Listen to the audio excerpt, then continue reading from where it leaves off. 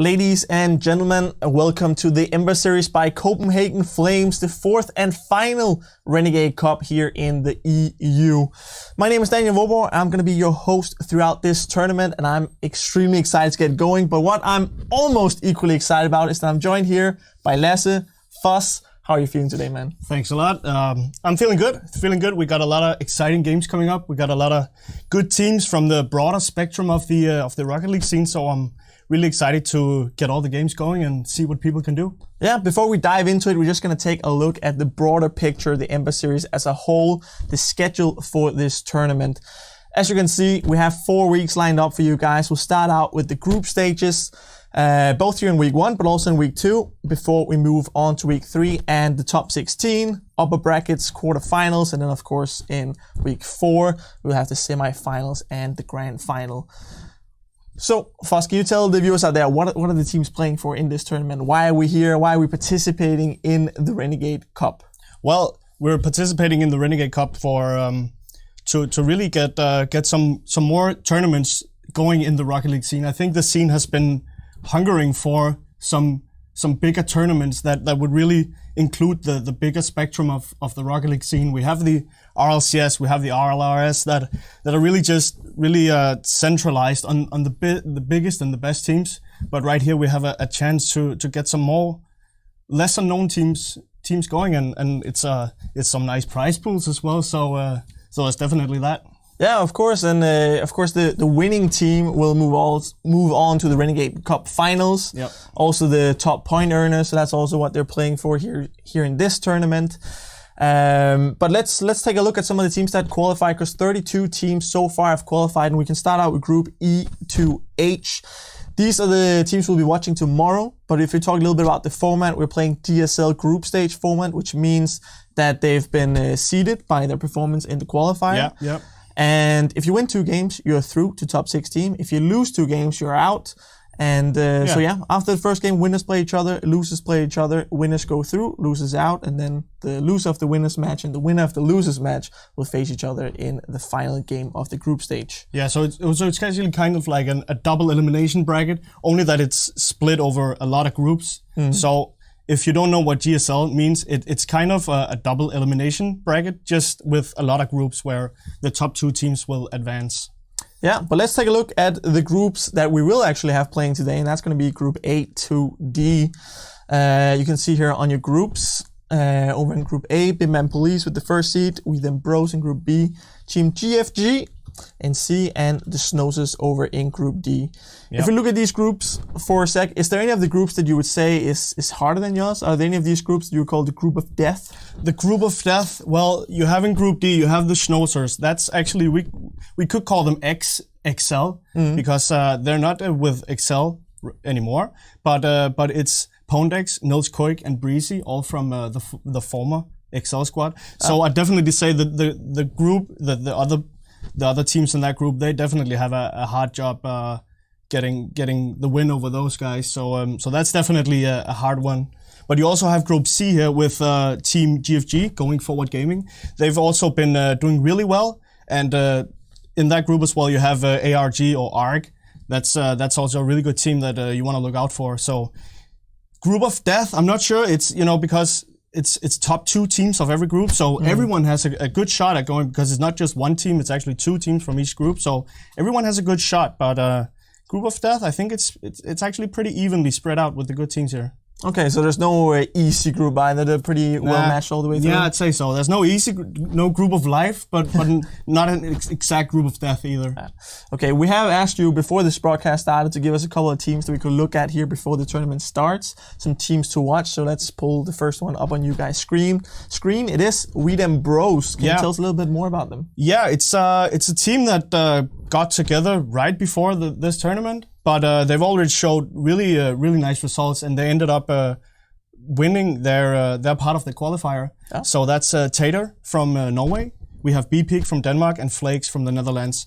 All players who have, or maybe not all, at least B-Pig and Flakes, they have made a name for themselves over the last couple of years maybe and months. But Tater is the more unknown guy. I know he's been playing in the Telenor League, the Norwegian league. But Flakes and BP definitely have made a name for themselves. Yeah. So they have been doing really well. It's going to be very interesting to follow them, especially because they won the first qualifier. Would you say it's fair to say that the first qualifier is probably harder than the second, since the top 16 teams will be removed from the first qualifier moving into the second one? You maybe could say that if you looked at all the teams, but a thing that I'm thinking about is the time and dates of the qualifiers. There were some teams that weren't available to play on one day, so they just joined up on the second date, and vice versa. So again, I think it was pretty evenly spread out. I think everyone had an equally good chance. Yeah, okay. But still, like, finishing first in a qualifier, is this one of the teams that you would then put up as one of the favorites to win the whole thing, or where do you kind of rank them in? I'd say they have a shot. I say they actually have a shot. Looking at how they've played, I wouldn't go as far as saying that they can't win it at all. Of course, you would never say that, but they have been showing some really nice results. I've also heard some of the scrim results have been really good. So who knows? I wouldn't count them out. Okay, but one team that we definitely wouldn't count out either is the next team to watch. Maybe more so one of the big favorites. We have them here on your screen, the Schnozzers, I believe is how we're going to be pronouncing it. Yeah, the Schnozzers. You already talked a little bit about them. XXL, can you tell us a bit more? XXL, well, I don't think they need any introduction for the common Rocket League guy. Everyone knows XL. They've been in the game for a long time, and they've been playing RLCS. They've been playing RLRS, sorry, and in the last season, and they didn't get quite the finish in that season that they probably would have wanted. They finished 6th, but they still had a good showing, and they are 3 very well-known players who are definitely able to take down whoever they meet if they hit the day. Yeah, I mean, they also at least have a couple of players with the RLCS experience. One of the first players that I learned to know of when I started watching Rocket League was Pondex, because I'm Danish, of course, as well. So we started to learn some of the Danish players, but definitely some big names on here. And maybe I should say maybe 6 in RLRS. Was that like disappointing to them? Yeah, I'd say so. I'd say that was a bit of a disappointing result, but the series are stacked, the leagues are stacked, especially like I said earlier in RLCS and RLRS, it's very centralized, the biggest and the best teams, that's what they're playing.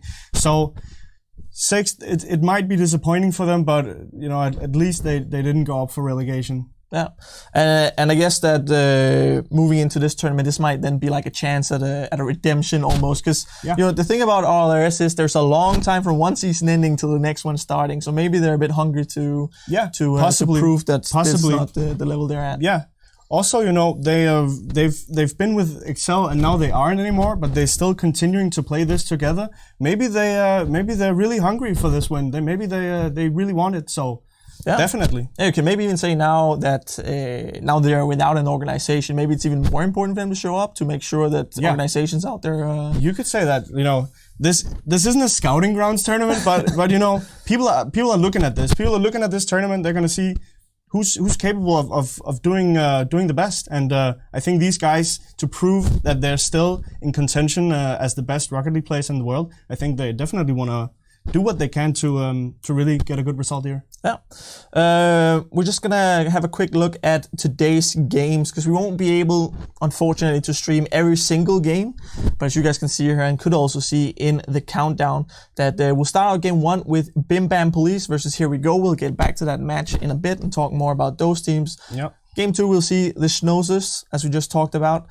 Facing off against God Alliance, I think we're going to be God Alliance B, because we also B. have another team in the tournament called just God Alliance. So this is the B squad of the God Alliance. That might also be a bit of like extra incitement for them to show up and make sure, you know, that they're the ones shining and not just the B team. A God Alliance only final, maybe? Maybe, who knows. Then we have Team GFG taking on one of my favorite team names in this tournament. It's going to be Esports. Then game 4, we have We Them Bros that we talked about versus Decent. Game 5, ARG taking on Glacier Esports. And in the final game of the day, we're going to have Team Echo Sulu facing off against Shasu. Yeah.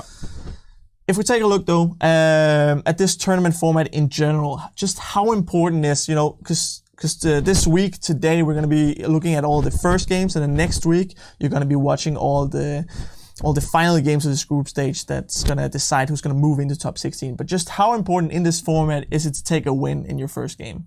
Well, it's not alpha and omega because you still have a chance, but you definitely want to get a good start. You know, as in everything, you want to get a good start, but you still have a chance. Like we said earlier, it's double elimination, so you still have a chance. But I think it's also about sending a signal to the other teams that you're hungry for this win, you're ready for it, and you're gonna win the first match. You're gonna go in with full force and not having to wake up 20 minutes later on something. They want to go in with full force. And it is, as we mentioned in the start of the broadcast, it is the final EU Renegades Cup. So this means this is the final chance for these guys to actually go out there and qualify for the big finals. Yeah. Do you think that's going to put, like, if we compare it to the first color tournaments, do you think there's going to be more nerves? Is there more pressure on the players for this one? Definitely. If people are hungry enough, if the teams are hungry enough to actually proceed in the tournament, you're going to definitely have some more nerve because there's no other chances. The rest of the qualifiers, they've already been there. This is the last one, so definitely there's going to be some nerves there, and hopefully we can see that hunger in the games that they really want to take those last qualifying spots. Yeah, there is of course also a couple of the more established teams already made it through or already have a lot of points, so they're fairly sure of making it through. So this is also giving the chance to some of the lesser teams to show off and prove themselves. Definitely. Do you? If we look at the competition as a whole, do you think there's a good chance we're going to see some upsets during this tournament? I think so. Especially if you look at the seeds, you can see that there's definitely a chance for some of the lesser known teams and some of the lesser seeded teams that they have a very good chances to take the wins. Yeah, I definitely say so. Okay, but let's hone back in on game number 1. Let's talk a little bit about the first matchup we're going to be watching today, because it's going to be the Bim Bam Police taking on Here We Go. We start out with Bim Bam, also a good team name. Can you tell us a little bit more about them? Well, there are three people, Vano, Bramdiswagger, and Lethal Kale, who they aren't really that known on the esports side of Rocket League. They've been playing.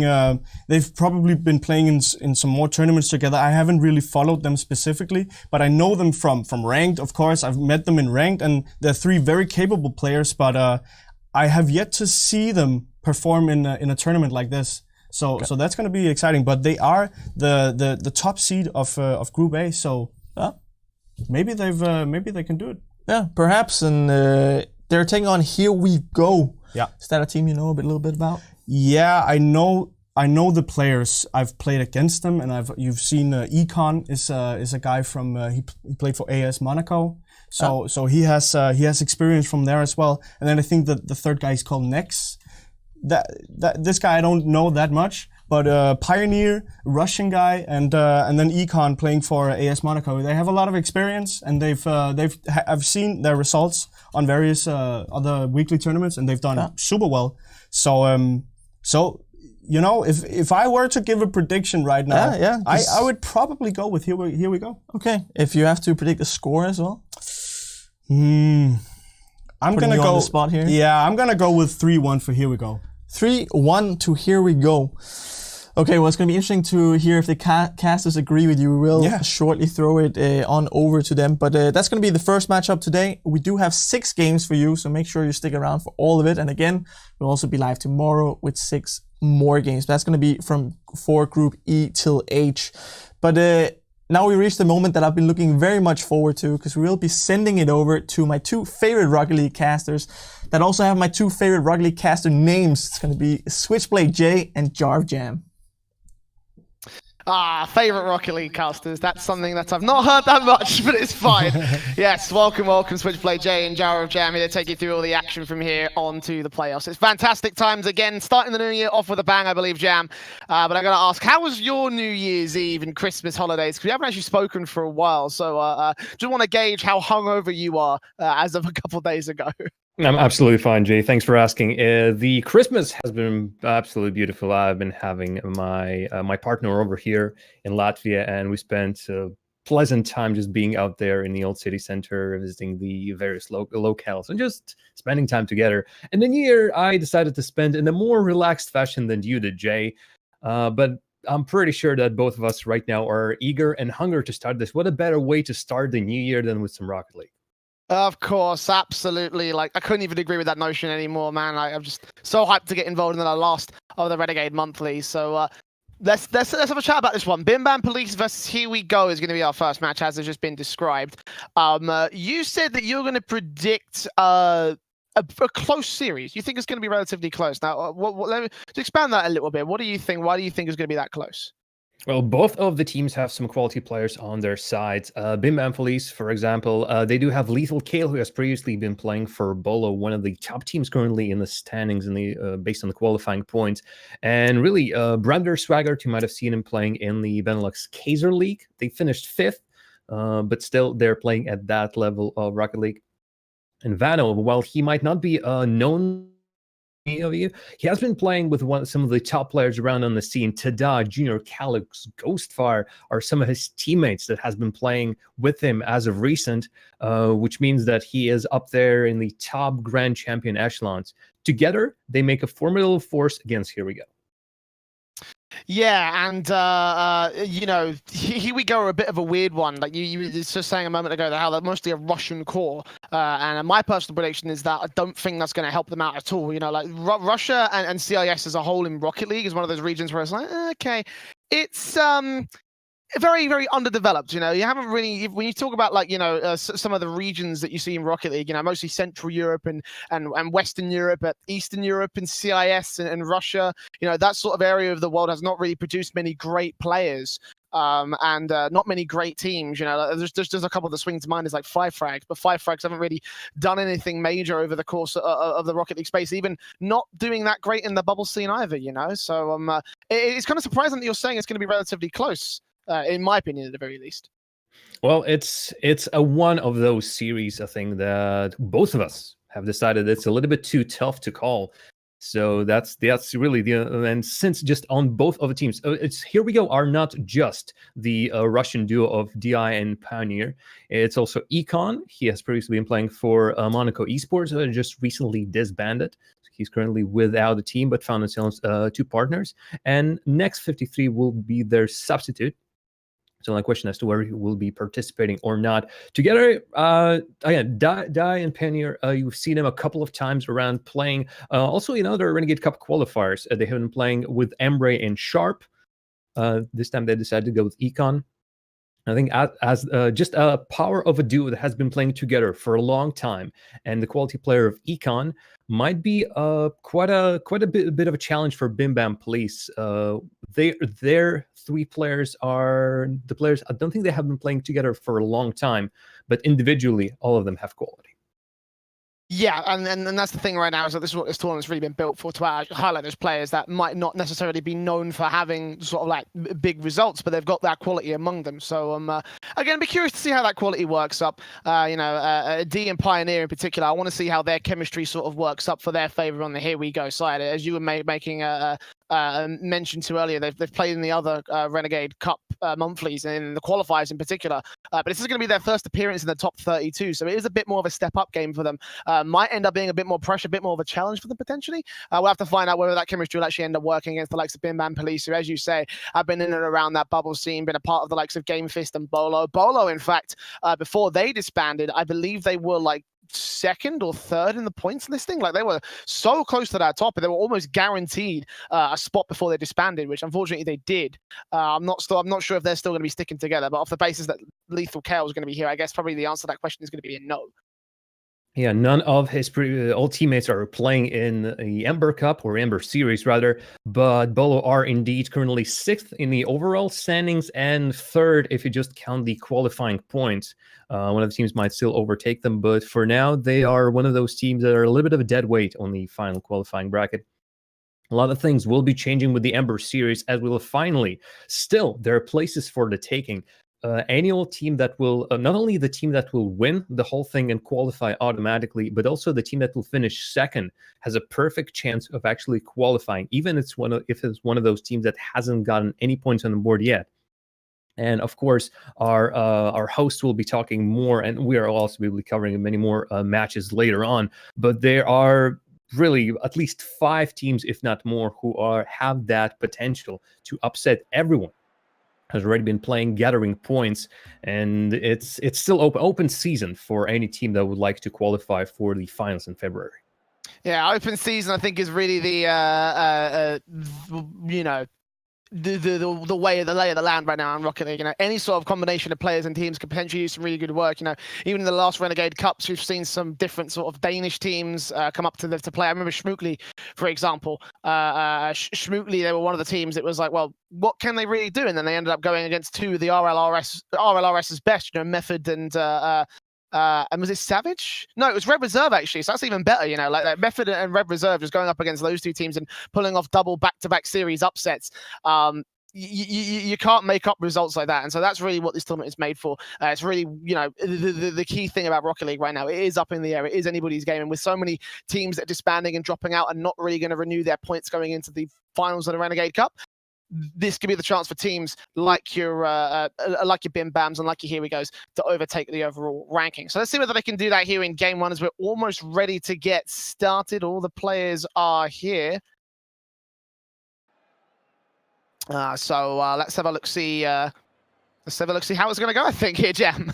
So my prediction for the series was 3-2 in favor of Bim Bam Police. Are you confident enough to give us a score, Jay? Oh, I'm going to go 3-1 Bim Bam Police, I think. I've got to go with those guys, mostly just because of how known those elements are. Again, just how the reputation of Central Europe is compared to CIS. Just, that's how I feel like this is going to end up playing out. So let's see how well it will go. They will be over on the blue side of the court.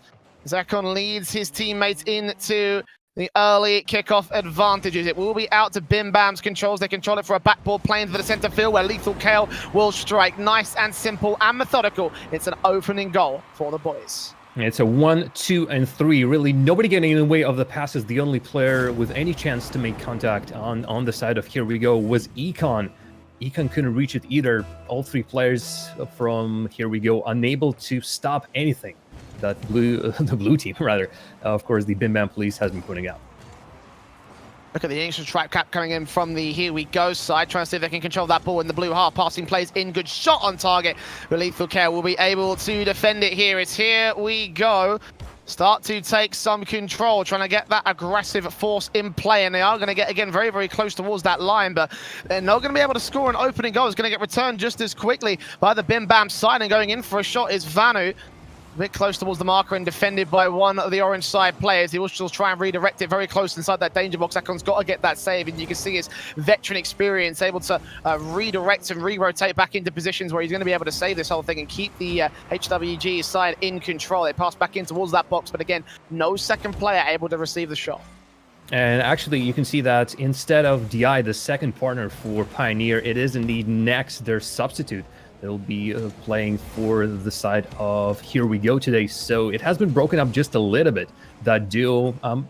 Anyway, I'm pretty sure they all have been forced to communicate in English or the language of their choice. But communication might be a big question for Here We Go. One of Brandon Target, Lethal Kill are also all from all different countries. But for them, it might be just a little bit easier. Ball in towards that corner. Demos coming in from the Bim Bam Police side.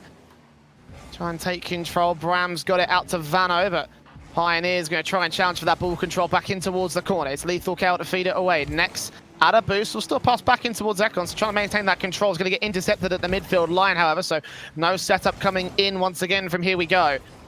Ball in, Ekon will pass out to Pioneer. Good position out towards him, passing back down in towards Nex's side, but Nex is a little bit too late to the mark, and they're going to heavily overcommit to this one. Someone's got to rotate into the defensive as Lethal Kale passes into Vanna a little bit too fast. Couldn't quite get into position for it. So ball, once again, just going to remain inside that corner, not get close towards the marker here. Bim Bam Police have been very close to scoring these goals. Here We Go, also the same.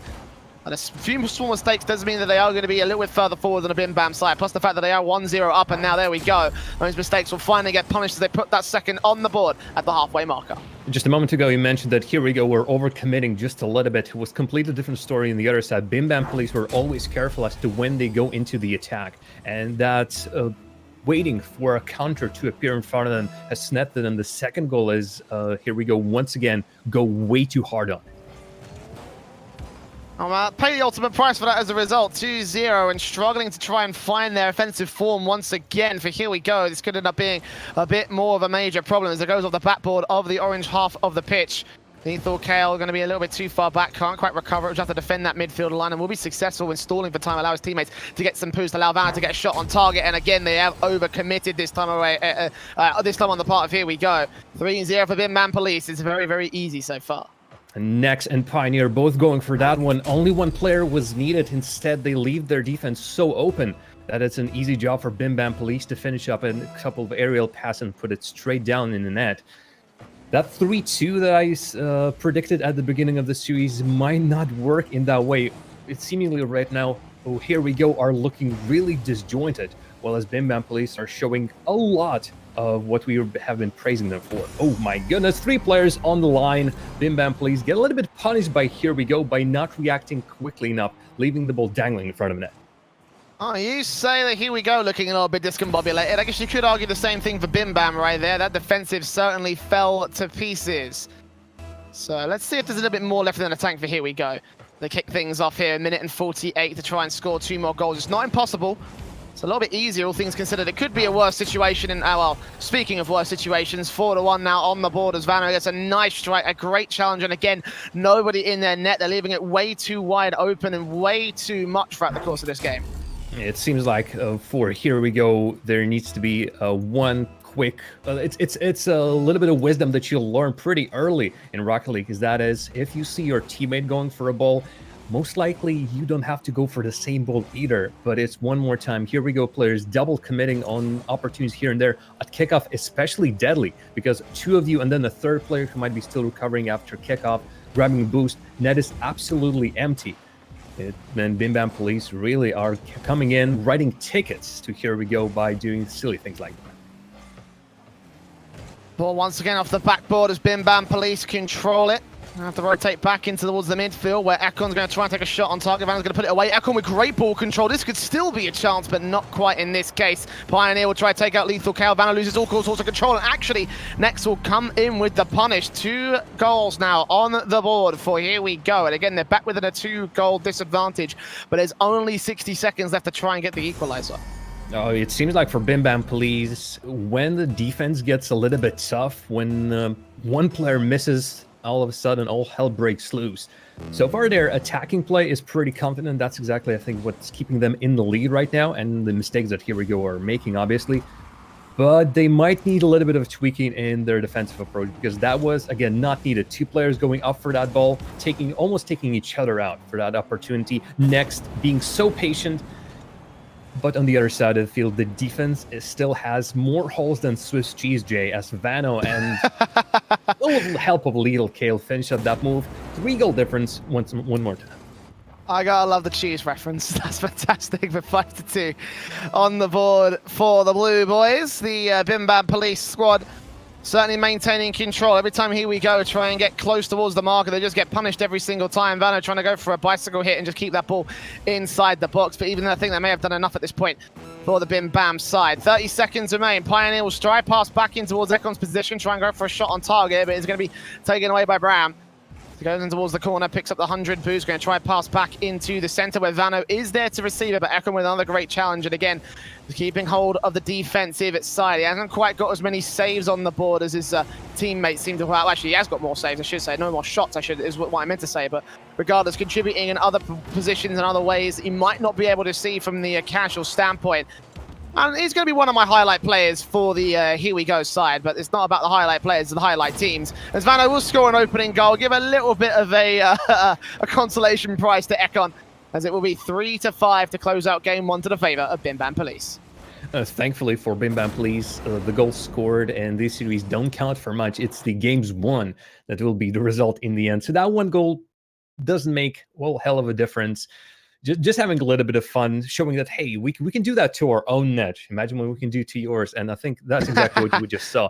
Bim Bam Police, they started to play pretty defensively. They were always catching here we go on counterattacks, and it worked. Especially the more goals were scored, the more here we go were pulled out of our own half with the need of scoring to score more and more goals. As a result, you see that those 5 goals came in quite often on the time zone. Here we go. We're all out in attack, forgetting about the defense, and all that was needed is just one deft touch, one great clear. And bam, Bim Bam Police are on the attack, scoring. If not that, then here we go. Mistakes in defense also contributed to this big score line. On the other end, though, here we go. Did manage to sneak 2 goals in. That third one, I mean, it's just for a show. But as a result, here we go, still didn't show up that much. If Bim Bam Police tightens up their defense, then I think the score lines would just continue to grow in favor of Bim Bam.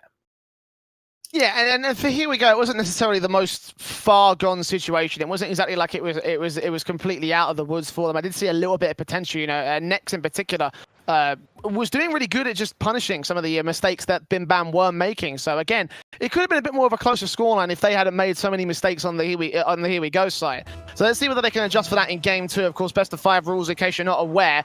So they still have to win at least another 2 games on the Bim Bam Police side. And they're going to try to start things off with a fantastic goal from Lethal Kale, the best striker in that first game. He's going to put an opening shot on the board. Returned back by Pioneer, who tries to dunk it down, but Lethal Kale, look at the man of the moment, rotating back into the defense. Just as strong in the back line as he is in the front line. But still a lot of pressure going on, and Pioneer actually will find the back of the net. The opening goal to the favor of Here We Go.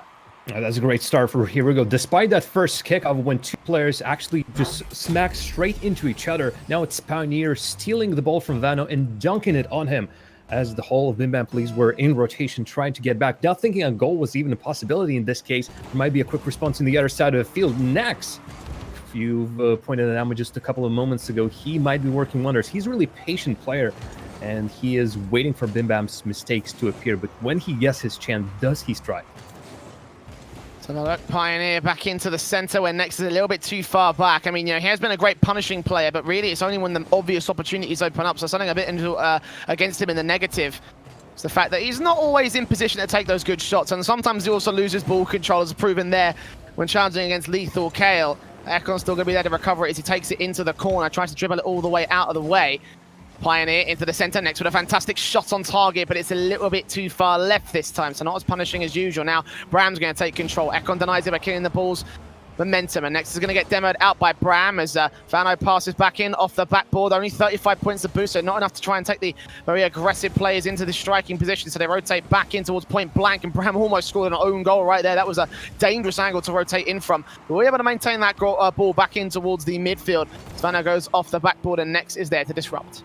And now you can see that the Bim Bam Police are not able to mount a proper attack now that Here We Go are playing from a defensive standpoint. It proves for them to be a little bit hard to set up a passing play, and Here We Go are now feeling that they can score the goals themselves. Their attack are looking so much better than the previous game. And we shouldn't discount their attack that they've shown in the game number 1 either. They've made about as many shots on target as Bim Bam Police did. As a result, they still have been on the other side of the field striking at the net. It's just that the scoreline has not been in their favor. Defensive now starting to look much better as well from Here We Go. The ball's getting dangerous, but they are clearing it. Even on the double commits, they're keeping it away from all of the players of Bim Bam. Lethal Kale puts it into the mid-center.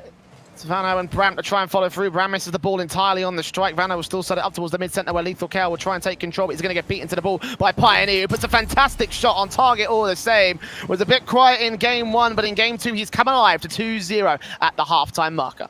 A brilliant play. He also recognizes that Lethal Kale has passively played in the corner, and Lethal Kale's positioning and approach to that ball was a little bit questionable. He pretty much tried to use a short jump and then immediately into the boost. As a result, no possibility of him reaching that ball, put straight down in the left corner as Pioneer did. 2-0 Here We Go. 2-0 for Pioneer. And the things have turned around. Game so far has been mostly happening in the midfield. But those small skirmishes in front and upwards, up front, have been paying dividends for Here We Go. Ball in off the backboard. Vano's got to be able to get that defense together. Next, still going to challenge him. Here We Go side is starting to really come together right now. Ooh, but the over-rotations is still there, and they're going to get punished by a single clear from Bram. What a play from this corner. Just watch this again. One touch. It wasn't even a very fast touch. But the over-rotation, the over-commitments is still there from Here We Go. There's still some opportunities for Bim Bam Police to punish. It seems like the Pioneer was a little bit too eager to get into the attack. Really, I don't think any opportunity was there for him to get on the end of that ball. Playing a little bit deeper would have given him the opportunity to save that. Instead, precise clear from Brander Swaggart. And it's, as you said, 1-goal game.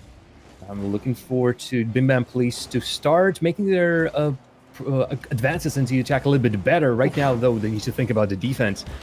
Here we go, are back on track with those shots and really have been succeeding much more than their opponents in this game. And nice recovery from Vano on the defensive. Again, it's going to feed back into a counter-attack. Pioneer is able to deny it and now take it all the way up. But Bram is there for control. Vano actually touches it, a very light touch. I thought he missed it entirely, but no. He gets it in the back of the net where 2-2 and Bim Bam Police are back in the game. Well, you think that you are in the clear. You think that the ball has gone down the middle. You have a little bit of time to rotate, but Next didn't even get a chance to go for the boost. No, the shot came in, and that redirect Vano, perfect touch. As little as it was straight on target. And a 2-2, and the game is starting to heat up. No more runaway plays from Bim Bam Police, but they're still showing their level. That touch was pristine. And I pass back into the center. It's Bram in off the backboard. Lethal KO to try and receive it. Dunks it down a little bit too high back into the center for Vanu. And actually the denial will come through from Next. So a bit discombobulated on that offensive for the Bim Bam side. It does lead to the favor of Here We Go, as now they control the ball back into the corner. Ekon with 2 great challenges around 2 defenders against it past Lethal KO. Trying to go off the backboard into the center for one more player to take the shot, but no. It's denied again by the defensive as they keep the pressure rolling here on the Here We Go side. It's Ekon. Over to the right-hand side, Vano able to push that further out of contention. Next will pass up the Pioneer. Vano will beat him to the ball and now return fire for Bim Bam as Ekon again rotating into a slow the offensive and get the defense back together for his side. Next going to challenge for the ball control. It's Next actually, sorry, Lethal Cow actually to put the ball in the center. Akon follows through. Lethal Cow going to push that one off target. Just 12 seconds to go. Actually setting this up for Pioneer. This could be very dangerous, but Bram's going to come through and hold that down towards the midfield. Try and make sure the clear is good. Now follow through with an attack of his own. This could work up extremely well, but it's pushed over to the corner where no one else from Bim Bam is. The final second will tick by. Pioneer will still try for something here against Nexus part of things. Vano going to push the ball up. Ekon will just try and kill it down, and we are in overtime for game 2. Well, for Here We Go, this has been the game that they finally woken up just a little bit. Still, I feel like the biggest problem is they are not that confident playing with each other. They're not that familiar as to how each other plays, and that's where all the double commits are coming in. That's why there is not always a great passing play up front. They're playing 3 great high-level players, but they're lacking a little bit of that communication, a little bit of that teamwork to make sure that their goals, their plays actually finish in something. Let's have a look, see. Lethal KO going to start things off here into the midfield. It's Pioneer that once again passes out to Ekon. No one in the net, but Vano will be able to rotate just in time. Pioneer tries to take control. It's Bram into the box. Next going to try and take it away. Bram with a good challenge. Going to set up for Bano to try and dunk it down. His Nexus directly inside that center field, as will Lethal KO come in for a shot, but no. Denied every single time by the Here We Go defense as Bim Bam try and keep this pressure rolling. Vano out on the corner. It's back off the back ball. We'll try and take a secondary touch in from Lethal KO's setup. He'll just remain inside that corner. Try and see if we can maintain that control of that part of the field. It's Pioneer that's challenged once again as it goes into the center. Vano once again going off the back ball. Pioneer with no boost, but he's just got a good enough touch to keep that one off target and keep it away from Bim Bam for the moment. Lethal KO sets up one more for Bram. Good shot on target. Vano's already rotating away, however. So they can't quite get control. They can't quite get the shot that they need to get that final goal in the back of the net. Yeah, you could see that Bim Bam Police themselves ran out of the boost, while Here We Go have already been playing 0 in their tanks for about 20 seconds. As Bim Bam Police couldn't use that opportunity, all their rotations come to naught, and as a result, they just decided to wisely run away from that situation, try some other day, which now allows Here We Go to set up a couple of plays of their own. And I think a great runaway goal for them might be their opportunity to get that overtime in their favor. It's going to be Bram once again close. Ekon to save it, and the ball will go back into the corner. Vano missing his touch entirely. That could have been a very nice setup if he was able to land it right, but he just missed it entirely, so nothing will come through for the Bim Bam Police side. So Ekon goes off the sidewall, dribbles it down. Vano into the corner. Up all of the setup from the Here We Go side. Goes back over towards the backboard. Next, they're going to try and control it. Demo out on Vano's side, but Lethal Kell still get a shot on target. That is going to get saved.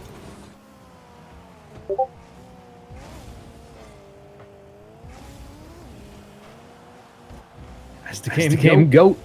Nope. Interesting. So is there votes on my end? Either I have lost the audio or... No. That was my fault. Okay, I see. Oh dear. Well, yeah, that's thrown me off. You take it away for a bit, Jam. I don't know what I'm doing anymore. All right. Seemingly, as Jay doesn't know what he is doing anymore, we see the overtime still continuing. Bim Bam Police are trying to force the goals on each other, but the game mostly in the midfield. Those shots that do reach the end of the field gets usually promptly blocked, and then the ball still returns back. It doesn't seem like the Bim Bam Police are able to bring the ball anywhere near the net of the Here We Go, and the plays are just not working out for them. That one and that great siege that they had still amounted to nothing. And then both teams are playing extremely carefully, not overextending, trying to catch their opponents on the same in the same position. But that isn't working either. We're already 3.5 minutes in, and nobody's finding it. There's a close opportunity for the Here We Go squad. Another in the next, the most patient man. Unfortunately, can't finish the play. Havana's going to return fire. Crucial mistakes coming in from both sides. And as you say, both are going to play extremely carefully as a result. Finally offensive coming in from Bram. Can he get this set up? Actually set up for Lethal Cow. Good shot on target. It goes a little bit too high, and Vanna will come forward. Pioneers in the back line, but he's too low to defend that one. Not enough boost, not enough momentum behind the jump. It's a 2-0 series for Bim Bam Police as they go at a match point. Here we go. Have been looking extremely good, however.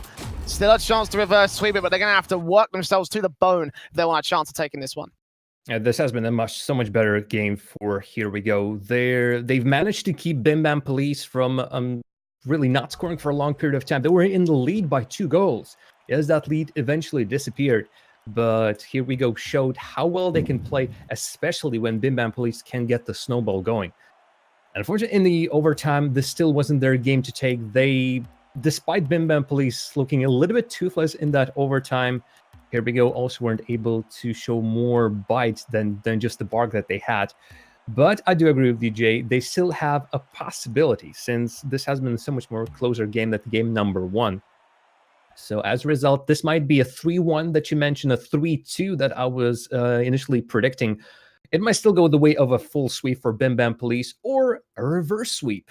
I'm already saying that those 2 words, reverse sweep, at the very beginning of a broadcast. A little bit too early to go for that one. But Bim Bam Police still have quality. Really, their technical prowess is nothing to sneeze at. That's what they can get them through in this matchup against Here We Go. I think the key thing that Here We Go need to remember, however, is the fact that they are getting quite suppressed in their own half. Like you saw the stats on screen just a moment ago.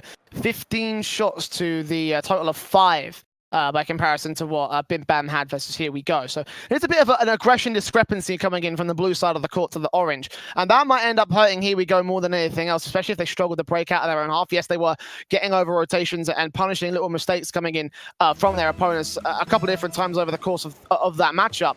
But they're going to have to do a lot more than just that to try and get this under their control. Ekon will still try and receive a very good kickoff in towards that blue box. It doesn't quite work out for them. And now Bram's going to return with a great shot on target. And there's nothing the Pioneer can do to defend that. It's the first goal in just 9 seconds to Bim Bam.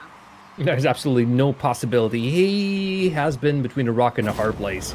No amount of pre-jumping for that shot would have been possible to save down. Bram Der Swagger just found himself in a perfect position. Tanks full of boost. Nobody around, nobody's challenging, so he has time to take that shot, put it straight where Pioneer can't reach it. And unfortunately, the old ales of Here We Go are coming up. It's specifically that they never were able to get the control of the game, always just getting small opportunities. Another double commit here. The moment you make Here We Go just a tiny bit nervous, everything falls apart for the orange team. Ball in from Pioneer, going to try to make a return fire. This one directly off the backboard. Ekon and Next to try and recover with a great shot on target, and they weren't expecting that from Bim Bam. Next coming in is the second support player. Watch this play one more time. Lethal Kale thought he pushed it out far enough with Ekon coming in for the shot. 2 players committed to it. Lethal Kale couldn't adjust for it properly, and there we go. That's a 1-to-1 straight back on the ball from Here We Go. Oh, brilliant. I don't think Bim Bam Police really expected that. The fact that the clear seemingly went just enough. But Here We Go, positioning their players correctly, waiting for that clear, and that clear fell straight in the hand of Nex. Managed to complete that play. Great response for Here We Go. The fire is still there. Nice. Make that 2 next. He is the standout player for the Here We Go so far. Individual play after catching 2 of the players, Bim Bam Police on the flank, getting in each other's way, and absolutely robbing Vanna on that goal line. Fantastic stuff again from Next. I was talking about it in game 1 and 2. How he is the main punishing element for Here We Go, and that's exactly what I was talking about right there. There's really no reason for them to speak of the devil himself. The hat-trick coming through. First goal, punish initial overcommitments on the first goal, then the awkward sort of clear towards the mid-center, and then this where 2 players bump each other next instantly like a shark, smelling blood in the water, comes up with another great shot. A 3-1 scoreline in the opening minute for Here We Go. Nexus car works on compliments and apparently has a magnet that brings his car close to the places where Bim Bam Police are making such horrible mistakes. Really just leaving the ball for your opponents, and they're doing a little bit of a hug. Not really the way to play. Lethal Kale, Vano, need you to rethink that plan just a little bit. It is a toughie. Just himself found himself in even worse position. Wow, this is a turnaround. All out of nowhere, this is a turnaround. Here We Go grab the control of the game, and really all they're doing is just going straight at Bim Bam Police, taking all the balls from them, and Bim Bam Police are nowhere to be found in the correct positions on the field. Okay, like just the whole defensive crumbling to pieces right there. What's going on with Bim Bam in this game? This is not the same team that we saw in games 1 and 2. Another shot gets put on target by Next. Ekon going to go straight in a little bit too wide to the left-hand side. You thought that would have been off, but no. It's 5-1 for Here We Go. What's happened here? The whole team line, the whole team form from the blue side of the court has just completely lost. I'm not even sure what to say about it. It's just completely lost any form. Yeah, you could see that the Bim Bam Police made a couple of small, silly mistakes, and they're fixing themselves just a little bit. This has the tones of the game number 1, Jay, where 8 goals in total have been scored. We're already at 7. We're not even through the halfway point of this game. But Bim Bam Police made a couple of silly mistakes. As a result, Here We Go were able to snowball themselves in a position they have been scoring almost every single 20 or so seconds. That completely breaks down your team. You're still trying to recover, and if you don't get yourself together for the kickoff, the team that just scored has all that adrenaline pumping through them. They have the chance to score again. And seemingly that's what really broke the Bim Bam Police down. A couple of goals scored against them in quick succession, and their defense completely disappeared.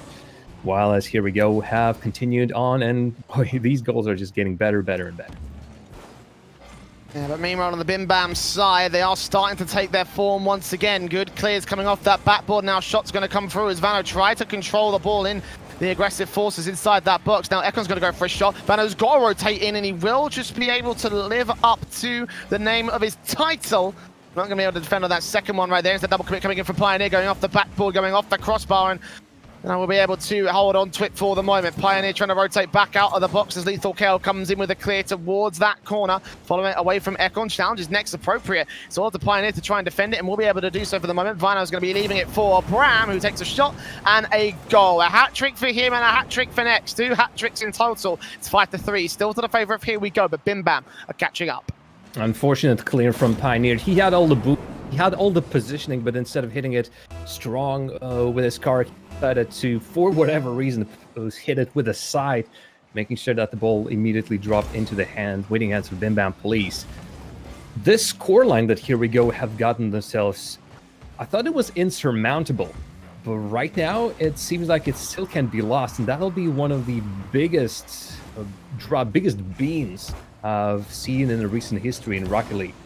Well, let's see what Bim Bam Police can show. They're currently, really, the game is on their side right now. Seemingly, they have gotten back to their old ways, and their playstyle works. Right now, you can see finally passes coming in, and Brander Swaggy can drop it his teammate. Almost. That would have worked wonders for Bim Bam Police. Right now, they will just start another attack. You can see that they cannot even give, or they don't want to give, Here We Go, any opportunity to control the ball for long periods of time.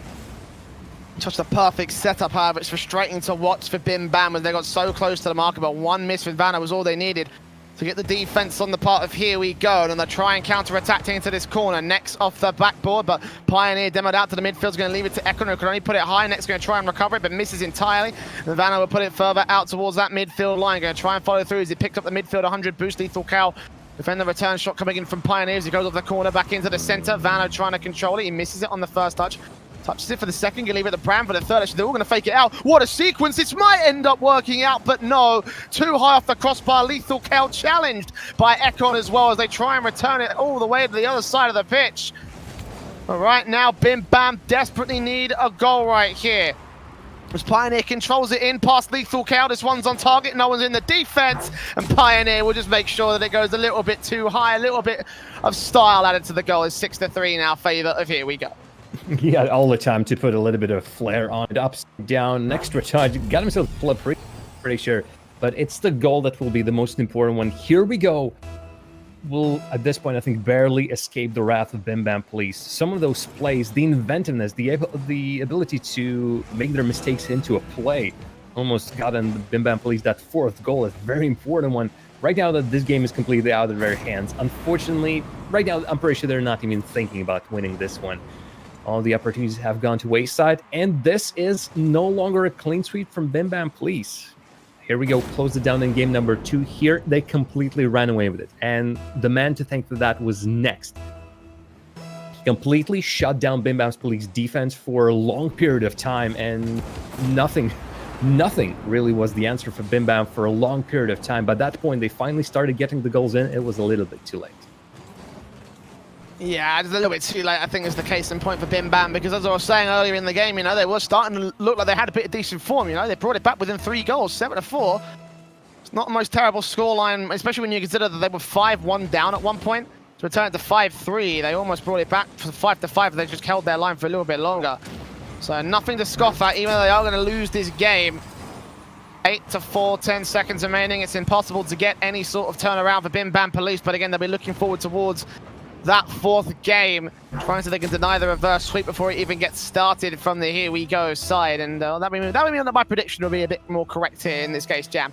But as it stands, you know, very good stuff coming in from Here We Go. Bim Bam, I imagine that they won't be repeating the same sort of weird mistake line of form that was just so heavy on those mistakes that were so easily punished from the likes of Next, as you were saying earlier. I don't think that's going to repeat in game 4, Jam. There's a part of me not imagining that that'll end up being the world that we see. Yeah, it will be quite strange if Bim Bam Police can adjust. Really, those weren't mistakes that you need weeks and weeks of practice to get rid of. No, it was just silly things like 2 players met up in the worst possible position, ball bounces just a little bit weirdly, and then both of them don't know what to do, gifting the ball to their opponents. And since a couple of them happened in quick succession, Here We Go were able to convert those mistakes by their opponents into goals. And since the goals were coming in so thick and fast, Bim Bam Police just were completely disheartened, disillusioned as to what happened. It led to even more goals, and that's how we got to this incredible scoreline. Rarely do you see 8 goals in one game. And Orange, or of course the Here We Go team, weren't exactly controlling the game completely. It wasn't like 20 shots on their side, and then Bim Bam Police couldn't get anything done.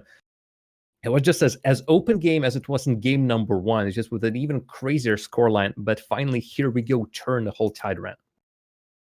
Yeah, and that's really what I was expecting to see more than anything else at the end of that last game. In game 2, I was saying there's a chance they have to fight for it. They're showing that they can punish the mistakes. And certainly that was a very mistake-heavy game coming in, as I was mentioning earlier. So let's see again. I don't imagine this will end up being the same case for Bim Bam. I imagine they should be able to sort out their line of form and potentially go a little bit further than what they're expecting to here.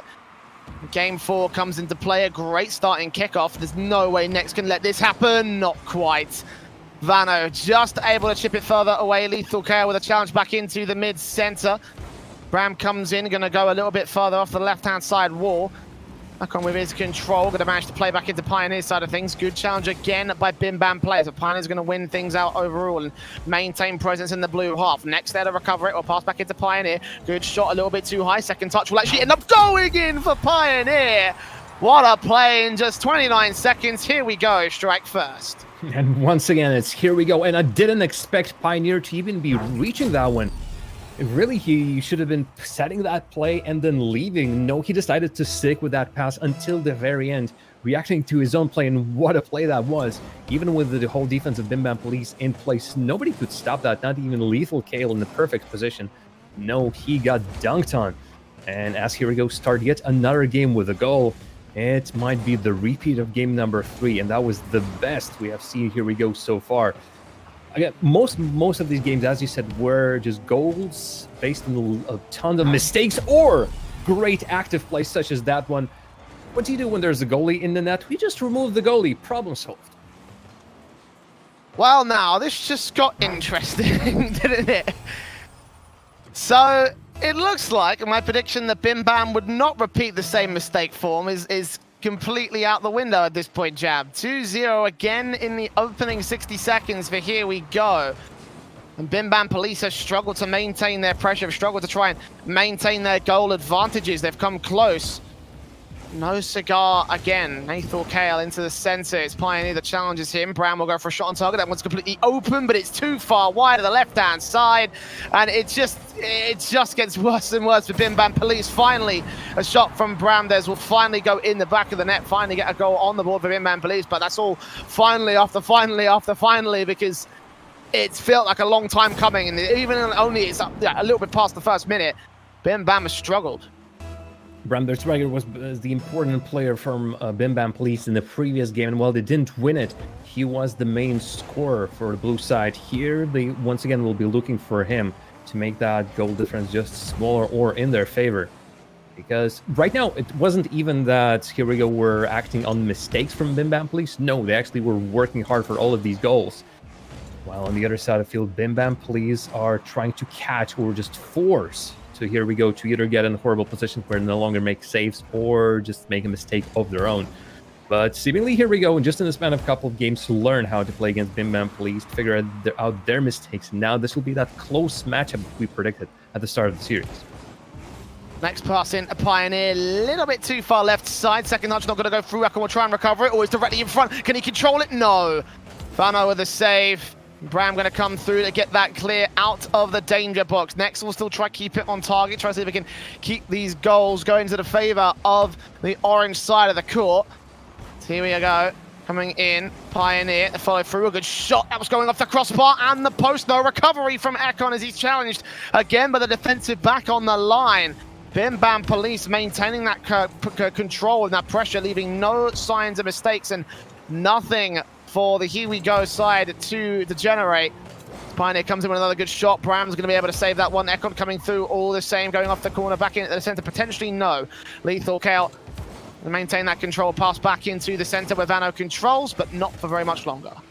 And what I'm loving from Here We Go right now is all of a sudden passing plays are coming out. They haven't really previously been utilizing those, but the fact that they are even looking for each other with those great opportunities, really a setup from the flank into the midfield, works for a great shot on target. And if Bim Bam Police will be late to one of those challenges in a couple of minutes time, then it's a sure goal for Here We Go. And they're getting out of their own half. They're not shot down by Bim Bam Police just yet, although a confusing situation just like that one might completely throw a spanner in the works of Here We Go's defense. And just a hold out for the moment here in the Here We Go defense. Dano once again out towards the corner. Demos out. Ekon actually buys a lot of breathing room for Lethal Kale, all things considered. Going off this backboard. Can he try and touch it in on Vano's part? Not quite. Bram will come through, but Ekon will be able to challenge it and keep it inside that midfield. Vano with missing his touch once again. We're rotating towards that midfield again. Try to see if we can control against Nex, who can get it off the backboard. Pioneer set up for a shot going off the crossbar. A little bit too high this time. Ekon with the recovery, but again, that's too high all the same. Everyone from Bim Bam going to just hold back for a little bit, let them make mistake after mistake, try and save the shot that goes on target, but in the end, when it comes to, a push comes to shove, no one can get the save. They brought it down, and I think it was a wise decision. Previous quick shots weren't really for them.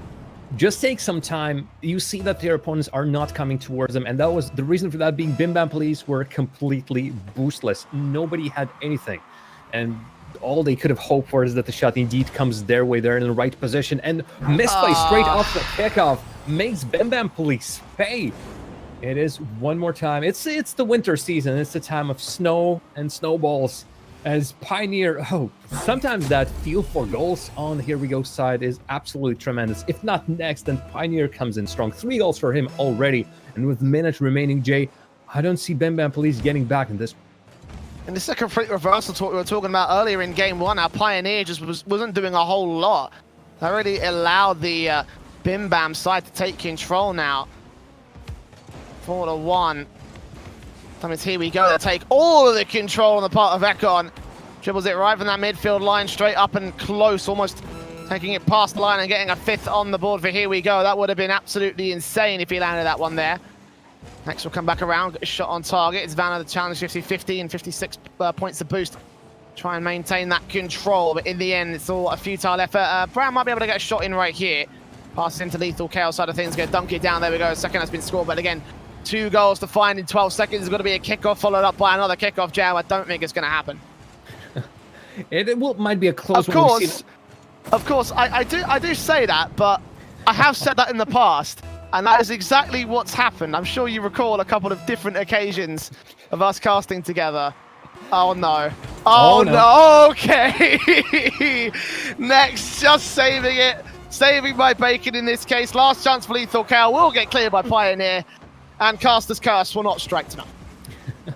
Not this time, Jay, not this time. But we've seen so many kickoffs go in this that it wouldn't be out of the ordinary if another kickoff goal would come in. The scoreline either closed down to a very comfortable 3-2 or 4-3 rather, or gone slightly out of control from Bim Bam Police. But this is the second game in a row that Here We Go has won, and what a convincing passion. Pioneer has been looking better and better as the series went on. 8 shots for him. He has been on the forefront of the Here We Go attack, and it really shows. In previous games, Nex and Econ have also contributed to scoring, but here it was all Pioneer show. For me, it feels like the Here We Go are playing with confidence. They started this extremely nervously. 3 players who look like they've never played with each other before, all knowing what to do, but really not knowing how to do it with each other. Right now, you look at their play, and it's fantastic. The passes that they're trying to do in between each other, and that confidence and creativity really fuels their play in the attack. And Bim Bam Police are getting punished by that. Game number 5, Jay. It has come to this important moment, and after what Bim Bam Police did in the first 2 games, I thought, all right, done deal, sweep. Might be a close game 3, but still. It has been too close to call from the very start of the series. Going into game number 5, well, Here We Go have all the momentum, and really seemingly it's their side that should be stealing it from under the nose of Bim Bam Police.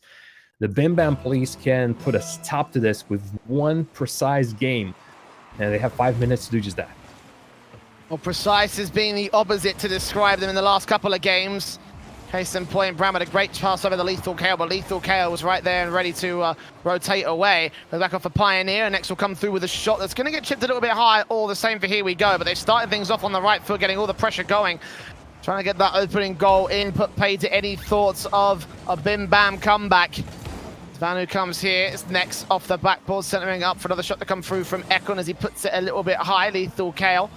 Gonna take it away all the same. As Pioneer comes up, Vano takes it over to the left-hand side of the core. And we'll take it back into the center and allow Lethal Cow to try follow through. This one's a little bit of an awkward shot, actually. Pioneer just rotating in time to keep it away, but that could have been a very, very nice open net for Bim Bam to score. Back and forth we will go, a game of ping-pong for Bim Bam, and Here We Go. Ball back in, it's over to Vano, a good shot on target, and a little bit of an awkward defensive as the rotations weren't quite there from Here We Go. It's an opening, but this time for Bim Bam Police as they try and deny the reverse sweep. In the previous 2 games, it was always Here We Go. This time, the honor goes back to Bim Bam Police. They've won their games number 1 and number 2 after scoring initially. I don't want to call it here just yet. Bim Bam Police, right now it has been an open game. Those 60 seconds were under a sign of ball just going everywhere. Oh! And right now, everywhere seemingly the most hip spot for that ball being the net of Here We Go. Straight off the kickoff one more time. That's why I said, Jay, there's just too many kickoff goals in this one. But Bim Bam Police not disheartened by what just happened. Not disheartened by those 12 goals that they've conceded in the previous 2 games. They start this one with such a huge bang that right now it will require the efforts of the whole Here We Go side, not just Pioneer with those 3 goals in the previous game. No, Econ and Next also needs to step up. They've shown how well they can play. Now they need to give that 110% if they want to win the series. Troll and pressure once again to the favour of Bim Bam Police. They're looking much better in this game. Off the crossbite will just go. Ekon and Pioneer don't know who's going to take the quick defensive. Ekon will fortunately just be able to clear and defend against Lethal Chaos' secondary incoming shot. Now Pioneer will come back over towards this corner here. Starting to see the open nets come in from here we go once again. The defensive starts to crumble all the same, looking like a very similar situation to game 1. They can't let this fall apart like this, not after they've come back in games 3 and 4, excuse me. Sakon goes back into the center. It's Lethal Chaos to try and take control, pass over the Vano, who puts it out for Bran. A great demo to come through, potentially against Nexus side, but Pioneer is still in the back line, and he is still going to be able to maintain a save. Yeah, it's seemingly that for Bim Bam Police, the plays are coming so much easier. They are putting Here We Go on under such great spotlight, and Here We Go once again are not confident with the plays that Bim Bam Police are showing against them. Their own plays have also dwindled up just a little bit, not always finding their teammates in the attack and defense. Just like in game number 1, gets left open too much for my liking. Look at that, they're thinking about the attack. The only player in between a shot on target or a play off the backboard is Pioneer. And that pressure doesn't work well for him. Yes, he has all these saves in this game, but just like in game number 1, he wasn't exactly dealing well with the pressure. Nice kickoff for Ekon. Unfortunately, for the Bim Bam side, it's a little bit too wide. Speaking of underwhelming performances, Nex has gone a little bit quiet in this last game as well. You know, he was a stand-in, so you could have given him a little bit of breathing room, but considering how good he was punishing, how well he was punishing the opposing side, and it looked like Here We Go had a really good chance with him at the forefront of things, and Pioneer coming up together as well just made it even better for their force, but now they've lost one of those key elements.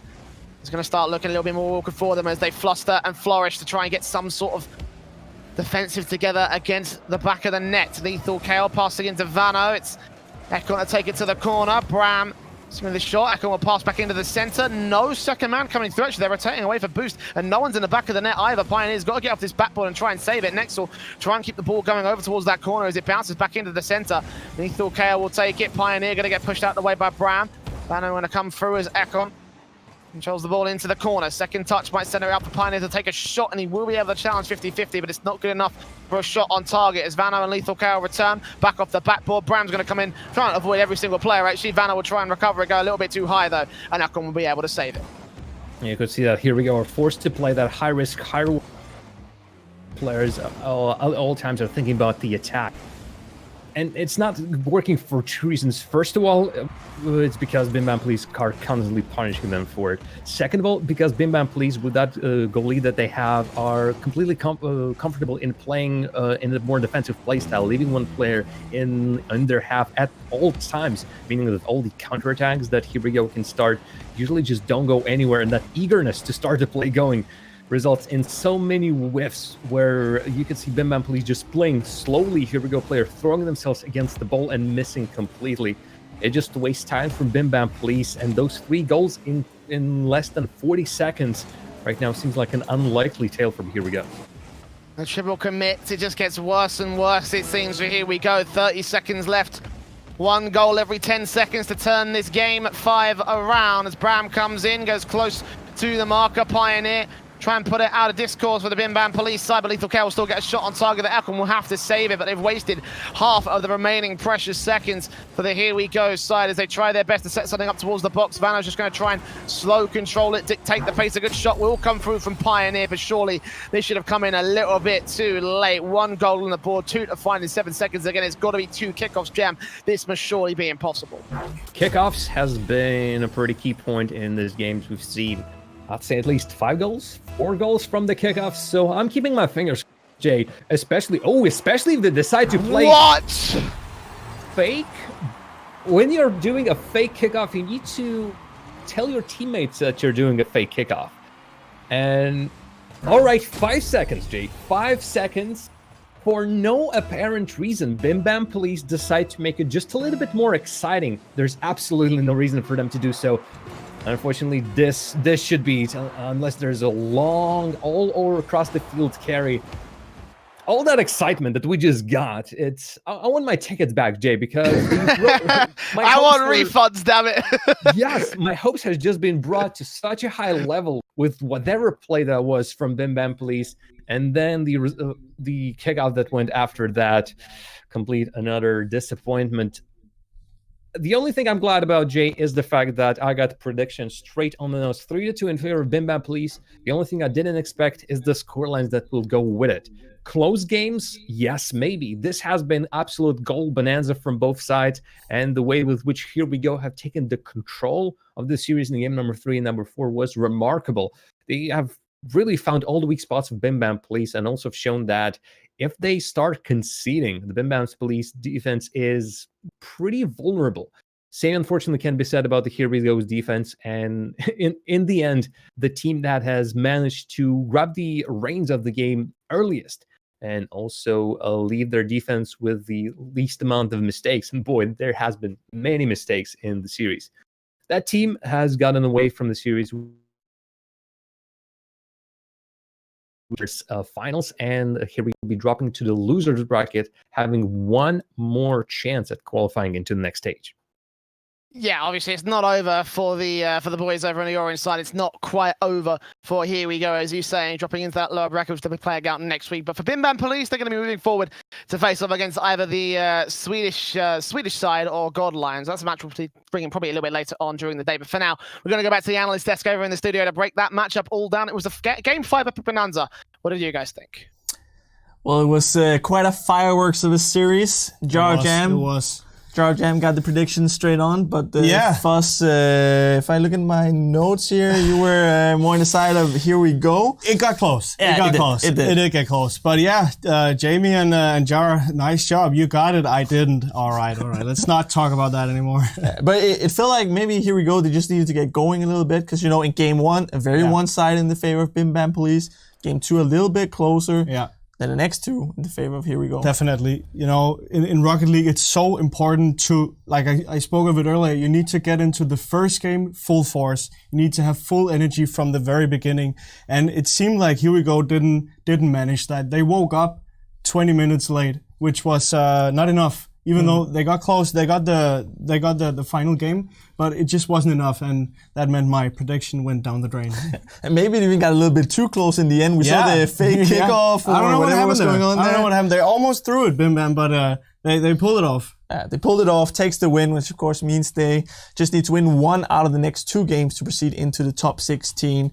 If we talk a little bit about Here We Go, a player you said you didn't know a whole lot about before this series was Nex. What did you make of his performance? Well, I think he really showed up. He had a hat trick. He generally was. You could see he had the speed going. He had efficient movement. He was really efficient on the field. And when his team woke up, I think it suited him really well because he got to do some nice plays, and he really showed up in especially game 3 where he hat-tricked.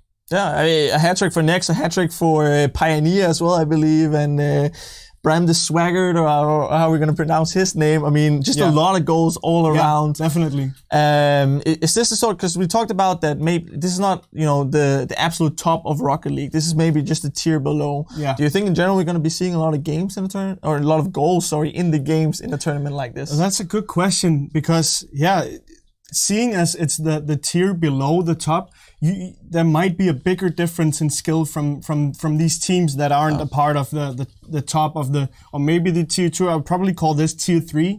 This is probably a tier 3 game, and there might be a bigger difference in skill level around this tier. So it might turn into games where we see here like they had 8 goals in one game and whatnot. So I think it's definitely more possible in these tiers that more goals each game. Yeah, we are in a second going to be looking at the rest of the games today. We did have a bit of a switch up in some of the games. Some of the players' teams have swapped around, so we have that ready for you guys at home.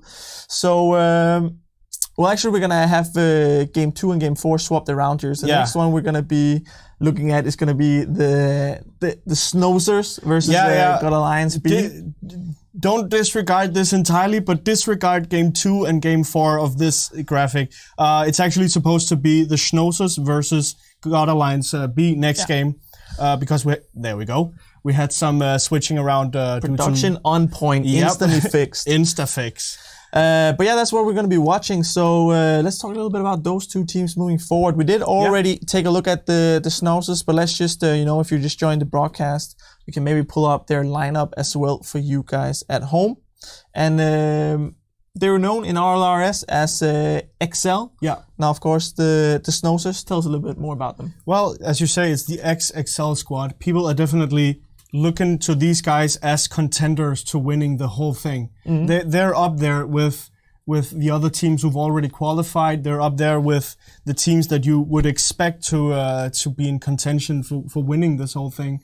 So yeah, it's the XXL roster now under the name the Schnauzers. Pondex, Nils Koik and Breezy, all guys that are well known in the scene. Breezy being the kind of the newcomer of the scene. He's played I know he's played Gfinity Elite Series with XL, and he's definitely the least known player on the team, but he's been popping off left and right, and I think if Pondex and Nils Koik are playing with him, it means that they trust him and they can definitely take the whole thing in the end. Yeah, on a relatively star-spec roster, is there any one player you can highlight? Well, I'm gonna highlight Pondex because he's my bro. I think Pondex is probably the most well-known guy here. But yeah, they haven't had the season in RS that they were looking for. They ended up 6th. So yeah, they haven't showed that the best form that they could. But I definitely highlight Pondex as a guy who could turn it all around for them. Yeah, and then they're facing off against God Alliance B. Yep. They have 2 teams in this tournament, so this is the B squad. Not sure if that means that they're the second best or if it's just something that they put in there, but that's going to be Havoc, Dave, and Quote. Yeah. Quote. Yeah, that's actually one of the teams where I don't know any of the players at all. I've maybe seen them once or twice in ranked, but I haven't seen any results from them in previous tournaments or the places where you'd see well-established teams. So these are definitely an unknown team, unknown guys, but and they are also seed 4 of this group. So. So it should on paper be an easy win for Schnauzers, but who knows? Yeah, maybe a bit of a David versus Goliath matchup, but we of course know how that turned out in the end. We'll, exactly. We'll have to see if this is going to be the same. But just a bit of general information for you guys watching, just in case you haven't seen anything about the Renegade Cup or anything like that. This is the top 32 we're playing right now. It's group stages. Right now we're playing group A through D, the first 4 groups, and tomorrow we'll have E through H. Playing to move into top 16, then we're going to be playing double elimination brackets until we have established who's going to win, of course, but also seed all the way down because there's points earned for your placement in the top 16. Exactly. We'll also here in top 32. Yeah. Playing for $5,000, but also, of course, a chance to move on into the Renegade Cup finals. So that's why we're here. That's what we're playing for. And these teams have already went through a qualifier, made it to top 32, but now they're trying to make their way all the way to top 16. Exactly. But we do have the Schnauzers versus God Alliance B. It's going to be the second match of the day. And to take you through all the actions, we still have Switchblade J and Jar of Jam. Thank you very much, gentlemen. Yes, it's the Schnauzers versus God Alliance B, a very, very represented side on one side and God Alliance B on the other here. Jam, this match is basically the combination of one of the teams that we expect to make it through to the Renegade Cup finals. Like the Schnauzers XL recently going through some organization turmoil, having some recent roster swaps, but even though they lost their points from the first 2 monthlies, they've still managed to take a spot in the top 12. So they're still doing very, very good when it comes to the point standings. A good placement right here basically guarantees them a chance at the Renegade Cup finals. Yeah, this is one of my teams to watch in this one. Even without the organization, Nils Koik, Pondex, and Breezy should be able to get back in on the action and just to get up there in the final bracket realistically. Their opponents, though, it is a really unknown team. There's obviously God Alliance A team playing in this one, but this is God Alliance B, and unfortunately, Hava, Quote, Dave, and Chaotix, this is their chance to surprise us because we really don't know much about them all of the 4 players, whoever will be the 3 that will be today on the field, I do actually see Dave, Havoc, and Quoth. So that's your answer. Chaotix won't be playing on this one. They have the opportunity to surprise us, really show why have they started this team, what is so good about Godlines, specifically what Godlines have picked them up. Unfortunately, it seems like this one might not be as close as the previous series has been. I think I missed the prediction by the desk, but 3-0 must be the realistic scoreline for this one. I don't see XL Esports dropping even one single game against their opponents. Oh, that's pretty harsh there, Jam. But I mean, Sorry. to be honest, I can't even disagree with you. That's like, the worst part about it. So let's just jump in, see how well they'll be able to do. Now, the Shooters will be in the blue side of the things, and God Alliance B will be on orange for this matchup. Yeah, you just 3-0 is like, can you really? Is there any other way you can justify another prediction like that? Again, it's the reason why I'm struggling to find a way to disagree with you, because personally, I can't do it. I can't find a way I can say, all right, yeah, there'll be a chance for God Alliance, but yeah, I mean, I love Havoc. Great listen to my podcast, but I just can't. I can't predict a 3-0 or anything other than a 3-0 for the Schnoozers side as they kick things off towards that midfield control. It's Niels Cook and Breezy. Breezy, the newest Adley star player, if you will, of this side right here. As the ball goes right in front of the orange net. Got a lines off the work to try and get that defense together as Breezy rotates back in. Actually, Ponek's going to get out faked by 1. They'll get close towards the line once again, but Niels Cook will be able to rotate, defend, and clear it alongside Breezy. Really, for Schnoozers, the biggest problem that they might face is that they might underestimate Godlines. Godlines, obviously, right now on the field, will be giving it absolute all. They're playing against a team of the caliber they rarely get a chance to play against. So, as a result, Godlines will be playing, again, just with all of their force. And the Schnoozers might be just playing a little bit relaxed, saving the shots on target that were intended to be goals instead, just getting it away from the net of Godlines. Playing with their foot seeming just a little bit. That's a chance for Godlines to actually score back on Schnoozers. They already had one great opportunity. Schnoozers hasn't taken the control of this game just yet completely. So it's still up there on the board. Unless I see a 2-0 and then a game number 3 going in the same favor of the Schnoozers, I don't want to call it that early just yet. I did say 3-0, but right now it's not looking like a 3-0. It's not like Schnoozers are running away with it. Well, I mean, you say that, but they got all the ball control right here, and they've had a lot of offensive opportunities as Niels Cook will go off the backboard and going to be missing on one defender. Breezy sets up Niels Cook, and actually Havoc comes in, so Godlines are playing around Schnoozers' main weak points. They haven't really gotten a whole lot of shots on target, haven't really had many opportunities. The ball goes in, is Dave able to save it alongside Havoc out here. You know, they're holding on, they're keeping control, you know. It might not be the easiest of times for the Schnoozers, but the main problems being just the sheer aggressive force that they will have to work with. Already 2 shots on target as we approach the halfway marker. Ponek's in. Oh, a great angle to work with. And it's that kind of player that they practice on the Schnoozers side. They know how they're going to play out those positions, and they know how they're going to be able to use it against their opponents. Ball goes on the backboard once again for Pondex as they pinch it away on the defensive side. Niels Cook rotates in, has control, go for a shot that Pondex will be able to take right at the 0 angle marker. It's a 1-0 at halftime for Schnoozers. Yeah, the things have been brewing for a while. They had been zeroing in their shots. And right there, with that pass from Niels Cook to Pondex, it's official. The playtime is over. Schnoozers no longer are toying with Godlines. They're playing in full force. And that is the level of play you can expect from the XXL team.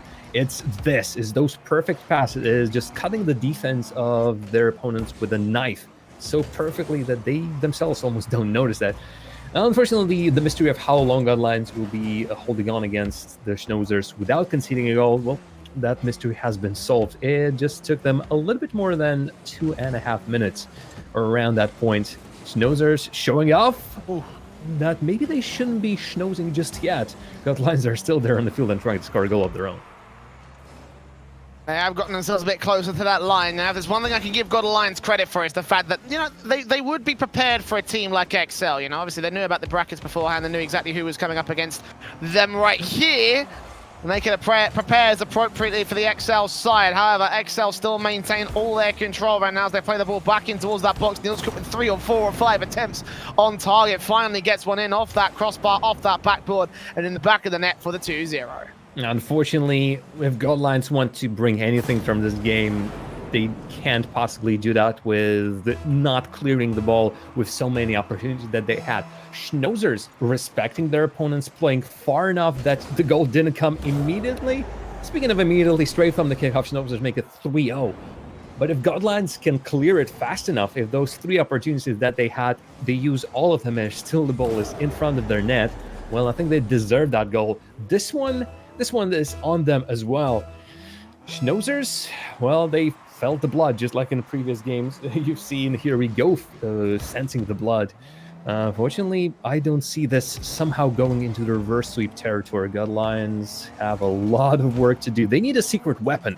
I think that secret weapon should be Marky Duda. You might have noticed the Marky isn't playing with the XL squad or Schnauzers this time. He's not even on the roster for the Schnauzers, not even like a substitute. So if you want someone to know how the XXL players are playing, just bring in Marky Duda, sub him in quickly, maybe under the name of, who was it again? Chaotix, and bam, there's an opportunity. Oh, please don't do that. Nah, Breezy has been touted to be one of the better roster moves that XL have made since they made the move of Marky back in the day. So I wouldn't suggest subbing him out anytime soon. I'm not even sure if Marky would be an upgrade at this point. Obviously, they did decide that they weren't going to play on with him after XL decided to drop this entire roster as it stands. So 40 seconds on the clock for Breezy to show his colours, to show his worth. Right now, he certainly has done by assisting on at least 1 goal, trying to go in for one of his own at point-blank range out here. Can't quite get the angle he needs, but it doesn't matter. He's enabled Pondex and Niels Cook to work well within their own means. Trying to take that ball back in towards the box. Will miss out the shot as the demo will come in from the back line of the Schnauzers' side. Pondex and Niels Cook into the centre. Fate over towards the midfield, will challenge for that control. Breezy off the backboard will take a second touch, allow Niels Cook to go back in. Dave will try and challenge for it, and Pondex will put it out to the other side. That should be enough to get this 10-second countdown to tick by with no goals being scored. Even if there was Godlines, no chance they can come back in this first game. It's all to the favour of the Schnauzers. Name of the game for Schnauzers is calculated moves on the field. All those passing plays, that's exactly how they've been playing in RLRS, and unfortunately in RLRS they have been relegated. Here though, against a team like Godlines, they're showing how that playstyle can work so well. Unfortunately for Godlines, sometimes the teams of a lesser quality can shock their opponents if they use all of their opportunities to 100%. If you get 2 chances at scoring a goal, they use them both, and that's one way of them getting past. Unfortunately for Godlines, only got 2 chances, neither of them converted into the goal, and Schnauzers just saw that game out with their precise control. They've shut down Godlines in their own half, and even if the goals weren't coming in as thick as they were coming in the Bim Bam versus the Here We Go squad, that 12-goal game was still something to behold. Schnauzers still shown that the game was theirs from start to finish, and control was theirs. As for Godlines, a lot needs to change, starting from defense all the way through the midfield and into the attack. Like, fix all those things, fix absolutely everything Godlines play, and it will work perfectly. Unfortunately, all they have is potentially 2 more games, and that's it. And against the Schnauzers, there's just absolutely not enough time. Yeah, less than likely, I'd like to say right now, against the Schnauzers side again. It took a little bit of time for them to get started. I guess respecting their opponents more. They don't really know what the elements are made of. Obviously, we've not seen these players. I have heard of Havoc. Like I say, he listens to my podcast. But I've never actually seen the man play that much at all. So it's already going to kick things off in game 2 for Pondex's favour. What a redirect. 5 seconds in, Schnauzers draw first blood. Okay, well, they have started this immediately. Pondex perfectly played, getting the ball for himself straight off the kickoff. Perfect touch, straight off the backboard, and then to himself. Well then, I guess the mystery of who will score the first goal in game number 2 has been solved even quicker than that. Godlions just not ready for the plays that Schnauzers are throwing at them, and right now, another series of misses. Even from those slow plays, those awkward angles, you can expect Schnauzers to maybe at least attempt something at a shot, where Godlions are still flopping a little bit like a fish out of water. It is unlikely. Oh, there's another miss, but calculated miss, I suppose. And pinballing own goal. Havoc, Jay is feeling for you. He has his head in his arms. He feels for you, buddy. Unfortunately, that was a great save, but the post denies you. That's tragic. That is so upsetting. That is so upsetting. Oh, man. 2-0 at 30 seconds in the matchup. Schnoozers will be able to return at least one of the pot of God Alliance. That one came out of nowhere from Havoc's side of things. A snipe back in from the orange half. It looked like no one was even in position to try and maintain that control. And it looks like we have an over-rotation that was punished more than anything else from God Alliance. So there we go. Something being scored at the very least. Trying to make amends for those problems in the defensive line and the post betraying them a little extent. But there you go. 1 goal now difference. They kick things off in the blue half of their pitch, trying to see if they can score a follow-up. And Havoc actually will get one on target that Niels Cook will be able to defend out here. Dave gets demoed. Niels Cook will try to get it up to Breezy in the back lines. They're going to get pushed out of position, but Breezy still maintains that control. Pass back in the Pondex's side. A little bit too far wide, but it's not going to be a major problem. There's still 4 minutes to go. Schnoozers have a lot of time to make up goals. The reason for that sudden giggle was the fact that Breezy, after demolishing 2 of the players of Godlines, was still on the hunt for the 3rd one. His only intent in the attack was just snaking behind one of the Godlines players, really decisively trying to take as many players out so that the opportunity would be there for Schnoozers to score it. Great strategy, a little bit unexpected one. Actually Havoc in front of the net with his opportunity to redirect that straight in. Godlines getting so many more opportunities than in the previous game. It's, I don't know, Schnoozers still playing, I think, their same play style, but all of a sudden it's not clicking as well. And as a result, their muscle memory perhaps failing them just a little bit, and they're making all the wrong decisions. That will be a 2. Oh! And I bet the tie in the game that isn't a 0-0 wasn't what we were expecting, Jay. I wasn't expecting it either. But off a great catch in midfield, Havoc, yes, he was the man behind that unfortunate own goal. He's also the man behind those 2 goals against the Schnoozers. He's a star player for Godline's B squad right now. Then we'll have to retract our 3-0 predictions here, Jam. It may end up going to at least 1 game against the Schnoozers side. That's not terrible for God Alliance. Still 3 minutes to go at 2-2 scoreline, so it is still anybody's game. Still any chance right now for Schnoozers to turn it back around. Just again needs to control. Maybe God Lions could also get a 3rd goal back in. Dave's certainly going for it. Dunk it directly down inside the box. There wasn't a second man to receive it, so the clear is going to be easy enough for the XXL side. Breezy coming in off the side wall, going to maintain that control. Pass into Niels Cook's side. Good shot that they've rehearsed this quite a lot. It's going to get returned though. Okay, Havoc going to steal the goal away from Dave at the last second. But take a look at this. This is not a sight you expected to see at all, but 3-2 for God Alliance. What's going on?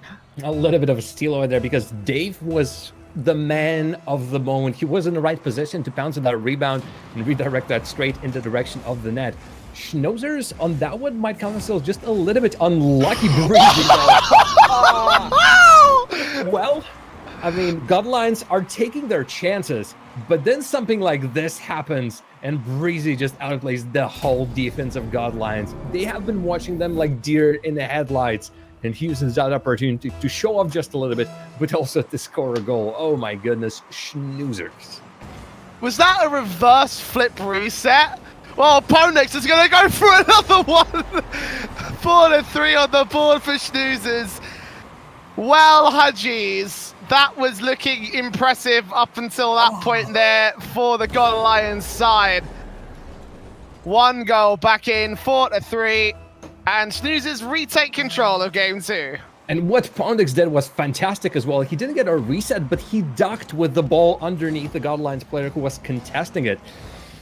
They're reading the play so well. They know what their opponents are doing, and just like that, 2 amazing goals in quick succession put Schnoozers back on the lead. And right now Pondix is coming in. Oh, stolen by Breezy, I suppose. Calculated almost. The game has gotten out of control, Jay, and I'm pretty sure that the spectators are loving it. But for both of these teams, might be a little bit of nervous affair, especially for Godlines, as yet another barrels in, down by 1 player, and only with Koth challenging that big dribble. Pondix is just feeling the net, feeling the ball. And of course, he's feeling the goals. Okay, 5-3 now on the board for the Schnoozers. 2 goals in the lead. So they do have a solid lead right here. But I'm not going to take that for anything. It still could end up being a God Alliance matchup, especially if Havoc can perform in the way that he was able to intercept those goals in the earlier part of the matchup. He's already got his hat trick. Gonna need double it up potentially. We're about to find out as Pondex gets, Nielska gets a shot on target. Pondex in the mid center to receive it as Breezy passes back into Pondex at point blank. Dave's gonna be able to save it and keep that control away from the back lines. Kvote is gonna come forward and get to Havoc, who just touches it once, gets it past Breezy, or tries to get it past Breezy. Nielska gonna block him right there and get his teammate back into position. Ball goes out towards that box. It's Breezy to clear back over to the orange half. Actually looking like that was going to go on target. Havoc just going to come through and get a save back out here. Pondex in the center, passing back over to Niels Cook. Havoc going to maintain that control, but Breezy takes it over to the orange half once again. It's Niels Cook controlling the ball up center field, going to past Dave. Not actually past Dave, actually. Good touch ball. Keep it away for the moment. Still a chance available for them as no one will touch the ball. Instead, Niels Cook will pass back over to Breezy, try and maintain that control for the Schnoozers side. And it seems like the Schnoozers are always so much more confident when going for a ball. Even there, when they gave the ball to Godlines, thinking that they can possibly play with it, Godlines didn't go for it either. As a result, Schnoozers took the control back of it. And then the moment Schnoozer got the... What? What? Yep. Alrighty then. Okie dokie. Those back passes have been coming in pretty often from the Schnoozers. I think Niels Cook wanted to try another one, but that was A, too strong, B, there was no one in position to take this. Again, giving us a little bit of excitement at the end of the series. Seemingly Schnoozers are feeling like in they score as many goals as they possibly want against their opponents. Really, you shouldn't be as cocky against, even against Godlines. They have scored 3 times against you proper. And giving them another chance might be a little bit too big of an opportunity for them. Passing play working out, but just a little bit too imprecise. Schnoozers make it look so effortless, so easy when they play. They make this themselves.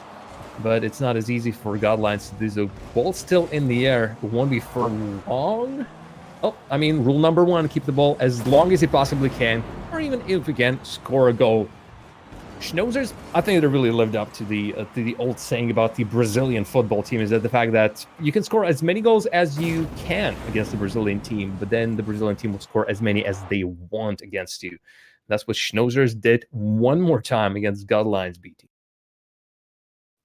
Yeah, again, very interesting match that we just had there. Again, I'm not really sure what to make of it. Like, it's some silly mistakes going in from the Schnoozers. Godlines certainly impressing. You know, again, Havoc still got that hat trick, and it looked like there was another chance for potentially even a 0-second goal to come through against the Schnoozers side.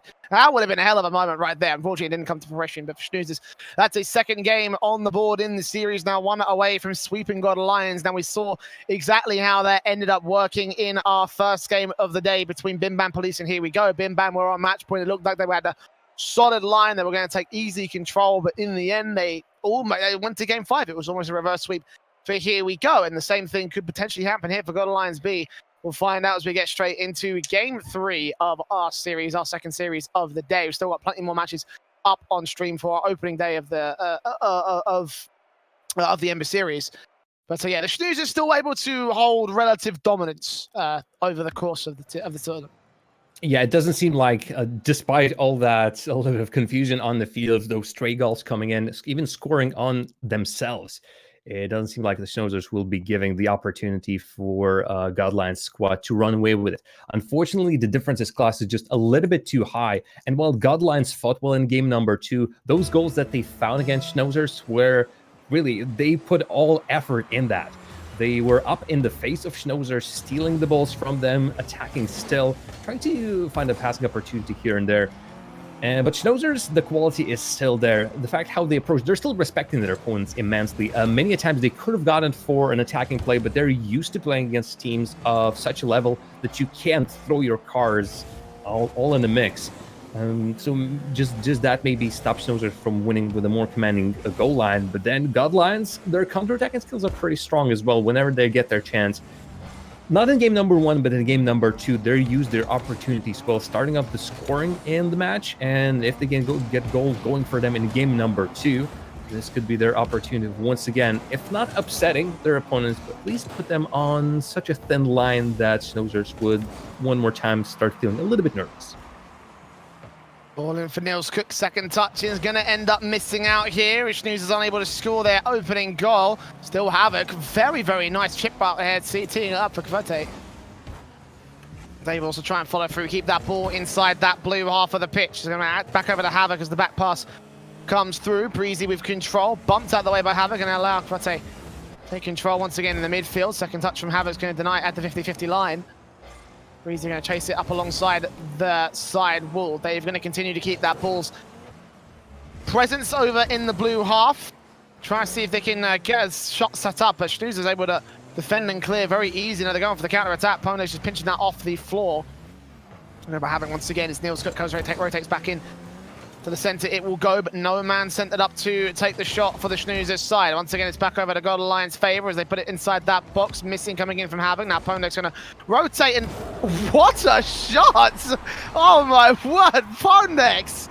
Outstyling his opponents. I mean, he had all the room to breathe right there. Golden Lions had a very open net available for the Schnoozer's side. Understand the first touch that he got on it, but then somehow he also got a second one, sending the ball barreling down the net even harder. That is the playstyle of someone who has been playing Rocket League for hours and hours and hours to no end, almost getting a second one with the help of Niels Cook. Ball just smacks off the crossbar and out. Godlines got punished on that quick attack, committing all two players, and then fought a little bit too late to stop Ponex from stealing the ball off him. Again, Ponex, recognizing the situation, seeing that the opponent player aggresses a little bit too much, puts the ball down, doesn't get a strong enough touch, and just keeps it down low. As a result, just put it immediately past him. Not complete control of the game for Schnoozers just yet, and Godlines are creeping out into the attack, attempting those long clears and long shots on target that previously have netted them a goal.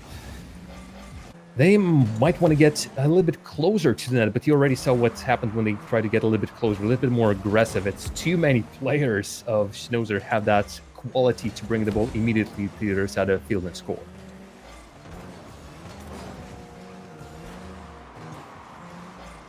Ball in center once again, going to get cleared back away by the Golden Lions side as they take it over. Ponex and Niels Cook going to try and control it in. It's still only a one-goal game, so it could be returned back by Golden Lions at any one point. We obviously saw how well they were able to turn a 2-0 or a 3-0, I believe it was actually, around that first game. As Niels Cook back passes towards the backboard. Havoc's going to take advantage. Okay, when you whiff two back passes like that, scoring an own goal and setting up a return goal, and I think you probably need to kill the back passes. Schnoozers, Niels Cook in particular, like that was absolutely not a goal they needed to score. I'm pretty sure I'm partly speechless because unless they're really just having a little bit of fun, just good old quality fun against their opponents, that shouldn't be a part of your strategy, especially after doing it twice now for no apparent reason. Are they feeling, they're really feeling like they can just score as many as possibly can against God Lions, even giving them a little bit of a handicap. Schnoozers, 1-2, they're waiting it out. They're just trying everything. Godlands, though, now in a position to increase their lead, and then the Schnoozers will have to themselves overextend just a little bit, try really hard to get it in. Maybe they're just testing out the Godlands squad. Maybe they want to start like a youth team, or like a feeder team, seeing maybe Godlands will be that team exactly. Well, still, oh, all right. So Schnoozers, 60 seconds. If they don't show what they're capable of in those last 60 seconds, I have big question marks for them as to why on earth they're playing like that. We've seen from them they definitely can win in like only like using almost playing one-handed against their opponents. So really, this is the time for them to again completely throw away the act and say, nope, we are that team that you know what we are. We can play as well as you've seen us play. So 30 seconds, maybe now. Now. Well, there we go. Ponex off the backboard eventually, as you say, on the 30-second marker. So he put into that really well there, Jam. But 2-1 on the board. Schnoozers now take control here on the game 3. It is match point for them, so they do need a just these last few seconds to tick by, and God Lions will basically be out of the upper bracket of their group here. So Havoc takes it off the sidewall, misses his second flip. We're actually going to allow a shot coming from his teammate, but Niels Cook will take the save instead at the back line of the Schnoozers a goal. Havoc's still going to try and control that midfield. 15 seconds left there. He's got to get a good touch in. Actually, Havoc's going to control that ball all the way back out. Couldn't quite bump Niels Cook. Got close in that case. but not to be for Godline. 6 seconds left as Breezy tries to follow it through alongside Ponex. Niels Cook also on the left-hand side. All 3 players in the shoes on the left-hand side as they try and control it, pass it, flip it back inside the box, and Niels Cook will score the last. It's a 3-0 series for the Snoozers. They're moving forward to the winners' finals. I don't think that was a question as to who will be winning this one in the end, despite a couple of questionable moves, back passes that were really seemingly as if someone was the mole on the side of Schnozzers. But in the end, Niels Cook, Ponix, and that man of the moment, the discovery that Excel Praise they have made, worked out well. Breezy might have been a little bit quiet in this game, but you've seen what we can do in the previous ones. And for Schnozzers, it's just been a little bit of a walk in the park. Godlions showed their best, really, in many of those opportunities, especially when the things started clicking with them, when you didn't see them making so many whiffs in their own defense. Their midfield plays and attacking plays were actually pretty solid. In fact, that they actually can steal one from Schnozzers. A couple of goals, not games, unfortunately, but at least goals, show that they really can play on a high level. They weren't exactly maybe that afraid of the Schnozzers. But a 3-0 is still a 3-0, and the opponent of Schnozzers actually has been decided. I Got the Part won their series against Left Right Good Night 3-1. So Schnozzers will be playing against I Got the Part winners finals, while at Right Good Night and the Godlines B will be fighting in the losers bracket for a chance of maybe getting that chance to qualify for the next round. Yeah, they put up a pretty decent fight again. I can't really doubt these talents anymore. You know, Havoc in particular really showed up pretty well. Actually scored a number of really, really good goals overall. So, you know, a few talents to watch out for on that roster. But to break it down even further, we've got the boys over on the desk to talk more about the 3 games that we just see. Yeah, 3-0 for the Schnozzers, and just here on the desk before we send it over to the casters, I didn't get to get your predictions. No, you didn't. But off camera, trust me, guys, he did predict a 3-0 for the Schnozzers. We did, of course, talk about the whole, them being big favorites, but we didn't get the final prediction in. No. So we're going to make sure to get that moving forward. But what did you make it 3-0? Was it comfortable as it should have been? Or I don't think they were looking comfortable at all, but they might just have been slacking a bit because they know the other guys were unknown. But you know, if they play like this versus some of the better teams moving on in the tournament, they're gonna get in trouble. They're gonna have trouble for sure. I thought it was gonna be a textbook win, textbook steamroll, but they were. It looked like they were joking around at some point. They were doing the bare minimum to get these games. Yeah, I mean, especially in game 2, at some point it came up to 2-2. It was even. Yeah, very close game, and then suddenly Breezy popping off with, I don't know what that was, some sort of flip reset top corner. It was a banger. It was a banger. And then afterwards, Pronex also having a couple of beauties to his name. Yeah. But even the last game, I mean, it was, I think it was 1-1 up until like 30 seconds left or something like that. Yeah, they were definitely giving Gorda Lions long line. They weren't really keeping it tight as one might have expected. They were going into the game pretty loosely, and I think they're gonna have to step it up a notch against some of the better teams. Yeah. Do you think a team like God Alliance has a chance in the losers match? Of course. Well, I thought they had a good showing today. They had a good showing against Schnozzers, and that might give them some confidence moving into the next game. So let's see. I'm not counting them out. They might go and actually have gained some confidence from this series. So. Yeah, definitely some spectacular goals, and a 3-0 for the Schnozzers. If we take a big look at the bigger picture, of course, we're here at the Ember Series by Copenhagen Flames. And today we're watching games from Group A to D, and we can maybe just throw those up on your screen. So we haven't gotten it completely updated yet, but Bim Bam Police did take a series versus Here We Go early on over in Group A. Yep. There we see, I just got confused for a second because there's God Alliance, but that's because they have 2 teams in this tournament. But exactly, you can see in Group D, that's the game we were looking at right now. Yeah. That was the Schnozzers versus God Alliance B, and that means that Schnozzers now has 1 win and is moving on to next week with a win in the bag, and God Alliance will have to play in the losers bracket, as you can say. Yeah, exactly. So we are playing GSL group format, which is basically a double elimination group stage. So basically, if you win, you move on to face another winner. Winner of that moves on top 16. Loser of that faces the winner of the losers matchup for the final spot in the group, which means 2 from each group, of course, will move on. we are playing. The next game is going to be from Group C, and we're going to be having Team GFG versus Esports. Yep. And I know it's not just me having a speech impairment or something like that. The team name is actually Esports. Yeah.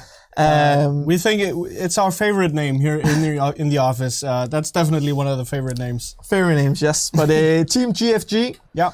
Tell us a little bit more about those. It's Team GFG Going Forward Gaming. They have some guys known in the scene: Lindau, Secretory, and Polar. All people who are known in the scene, and they've been playing together on various other teams before joining Going Forward Gaming. So I think it's a team with a lot of potential. They've been breaking through more and more in the scene in the past months, having been like a bubble players on various bubble teams. They're definitely breaking through now, and I'm confident that they can have a good impact. Yeah. And again, they're taking on Esports. We talked a little bit off camera. Yeah. Maybe not the most known team in this tournament. No.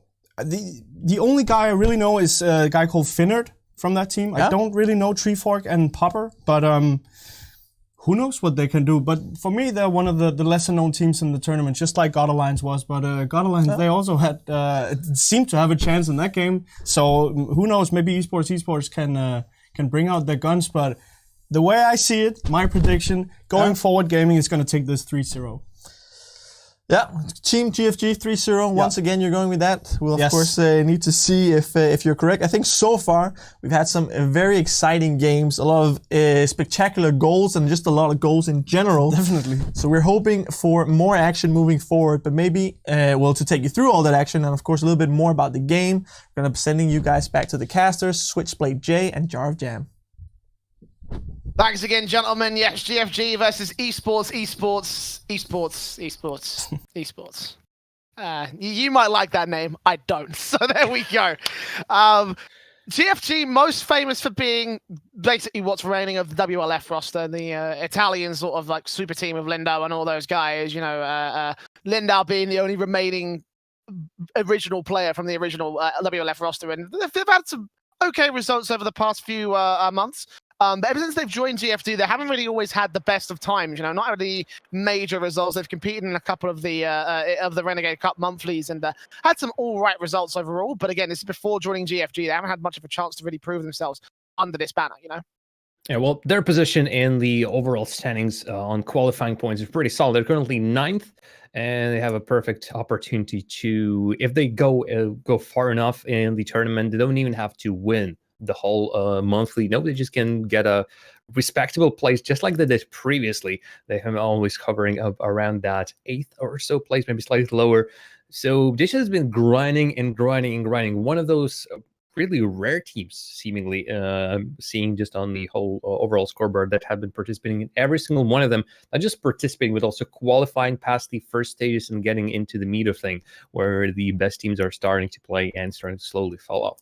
And not only that, they have been grinding the Definity series as well, trying to get a little bit of practice in those tournaments. And actually just recently won the Rival Esports Stadium Cup, that throwback tournament when the games were played on the old classic super acrobatic rocket power battle cars map or stadium called Stadium. So they were the best team that could adapt to that all of a sudden different playstyle. So for them, it is a great team that they have been picked up by. Team GFG has been on my radar for a while, and really themselves, Team WLF has been around for such a long time. They haven't really together for at least a year. And yes, well, Lindo no longer has his teammates Arju and Money Talk. Polar and Kritoro, or CKS as you might see him in game, is still a solid squad against Esports, who are another big question mark. Yes, our colleagues over at the desk have heard of Finnard. That Finnard, Treefork, Popper really haven't been noticed in any of the other teams on the, not even the bubble scene. They got together a couple of months ago, but they have been playing together already for a long time. They finished 17th in Thunderdome, which shows that they are at least capable of not only going through the qualifiers, but also ruffling a couple of feathers of the teams afterwards. Yeah, and it is sort of like a comparison point of what you expect from the bubble scene. You have some players who you haven't really seen do a whole lot versus a team like GFG, who you often think is one of the teams at the forefront of the bubble scene. And certainly they are at the forefront right here. They are, for me, the expected team to win regardless. That's where my predictions do lie. But they have got a little bit of history between each other, actually, Jam. That's why I wanted to bring up really quickly before we get into the matchup. During the Thunderdome, they were seeded into the exact same group as same. They actually played the starter match and then the decider match. And that first match went to the favor of esports. The second match went to the favor of GFG, known as WLF at the time. They were both 3-0 sweeps.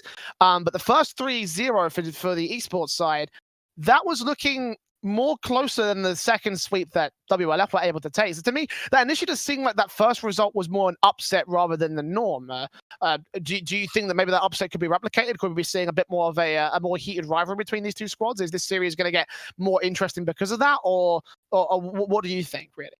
It already, I think, makes this series much more interesting. There's a little bit of a revenge opportunity for esports, and coming on the field again after having more practice than a little bit more practice since the Thunderdome. I haven't noticed esports in many of the tournaments on the European scene.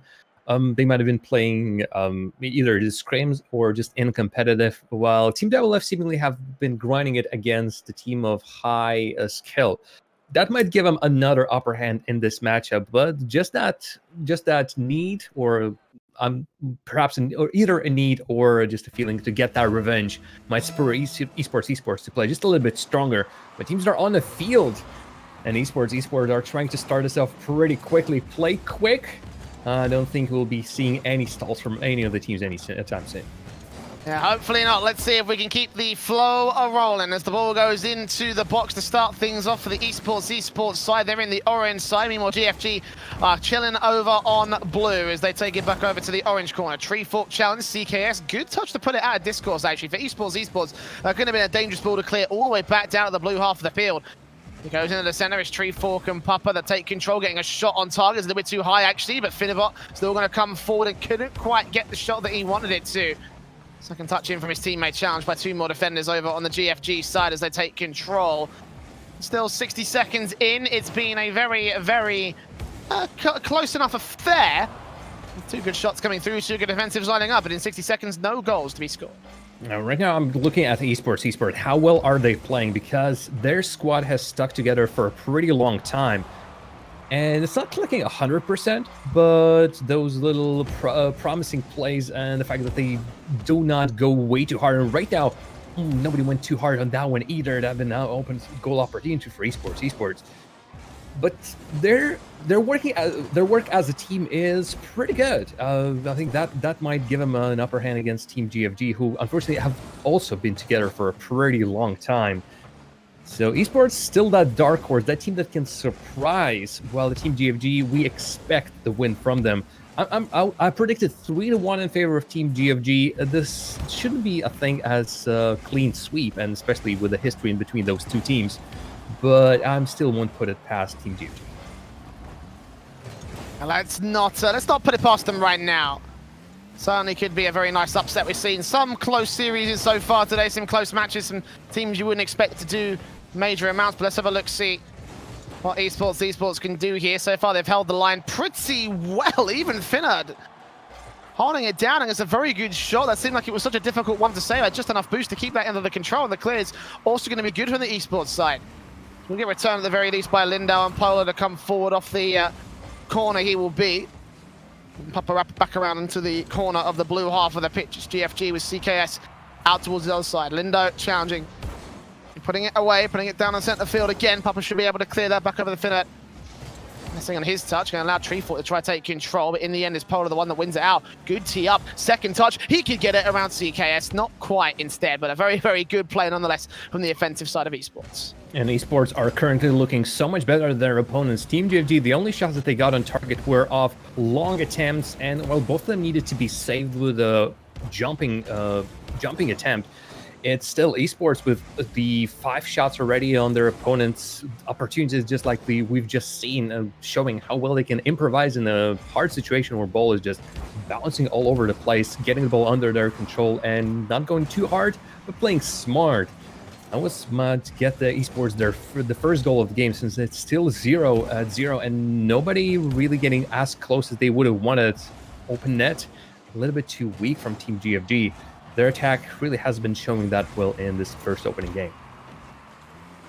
Ball in from Polar, going to try to see if he can dunk it down. Good touch, CKS coming up. It's just defended by the defensive once again. Esports just about keeping control of the back line. Again, they're getting so close towards that blue line. I'm surprised that it's been this close so far, Jam. We approached the last 60-second marker. No goals have been scored by either side just yet. Papa and Philly come forward, and Treefort going to back off, try to see if he can get a better touch against it, and unfortunately his gamble is going to pay off, but not for much longer as Polar gets it close. CKS going to get it off the backboard. Second touch to come through, no! Lindo to recover though, and finally, just as the 60-second gong sounds, GFG are going to break the cycle and score the first. Team DMG have been trying to overload the defense from Esports for quite a while now, and this prolonged attack allowed them to do just that. A couple of bounces not going the right way, Esports not being able to clear it immediately, and the moment you lose your momentum and speed, that defense becomes a flopping attempt at just keeping the ball somewhere. As a result, Esports concede their first one almost with the opportunity to score another one. They're trying to now start the siege of their own, keep it lasting as long as they possibly can. So far, I think the scoreline of this game has been kept at such a low level because both the teams have always been playing with one player, defensive player in mind. Right now, that defensive player was Finner. What a great save. The attack, though, is still continuing, and once again, not enough players from Esports to return back into the net as barrage of shots from DFG is continuing. Now the formula has been found, it seems, for the boys over at GFG. Defensive finally crumbling to pieces on the Esports side. Now 30 seconds remain for them to try and score 2 goals, try and bring us back to an overtime situation. Again, I'm not too I'm not too confident in that actually coming to reality, but let's see what they can do. They're going to get a good kickoff and a ball that goes close towards the goal. We're going to return fire back over to the orange half, to the blue half, excuse me, from the orange half. They're now going to challenge, and Papa was going to miss out entirely. Treefort will be there to keep it inside the midfield, but that's not good enough because 10 seconds, they need to score a goal right now. Papa with a second touch will go off the backboard. It's defended by CKS. Finna still trying to try and get it close, but it goes high once again. Polar missing. Treefort coming forward. That's too high all the same. And the final second will tip by. Even if they were able to get this goal, which they will, it's not going to matter too much because it's still going to be a game to the favor of GFG. Unfortunately, zeros on the scoreboard, and that will be it. Esports, while they had the control of the game from the start, Team DFG found those opportunities to get the goals in. 2 attempts at just completely strangling the defense of their opponents, and as a result, Team DFG got those 2 goals by hard work. Esports, despite having roughly the same stat line, just couldn't find the answers on the other side of the field. Yes, they had the shot, but the real threatening opportunities were just not coming in. Both teams approaching this game pretty carefully. Nobody was really overextending, no real hard double commits. That's mostly of the fact that they were playing pretty wide, always leaving a player in defense, always trying to see how the play would work out before rushing head in. As a result, we didn't see a first goal until really late in the game. And unfortunately for Esports, their goal came really late. And from Team DFG, well, they just saw the Esports out. Maybe, as you said, it was indeed the answer they have found out as to how to break the Esports defense. Just make sure that the barrage is continuous, that it's prolonged, and that at some point Esports just don't have enough players to throw in front of the shot. Yeah, and that was kind of the game that esports were trying to play out right there. You know, just the long game, trying to see if they can break down the defense on the other side, and the same sort of way that GFG were doing to them earlier during the course of that game. Of course, it did end up being a relatively close affair, though, for GFG. I mean, maybe they might have a bit more of a challenge on their hands. I mean, that's been a bit of a common theme that we've had over the course of the last few series, as there have been clear favourites, and certainly we would have predicted GFG to win this one out. But esports, you know, bit of a decent fight, bit of a decent show right there. We are waiting for Polar to come forward and quickly restart his game, and a bit of a technical issue. And not sure if you noticed that there, Jam, but he was also one of the lowest scorers for GFG throughout the course of that game. And you were talking before we got started how you still think this roster is still quite solid. I still think there are some weak points, in particular Polar, who this is his first pro team, his first sort of like stint on the international circuit. I don't know about his work in the UK circuit on the national scale, but for GFG, certainly this is a bit of a wild card pick, a bit more of an uncommon element in my personal opinion. He is also the one single non-Italian player on that side, so not sure what's up with that, but they see something in him, and right now won't be exactly questioning that pickoff just yet. They have played together for a long time, so if Polar wasn't really fitting with the Team GFG or on the side of Team WLF, I think they would have dropped him a long time ago. But for now, it might not work for he might not work out for them in game number 1. They still won in the end. Let's see how he will perform in this one. As a strong clear comes in, Team GFG wants to start us off on roughly the same note as they were playing in the previous game. Great blocks coming in. That was perfect. Esports are getting robbed of that first goal. Yeah, Lindo proving exactly why he is known as the star player for WLF and for GFG. You know, just reading that offensive play so well, dunking it down as he returns it over. CKS going to be a little bit too far forward, but still sets it up for Polo to come forward and dunks it right down. There we go. The team play, I mean, the elements might be a little bit awkward, but the team play is certainly good for GFG as they all three combine for a goal on the board. With the power of Lindo, CKS, and Polar, we are the going gaming, scoring goals pretty well. Esports, that one miss in the defense cost them the opportunity to clear it immediately, and block from 3-4 came straight into the hands of GFG. That was a done deal, especially with Polar coming in and clearing up the whole situation. GFG once again making sure that all players of esports are involved in the play, and that plays in their hands. GFG have scored 2 goals in the previous game just like that, and here comes their third one. Now only to leave their defense as pristine as they had it in the game number 1. Won't be happening. Popper scored the goal at the very end of the game number 1. He will getting one right here, as you can see that Team GFG, all 3 players on one ball in the corner, and also not being able to do anything with it, spiking straight up in the path of Popper, who was already their way. Yeah, they were prepared to try and clear that away, and in the end, the ball angle actually hit the ceiling crease and went back straight into the center for the shot to come through, and they recovered from Popper, and that's exactly why GFG just weren't presented for a defensive right there. They were all set up to start, right, let's clear it, let's go for the counter-attack. Oh no, we've just been scored against, and now they're going to be back into evens once again. As we approach the 3-minute marker of the game, Finnett's still going to try to see if he can get one off the backboard, try to see if he can set up his teammates. Polo will be able to push that one further away. Papa on the other side, Tree Fork coming through, second touch. They will try and bump CKS back out of position. That's actually going to throw Polar's pass clear back out the way, but CKS still able to respond and recover. Now back over the Lindo, which controls it. Ooh, very, very close. Finna rotating in at the perfect angle to score an own goal. Still Polar will bicycle hit it into the center for someone to take control, but GFG will not opt to go ahead and go for the shot. They're back around to midfield, but Lindo's still going to get the shot on target, though. Papa's got to get that save, and he will be able to do so. Get it back to Tree Fork back in the mid-center as he clears, tries to set something up for esports. But GFG, a lot of ball control, a lot of presence in that orange half. Will continue to try go double touch dunks. Polo with another chance to score a second and take the lead back away for GFG, but it's not going to happen. Not against the defense of esports, which has been looking a little bit solid here. It's haven't working out well for them. How great they're going against the shot of Team GFG, and GFG are trying to just test esports with shots, just throwing everything at them and see, does this work? Okay, they almost got it, and this time maybe we should continue doing the shots like that. Just see what in what horrible position they can put esports defenders to see if they can pounce that rebound and that improper clear. And right now the goals aren't exactly converting there. I wouldn't say they're exactly gifting the ball to esports where every single one they still need to work, and usually those are clears that don't give esports the control of the ball, but it's not exactly working just yet. Lindo though with a counter-attacking opportunity, not on that attempt, just a tad too slow for my liking. Esports need a little bit to break the deadlock, the lock of esports. You need a little bit more speed, a little bit more power. I've got to praise Lindo, however, just being so accurate on his shots. Every time he's taken a shot towards the net, it's always been on target. It's always been defensive. That stands to break it.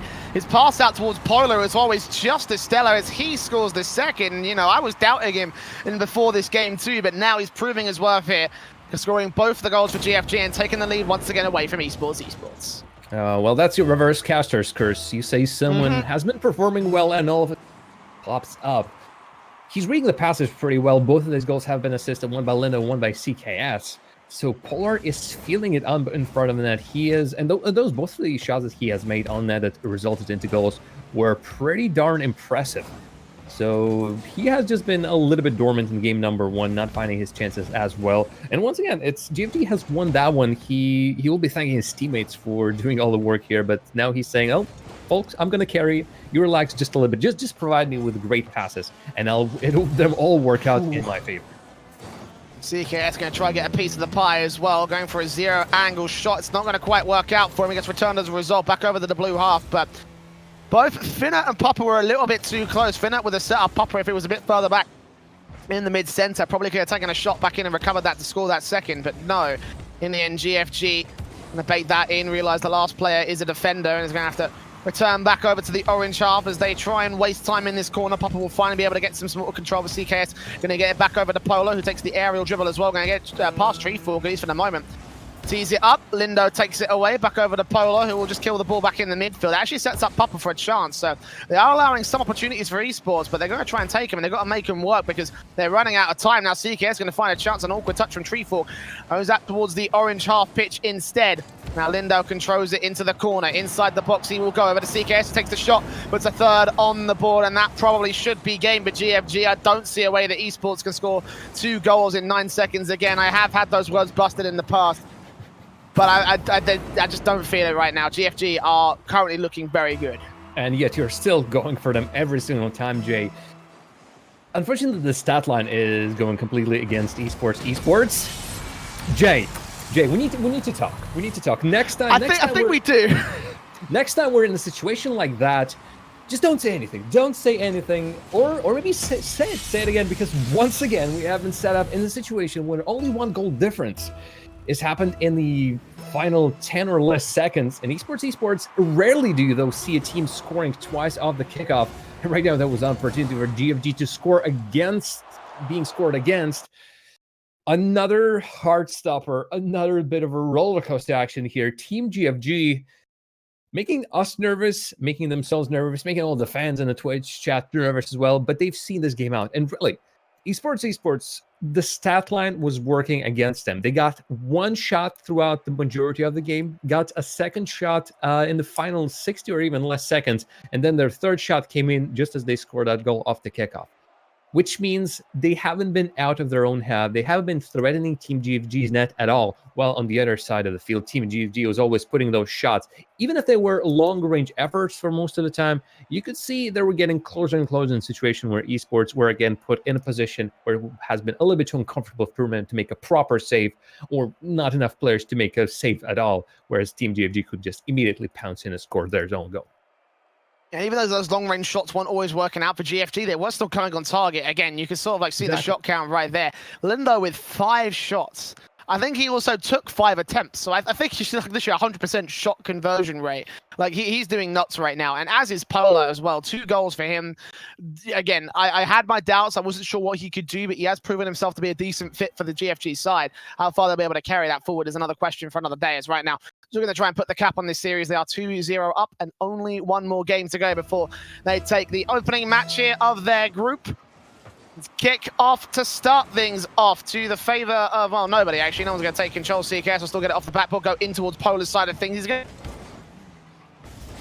to... Oh, and seemingly we do have still a game on our hands, but it's the J that has not, it's his poor heart couldn't take it. Team GFG and esports. Team GFG had their first chance at the very beginning, but it's esports now trying to get any resemblance of the control. The net is a tad too open. Lindo would certainly convert this off the post and in, as esports put too many players in one basket with Treefork forced to defend from behind. He decided to go for that challenge, but that at that point it was a little bit too late. So under the ball, allowing Team GFG to put the ball straight off over him. Not getting a chance at the very first shot, but getting his opportunity done in the end. Team GFG opened up the scoring. Esports have shown that they can score at least 1 against their opponents. Esports every single time has scored at least 1 opportunity. Here, though, they have more than 4 minutes to repeat that effort against Team GFG. Their place has been getting better, but just that they weren't getting any chances in the previous game. Those 3 shots to their name, really not enough to win. And while the scorelines have been so much closer than the previous series that we've seen on stream, esports really either need 100% conversion on not only on shots but on goals as well, or they really need to up the amount of shots that they take on the opponent's net. Special shout out to Discord for being the most reliable communication program I've ever used in my entire life. Yes, we rejoin you at 1-0 on the board right now for GFG, doing extremely well. Again, just to start things off to their favor on the momentum side of things. Good shots and challenges coming in through Tree Fork and Finite, though. Gonna be able to equalize here for the esports side. The ball has been caught up in front of the net, and as well, yeah, Lindo put himself in a weird position, not expecting the challenge to come in immediately, because from that spot, the only chance he could have gotten it is if the Tree Fork would have missed on that shot. Instead, that's a clear goal, and that's almost a clear attempt at the other side of the field. We are not waiting here for goals. They're coming in thick and fast. Team GFG want that 1-goal lead back for them. Well, defended by Papa as they try and fend off the GFG offensive. We've seen how much pressure they can apply to that backboard. CKS passing into Polar. It's been a great passing play in the past between those two players. But in the end, it does not amount to a goal this time. A little bit too high, not enough momentum behind the ball. Lindo will still try for a shot, and Polar will try and recover it all the same. But gets close to the line, not going past on the part of Tree Fork, but Lindo still on that right-hand side, and no one saw that coming, not even me. 2 to 1 on the board, as now GFG retake control. Unfortunately for esports, they once again have been stuck in their defense for a long time.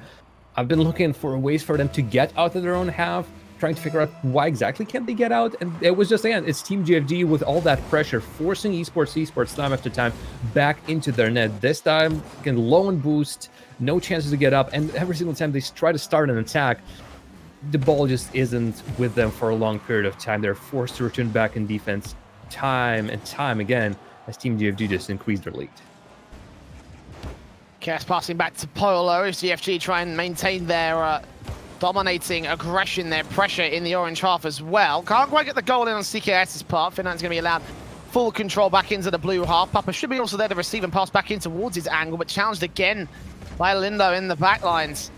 Keeping that control away as CKS gets another good challenge against Papa back over to the midfield. Finland's got to try and take control. Going to be challenged again by Lindo, who honestly, like, he's all over the place. He's in the offense, in the defense, in the midfield. There's no way you can avoid this man, and he's always successful in his challenges, saves, and shots.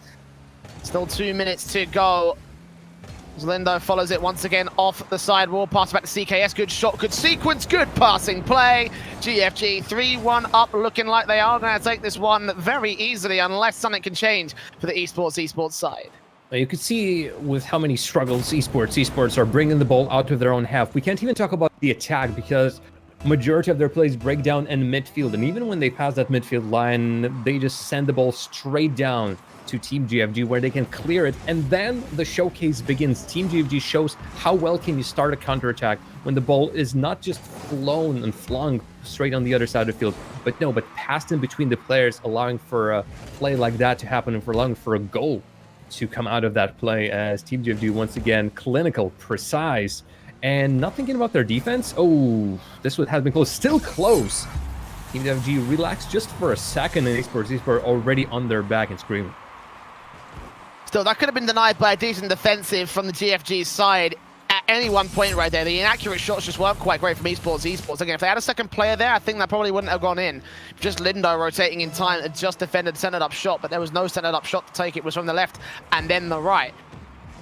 They're still going to be in the lead here. CKS going to extend that lead though, so even if they do concede a relatively simple enough goal and a lack of rotations on the GFG side, it doesn't really matter that much because they're confident to take a nice solid kickoff start back to 2-goal lead to the favor of GFG.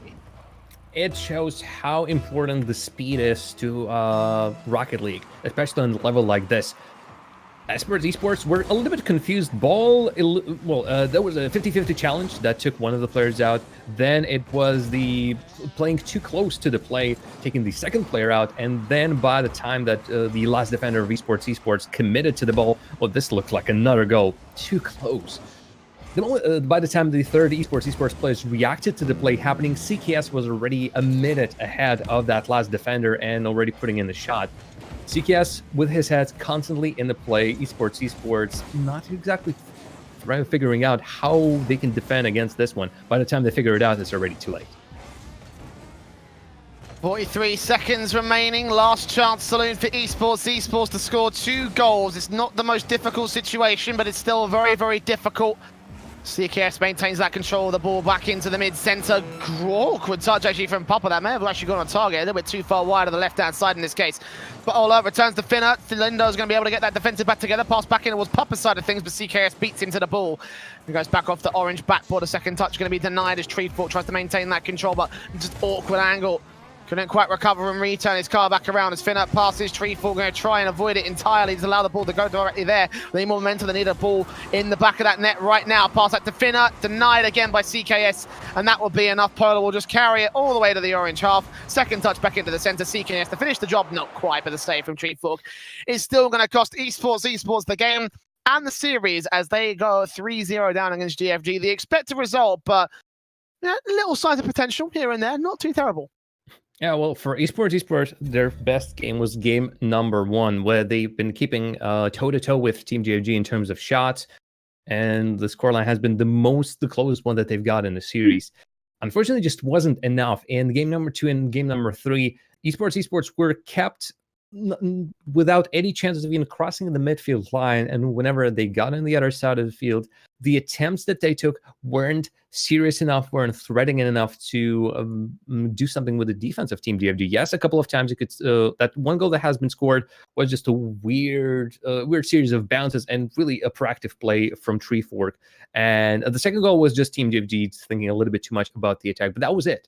Esports once again with only 3 shots on target. Unless you convert every single one of these shots, or unless your opponent doesn't score anything, that would be enough. Here it just wasn't. Esports couldn't move out of their defense, couldn't take control of the midfield, and when they were in the attack, it wasn't just going their way. Too weak, too slow. As a result, that 3-0 is indeed a deserved win from Team GFG, who in almost in all graphs have done it so much better than Esports did. Yeah, for certain. Like they have just been really, really good right there. It's the team that you expect. The team that you would expect to be doing really, really well, and that's exactly what they've done. They've done a fantastic job again. Lindo, great solid players, as we've always said. Polar proving himself to me at the very least. I don't think he really needs to do that, but at the end of the day, again, you expect them to go very, very well, and that's exactly what they did. They went very, very well right here. But to break it down in even more detail, it's back over to Fuzz and Daniel over on the desk. Boys, take it away. Thank you very much. Another series, another first seed taking the win, and another correct prediction. Another correct prediction, that's right. I want to stress that so much. Another correct prediction. Another correct prediction. I'm not sure, later on in the day we'll actually have, because of course all the games we've had so far, all the 3 has been a first seed versus a 4th seed. The last 2 games of the day will be a 2nd seed versus a 3rd seed, so maybe a bit more scrappy, but let's focus on the game we just watched to begin with. It was a 3-0. Was it as convincingly as you expected it to be, or? I thought it was fairly convincing. Just like Jar said, they didn't have much trouble bringing it home. But in the first game, at least, Esports seemed to have. They were able to keep toe-to-toe with GFG, but the rest of the series, it was never really dangerous for GFG. They were bringing it home fairly convincing, is what I'd say. If we look at the GFG's chances moving forward in this tournament, how far do you think this team can go? I think they can go pretty far. I can see them in the top 8 at least. Okay. I think they have a decent shot. These guys are getting really hungry for this win, and I believe they can go far. Yeah. Esports. The cast is talking about that they had a decent performance against a very strong team in GFG. Yeah. Again, they'll also be heading into the losers match next week. How do you think they'll fare in that sort of matchup? Of course, you don't necessarily know their opponent yet, but just looking at their level of skill in this series. Just looking at this game, I think they did fairly well. It wasn't really dangerous for GFG, but they were doing fairly well. Esports, and versus another loser of this first game, they might go and actually beat the next team. Yeah. I wouldn't count them out. They were showing fairly good skill levels. Yeah. In just a bit, we're getting you guys updated on all the results, because there has also been a couple of results happening off stream. We're not streaming every single game for you guys tonight, but half of them, and we do have them ready. And here we go. So these are the results so far. We haven't been able to swap the teams around yet, but as you can see, over in Group A, Bim Bam Police takes a win, and that means they're going to be facing in next week's games. They're going to be taking on God Alliance for a spot in the top 16. Exactly. And then we have Swedish Musty Cook, I'm not Yeah, quite sure how to Swedish pronounce it. Yeah. But Yeah. they took a loss versus God Alliance. That means they're going to be taking on the Russian side. Here we go. Over in Group B, we don't have any games yet, but spoiler alert, next game is going to be from Group B. Yep. Weedon Bros versus Decent. And then, of course, we just saw the game in Group C. We saw Team GFG taking a win versus Esports. And then down in Group D, we have the Schnozzes, as we saw on stream, taking a win versus God Alliance B. But we also got off stream. I got the pod, took the win against LR. Good night.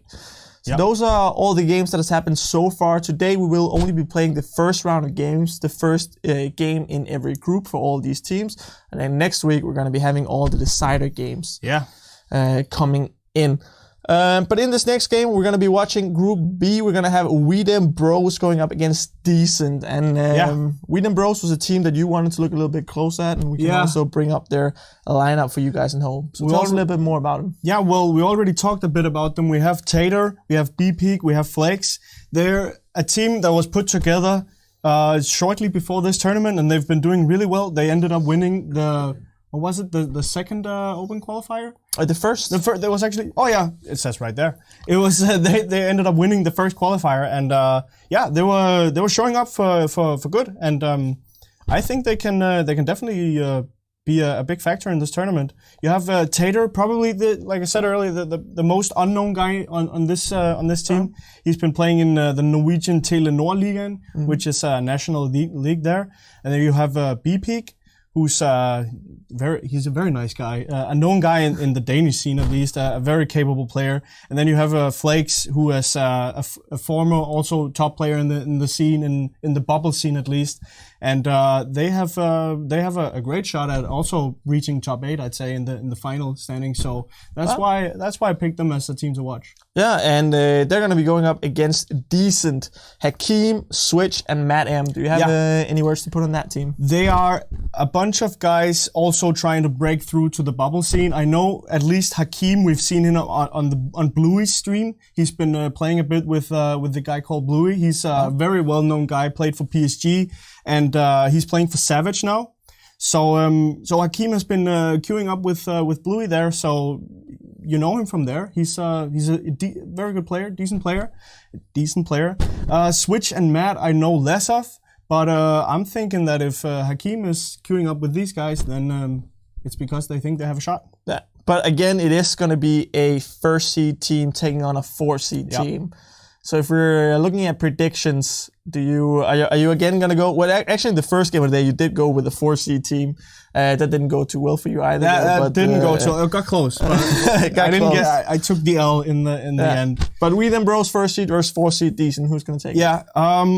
I think Weedem Bros is going to take it. But I'm going to say that we were talking about groups of life, groups of death. This might actually be the group of life, because I don't see the seeds being that far from each other in this group. So that this might actually be the group of life. So I'm not counting Decent out yet. I think they have a shot, but I do think Weedem Bros is going to take it 3-1. 3-1 is going to be the prediction from Fuss here on the analyst desk. Let's hear more on the game from Jar of Jam and Switchblade J. Thanks again, boys. Let's have a quick introspective about this whole thing. Weedem Boys versus Descent. Decent, whatever you want to call them. Decent tend to be like a bit more of a UK-based team, which is kind of like my area of expertise right there. And I've seen them compete in the university leagues around the Epic Lands and sort of the small homegrown stuff. Their main problem being, however, here is the fact that they're just not very well-versed on the international stage versus Weedem Boys, Weedem Bros, or rather, who are, and that seems to be sort of like the key thing of just like, what's the main difference that separates these two teams? That is the main difference right there. Weedem Bros, much better team on paper, much more experienced squad overall. It wouldn't be the most shocking thing to say, okay, well, they're the favorites and we're going to predict it. That's where I'm personally going. What about you, Jam? Yeah, I'm going to stick with the Weedem Bros as well. First came Weedem Girls, then came Weedem Babies. And now just continuing the whole sequence of things, of course, it's Weedem Bros. I've been contacted by Roken, who said that he has helped combine this team together. So he has put his hand in creation of Weedem Bros. He's saying that Tater is a really underrated player, and Dex also said that he's a little bit of unknown, but that's why he has a chance to prove himself. Flakes, even I say that he is a great player. He's currently sitting at the top of the mini leaderboards for the season. And BP has been just playing around the scene for ages. He's a really good player to get in those passing situations. He can set you up pretty well. So as a result, it should be a great squad to go against their opponents. And despite the quality of Decent that they might be showing on the UK scene, really my alliance are with Weedham Bros and just the quality of 3 of their players. Yeah, and of course, you know, Flakes is not the only representation of the Elite Series that we have. You know, you're talking about how he was a sub for Renault Vitality. I mean, Switch was also a draft sub for Reason Gaming as well. So there is some relatively decent experience. Again, my problem is that just overall, this decent, they are only decent, you know, versus Weed Bros who are good. So that's where my prediction goes again. If you had to make a prediction for this series, are you going with WDB or the decent? I'm going with the Weed Bros, and really, just like in the previous series, although I said it might be a 3-1, it ended up 3-0. This also feeling it should be a sweep. It's just too much quality. It's Tater, actually, surprisingly enough, has played in another team, a Roken ages ago. It was called Rare Penguins. So he just sticking with Tater, feels the quality in them. And really, and BP actually previously playing with Going Forward Gaming, the team that we've just previously seen. He isn't playing with them this time. But Weedham Bros 3-0 would be my prediction for the series. There we go. Kickoff for game number 1. Initially starting out to the favor of Switch & Co. Decent try and see if they can get the early shot on target. Double demos out, kind of took out one of the main blind defenders for the Weedham Bros side. They're able to get the first shot opportunity, it seems, for Flakes' side of things. Switch is going to be able to save that and clear it back over to the midfield alongside Hakeem back into Switch's side, a little bit too far wide of the right-hand side. Matem will try and recover it, put it up center, point blank for Hakeem, but he couldn't get the shot he needed, a little bit too far out again. Bean Peak will still maintain that control past the first, not quite past the second though. Matem off the backboard once again, going to control it back in here. Switch drops it down for Hakeem to take control, put a shot a little bit too far wide. Flakes misses, second touch coming in from Hakeem as well, almost went on target all the same. Switch will challenge, Matt M will try and recover it, put another one close, almost. Funny B Peak was not there, then Tater wouldn't certainly whiff that. That would have been the opening goal, but not to be in the opening minute. What a sent, Weed Bros. Well, I might actually need to revise my prediction of 3-0 because what Decent are currently showing on the field is fantastic. I'm loving their playstyle. Their aggression is met by Weedham Bros, but Weedham Bros are not exactly confident against that one. They can only swat it away, but not exactly clear it with ease. And the other side of the field, the opportunities of the level of Decent are just not showing up for Weedham Bros. Maybe they just didn't have the chance to show them just yet, but seemingly it's the Decent force looking like the favorites in this one, despite on paper being a much weaker team. Switch back in. It's going to be Peak and Flakes to intercept it, try and pass between each other and get Tater set up towards the left-hand side. But not to be in this case. Ball away, Flakes missing. Oh, that was a very awkward defensive coming out from everybody on the blue side of the court. Weedham Bros almost ended up conceding that one, but not to be in this case. Decent back over to their own half. Off the backboard, Matem will be able to control it, putting it back over towards that blue corner. Switch back in towards Hakeem, but Flakes is able to defend it. He is one of the standout players, in my opinion, certainly one of the stars of the Weedham Bros side. As it goes on the backboard in towards B Peak side of things. Challenge once again. Flakes set up for a shot, but Matem going to put it out of the way. Not going to defend against Tater, though, who still drops it down, but Matem recovers the situation entirely. 2 great defensive players put up by him, and Descent kept things all zeroed up at the halftime marker. Seemingly nothing can break the Decent, well, with the exception of this. My big mouth has done it once again. Weedham Bros find Decent without any players in the defense, as Switch has already gone way far out. For Weedham Bros, it was just a continuation of their setup. Finally, something breaks the defense, but it took them a really long time, and still, not at any point of this half game have I seen Decent really weak. This has been their first weak point. Before that, they are looking like the team that can really bring it to their opponents. B-Pick still going to maintain that control in. Flakes demoed out, means that Switch can take some manner of control, but Tater's quickly in to try and see if he can get a shot in, or on his own, in fact. Setting that up, Matem still back in the defense, and he's holding that defensive extremely well so far in this game. Hakeem to follow through alongside Switch, trying to be the offending players as Matem comes in for support to set it up. Flakes cannot get a lot of momentum behind that ball, so he's just going to have to push it over to the left-hand side, where Tater is there to receive it. Denied by Switch as he comes in and disrupts Followed up by Flakes, once again towards the midfield, back over to the corner. It's Hakeem to clear it over to Switch's general area. BP comes out with a secondary touch all the same. Gonna put it on target, but Matem is there to deny any shot opportunities, but can't quite get a shot opportunity of his own. Flakes will challenge him, get it past Hakeem. Tater challenged all the same, and actually Hakeem's going to miss out on his 100 boost numbers. Now BP back into the center where Flakes is ready and waiting, but Matem again going to disrupt that ball, not allow any real chances for Weed Embros to get a decent shot set up. But again, they need to turn that into a counter-attack. They are a goal down with less than 60 seconds on the clock. It will still end up being a 2-0 score for Weed Embros. A decent lean, seem to lose a little bit of control right here. And I've just realized our jam has lost connection, so it's okay, I can carry this for a little bit longer, but 60 seconds remaining for Decent to turn it all around right here. It's switch off into the corner. Flakes missing out his chance. BP coming up, putting it a little bit high, allowing Weird Bros a bit of a chance. Matem changing out all the same. Tater missing his chance. Second touch coming out from Decent. Return it over to the other side. Switch has got to find an opportunity to get this one to the back of the net, as has Hakeem. Passing back into Matem. He can't quite come forward. He doesn't commit so far forward and not going to go into the aggressive plays. Again, he's a defensive-based player, but he's got to try and set up something, play support in the midfield or anything, whatever you can do. Get it back out here. Something set up for Decent. Get themselves a goal. They've got 30 seconds to find two. As Maham goes on the backboard. Second touch to come through against him, and he's going to find it. There we go. Chance port by Decent, but they've got to still score a second. Finally, Matem, after so many opportunities where he just whiffed it or didn't want to go for the play, decided against it, just playing back passive rather than going so aggressive in his own right. Goes for a double touch, and finally when he does, it works out well. But now they've got to find a second one. Matem going off the sidewall. Awkward touch, still going to control it into Switch's favor. That towards the corner instead. Hakeem's going to try and bump the defensive back out of the play. Switch back in the back lines. Flakes is here, as is BP. Reverse touch back into the corner, 10 seconds remaining. Hakeem with a great ball pass back into the center, but no one's there to receive it. Flakes beats him to the ball. Tater's going to go off the backboard for one more chance. 1 second remaining, the ball touches the floor, and that's over, and indeed it is. Weed Bros going to be taking a 2-1 game one in this series. And just in time for Mr. Joe Sham to rejoin us. You didn't miss much, mate. Don't worry. Okay, well, you'll have to quickly clue me in as to what exactly happened. But I'm expecting Team Widem Bros to take one over Decent after all.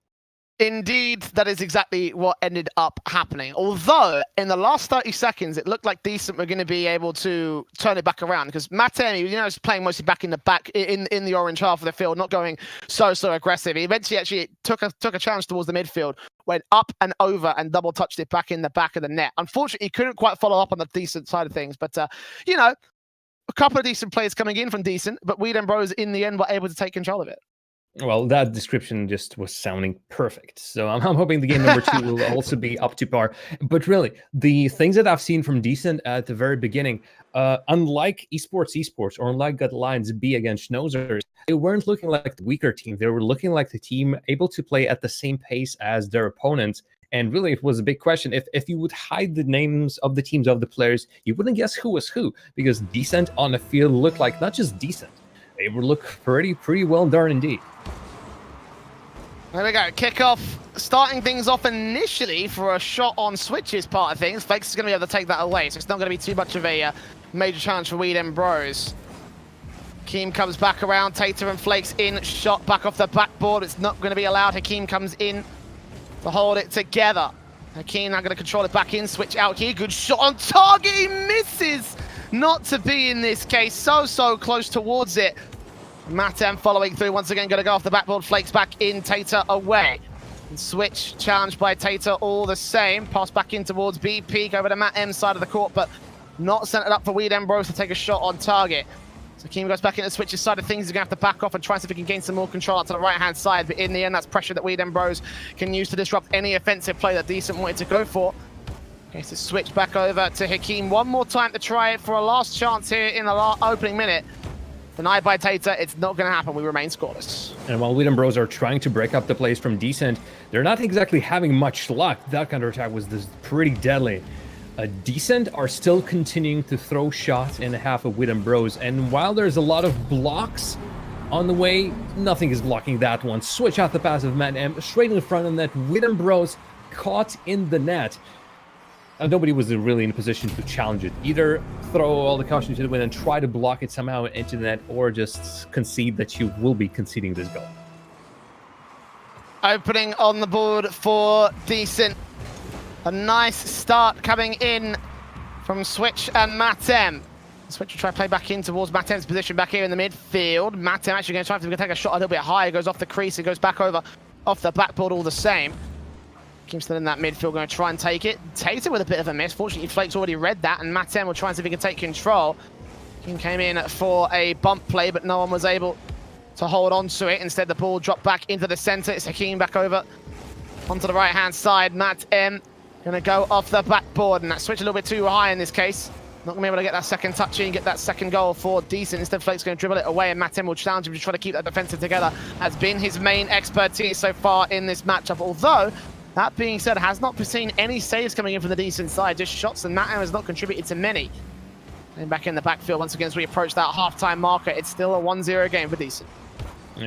I'm looking at the Widom Bros playstyle right now, and I would like for them to play a little bit more of a grounded play. Flake seemingly every single time he gets a touch on the ball, he wants to put it up high, then follow it up.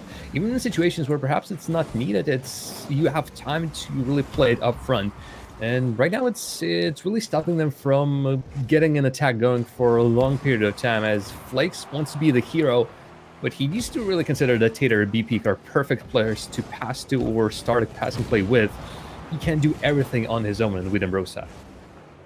Switch going to take control of the ball into the center. Hakeem with a dunk down chance back into the center for Matem to take it. Tater actually pushes it a little bit high, forces Matem to back off, and just one of the smallest touches from Widom Bros denies the opportunities for Decent to come through, but still 2 minutes on the clock and they are a goal in the lead.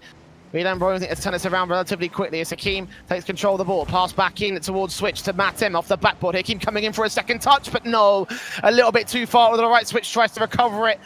And unfortunately, the most amazing of sequences coming in from the Decent side is just going to get denied. Still back. Yes! Oh my goodness! What a pass play! 1-2-1 to the net. 2-0 for Decent. What an incredible play. And you were just talking about the fantastic play, how to set something up, and that was as perfect as it was. Matt M, with the remains of his boost, dropping straight in front of the ball, where Widom Bros, really their biggest weakness so far has been not challenging attempts by Decent well enough. More often than not, they're found in the net, waiting for a shot to come to them instead of reacting quickly and contesting that shot. As a result, that was an even more unexpected one. Decent's strength so far has been really making something out of nothing, reacting to these opportunities much faster than Widom Bros. That's why the scoreline is 2-0, and that's why Decent are looking so much better than their namesake. 60 seconds, a little over that, 70 seconds technically for Widom Bros to score two, and Flakes had a great chance right there, but missed it entirely. Now Hakeem controls it, Switch pinches it back off the backboard. Matt M with a chance, he goes a little bit high off the backboard. BP be able to take it away and allow a chance for Flakes now that dribble it all the way in the back of the net. Tater's also out here towards the midfield, going to try and push it away from control of the Decent side, but Switch and Matem still pass between each other, and Switch is going to be demoed out of the way by Flakes. Tater coming in. Back over towards one player, over to the midfield. It's Flakes with a chance now. Back of the backboard. Second touch is going to be pushed to the right-hand side. He should have left that for a third player to commit towards it. BP still centers. Matem takes it away. Defense God right now. 30 seconds remain. Matem spinning his car all over the place. Going to try and set up his teammates for a shot opportunity, but Hakeem takes it off the ceiling. Touches it back down into the center, and Switch comes through for the mid-play. 3-0 for Decent. Looking extremely, extremely good. Decent has been so great. They have been proactive. That have they scored many other goals. That have been stopped Widom Bros for progressing anywhere past the midfield line. And as a result, I think the game number 2 has been won pretty convincingly by them, just off the fact that Widom Bros are a tad too passive, expecting things come their way. And when they're getting their time with the ball, more often than not, they're throwing their chances away. Well, Decent are just working hard. They are proactive. They are aggressive, constantly in the face of Widom Bros. As a result, goals, not just goals, the shooting opportunities are coming their way. 11 shots versus 2. That's how Decent completely took the control of this game. Only put two goals on target, but that was exact of 3 goals. caster's math, of course. But Decent, they work so well. My initial prediction of 3-0 needs to be flying out of the window, because either are really Decent have been flying under my radar so much, or Reed Bros are currently taking all of their potential and putting it into the bin, really not realizing the whole potential.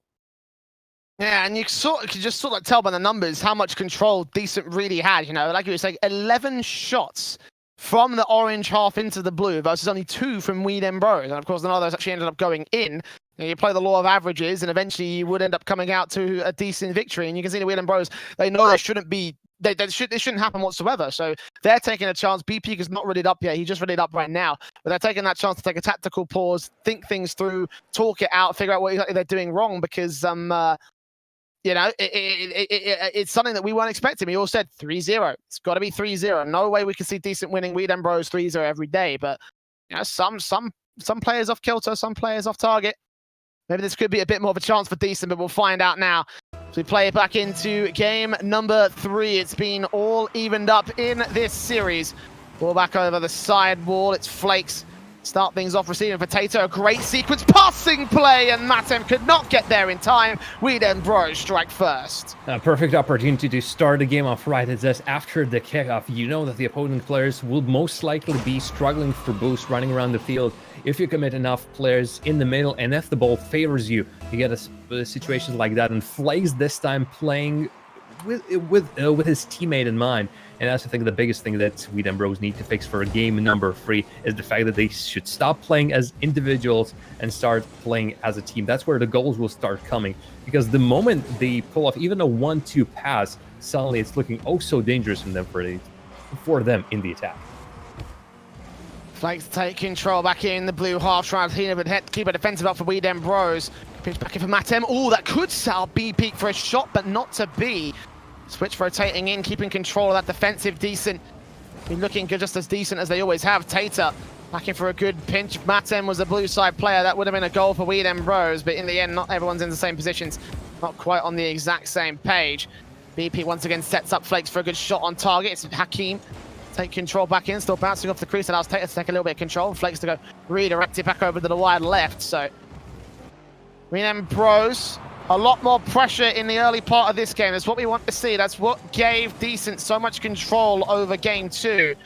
So try and take that away is going to be a good sign for Weed and Bros nonetheless. As Matem comes back in off the backboard, Hakeem back in the midfield, going to pass over the switch. Good passing play, good sequence. It's too far wide though. Matem to recover it to Hakeem's side. Tater takes it away and might just punish the over-rotation as well. No, not quite. Not exactly. Decent committed all 3 players, and really they were looking this close to scoring. If only they could chip Tater, the last defender on Weed and Bros' side.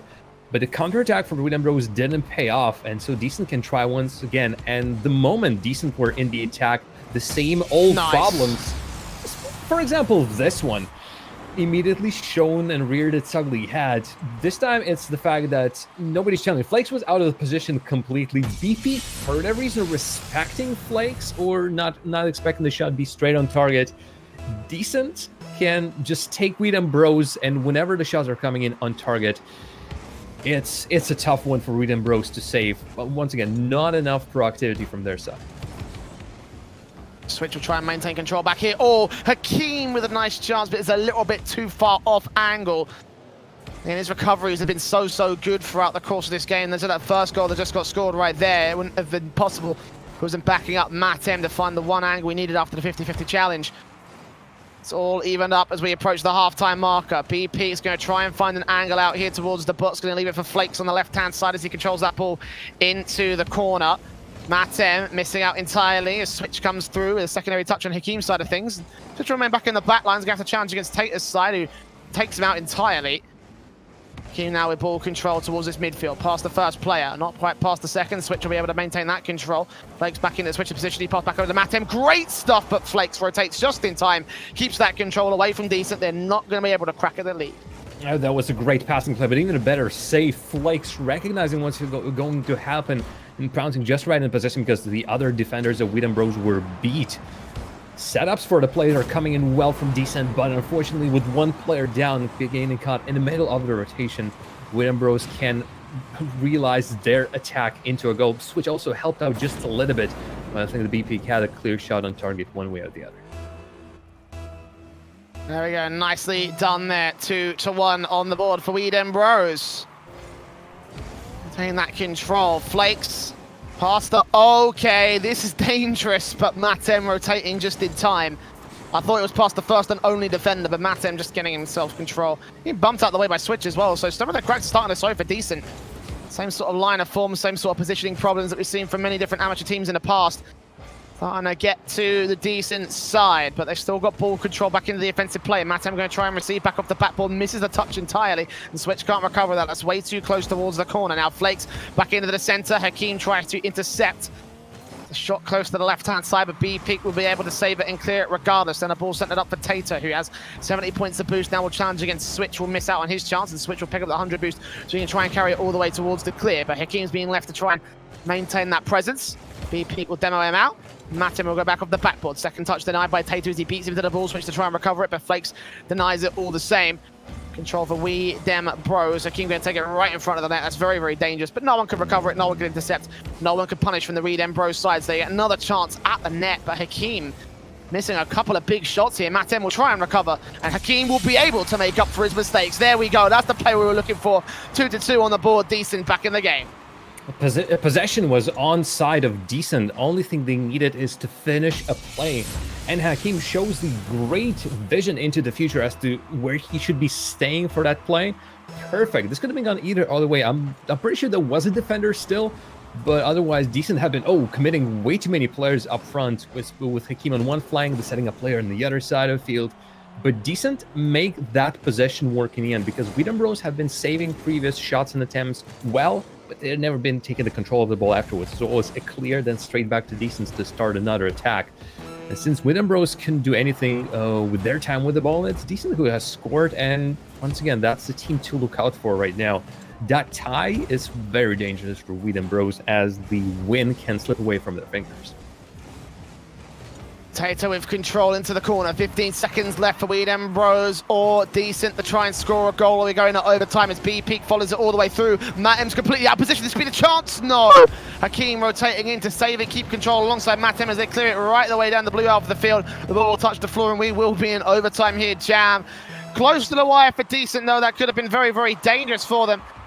So Hakeem comes back in for the kickoff. We're going to try and see if they can get some early control for the Decent side. Ball back in over on Hakeem's part of things. Matem, aerial dribble, challenge out Flakes and BP. BP with a great pinch down. That's going all the way towards it. Someone's going to put that off target. Unfortunately, Hakeem does read the danger and does keep it away. Switch all the same. Denied once again. Flakes going to come in with a redirect touch. Us back in directly in front to Tater with a great shot. As you thought it may have been pushed out of the way by just a small amount by Decent. It's not to happen. 3-2 on the board. Weedem Bros are taking match point. Oh, you really don't need two players on the backboard, especially with both of these players going in for the ball. One simple call-out would have fixed that situation. Instead, Weedem Bros already roaming on the lines, looking for any opportunities. Were gifted that opportunity by Decent. Unfortunately, one mistake brings Decent from opposition to getting a second game in a row from Weedem Bros into a situation where Weedem Bros are now on match point. But so far, Jay, it has been the closest series we've seen so far. Yes, we've seen Team GFG play against Esports. That was a close series, but for different reasons. And Bim Bam Police versus Here We Go, that was just a crazy game. All predictions came almost out of the window because the goal count was just darn too high. Here, it's two teams who are evenly matched, despite us saying before the match that they can be. But Decent, really, whatever the scoreline of the series will be at the end of this, I think they should rename their team to something like good or even great, because the play they're showing on the field is fantastic. I am loving what I'm seeing from them, and especially so that I didn't expect it from them. They're surprising me in a very good way. Yeah, they are. You know, again, we had them all written off. We were just like, yeah, okay, there's some national players, some all right players, and some small decent amount of experience. They're decent players, but I think they're proving they're a little bit more in this combination at the very least. So let's see whether Switch, Matem, and Hakeem can turn this whole situation around. They are 2-1 down. They only need to take 2 games, and they'll have a chance at the mini reverse sweep against Weedem Bros. As kick off, Favor Flakes as he tries to take it back into the mid-center, setting up the likes of Tater, but Tater a little bit too far back, a little bit late to beat the ball. Couldn't quite get the shot that he wanted either. Flakes, oh my god, what an angle! What a play! The reverse side of his car, watch this again, oh my god! It doesn't get any crazier than that when you are able to score with the back of your car in reverse, upside down, and I'm pretty sure there's a couple of more adjectives perhaps I can add to that one, but Flakes, well, that's Flakes. We all know he is such a high-level player. It's only a surprise he hasn't gone to even greater heights, and he's scoring the second one as Decent in an effort to score one, just overload the defense of Widem Bros. Go a little bit too far. Widem Bros punished him for that immediately. Oh man, okay, well that's a hell of a start for Widem Bros in the first 30 seconds of the matchup. Being a 2-0 start as Hakeem and Matem back over off the backboard looking for a second touch. Matem and Switch just had the opportunity right there, but Flakes again denies it. He is the standout player, the man that we highlighted for Widem Bros. Hakeem tries to go back off the backboard one more time, trying to see if they can get a good shot on target, but no. Matem away into the corner. Hakeem there to recover it. As Matem actually demos out one of the players, or Matem gets demoed out. He's just baiting one of the defenders. Oh, Mikey! Switch down at the line. Almost whiffed it right there, but in the end just got it past just enough to get the first on the ball by Decent. B couldn't exactly read that pass, and the ball bouncing so widely could have gone either way. But even with the effort from B Peak, this couldn't have been stopped. Decent quickly get rid of the Widem Bros defenders, and already looking like just giving each other a lot of space, seemingly. Oh, more rare, not space, just bumping each other off. Decent, they're still not losing the control of the game, I don't feel so. They're still with the same playstyle, with the same approach, and still with the same threats to the Widem Bros defense. I don't think Widem Bros were able to completely fix all the mistakes happening in their defense. Just that their offense has gotten just slightly more deadlier, and Decent with a little mistake here and there have been conceding that one extra goal, that very vital one. And Hakeem in front of the net, in front with the goal, and nothing can be done about that. A great setup by Hakeem to the net. Fantastic stuff from him. And, you know, he has been a bit more of an inconsistent element for Decent, but right now he is the one to score the equalizer. Flakes with 2, Hakeem and Switch with 1 apiece. It's 2-2 on the board here. Switch looking for a second, though. We'll try and get a very close play into the box. Matem to recover, try to go for one single solo play of his own right. Couldn't quite get past the ball, however, on the right-hand side. No second player there from Decent to receive. It means that Tater's going to be able to get all the way back into the center, where Switch try to put it off target, but Flakes is going to beat Hakeem to the ball for going for a shot of his own right. Tater back over to the right-hand side is going to miss out on his chance all the same. B-Peak back over into the corner, misses on the one player. Oh no! One whiff is all it takes for the defensive of Decent to fall to pieces as Widem Bros retake the lead. No, Madame picked themselves a really weird position. There was only a small window of opportunity, a small angle percentage at which this ball could have gone in the position where he was, and really not a strong clear from that spot either. As a result, Hakeem was forced to go with it, and after both Madame and Hakeem took themselves out of the play with an attempt at it, thankfully, they immediately fixed that on the other side of the field. Kickoffs have been absolutely deadly today, Jay, and this was no exception. After Flakes loses it, and after Decent put all 3 players up front, rarely do you see all 3 players off the kickoff on the other side of the field. Well, that's a goal well earned from Decent side. Back in at 3-3. Matem recovering for the mistakes that he was making in that defense by getting a fantastic offense together for the Decent side. Now Switch is going to try and fill up that gap, however, going off the backboard, going to try and clear it away. The ball's deadly in front of the net. As we tick past the half-time marker, Hakeem. First touch in against the first. Flakes coming in for a secondary back over towards the corner. Switch will try and put it back over there further. Tater going for a double touch, pushed away by Matem, all the same. So the defense of Decent and relatively well. Flakes now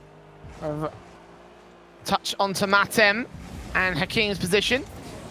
Switch controls it against B-Peak, but B-Peak takes it to the midfield. Matem going to try to go back off the back ball one more time. Second touch into the center is going to be pushed away by Tater. Hakeem to recover it. He's been great at his recovery plays, but not this time. Switch also comes in close, but couldn't get the shot that they needed. So Decent will remain at decent standing as they keep this scoreline equalized at 3-3. But a match point for Weedem Bros. One mistake could put Decent back out of the opening match. I'm loving how Decent are approaching clears out of their own half. They are always putting a player up front that will be there for the pass, which also will allow them to keep the control of the ball for much longer. Hakeem with the help of Switch, or maybe just the moral support of them, as Switch didn't even get a touch in the end of that one. But for Decent, that allows them to really offset the pressure that Weedem Bros are putting, allowing them to get in on and grab some boost as well, and just start an attack of their own, just as the Weedem Bros are recovering. But the danger of all of Weedem Bros players are lurking there still. You give the ball to Flakes, you don't know what he's going to be doing. It might be something absolutely crazy, or it might be just a little bit of a too hard of an effort, and the ball will be lost. A little bit concerned about the positions that Decent are taking right now. It's looking like a game of pinball over in that defensive, and it almost bounced right back in. With 60 seconds still left on the clock, 3-3, all evened up. Overtime certainly a possibility, a likelihood at this point for both teams. Weedem Bros continue their offensive play as Tater passes into BP, can, well, in this case, Hakeem is not in position to save that. It's 4-3 now, back on the board for Weedem Bros. And they are looking likely to take this series back over in Game 4. You could see that the Decent all picked the wrong spots to be in. And really, I can't blame them. That was not so successful clear, followed by not so successful follow-up. And when the Weedem Bros are just returning from their own half in a perfect position to set themselves up for a strong shot on target, you really need a great goalie or a really poor shot for that not to be converted into a goal. 30 seconds remaining. It's Matem with control into the corner. Past Tater, not quite. Tater challenges them all the same. Switch rotating back over to the other side. Tater with a touch, going to leave it for B-Peak. Into the mid-center, Matem. Second touch, actually out-fakes Tater right here. This could be a chance right now for Hakeem, but B-Peak rotating in for the left-hand side. Maintain that control away, try and clear it. 5 seconds as Flakes goes on the backboard. Second touch directly in the back of the net. That's lights out for Decent. This series is over as Weedem Bros look to take control of their opening game. Move forward to the winners finals of Group B. Unfortunately for Decent, yeah, this looks like it's all over. It is. Again, I've been beaten to the punch of this a couple times tonight, but this comeback right here, 2 goals in 4 seconds, it is now impossible with Tater scoring one more for the road, 6-3, 3-1. It's all to the favor of Weedem Bros. Well, congratulations to Weedem Bros, as while their game had a bit of a spots here and there, it also might have been the fact that the quality of the Decent side really brought out those bad things in Weedem Bros. Weedem Bros will be moving on, but I'm feeling like the second strong team to come out of this group will indeed be Decent. Out of all the underdogs, out of all those third and second seeds. Sorry, I don't know if you just saw B-Peak right there. He's like turtling in the net, just like, yeah, I can defend this, it's fine. I'll just be working, just standing there as a post in the middle of the net. Gotta work, I suppose. But yeah, out of all the teams, out of all those not first seeds, underdogs, potential dark horses, out of all the ones that we've seen on stream so far, and we still be having more matches later on, I've liked Decent the most. This seems, despite the 3-1 scoreline, this seems like this could easily been Decent's game at some other day, or maybe somewhere later in the tournament, because the play that they brought was great. Yes, they have been mistakes here and there. Not always in the attack they could convert something going, but the Weedem Bros playstyle, what has been a little bit lethargic at points, has been time and time again punished by Decent's attack, who were just going for it.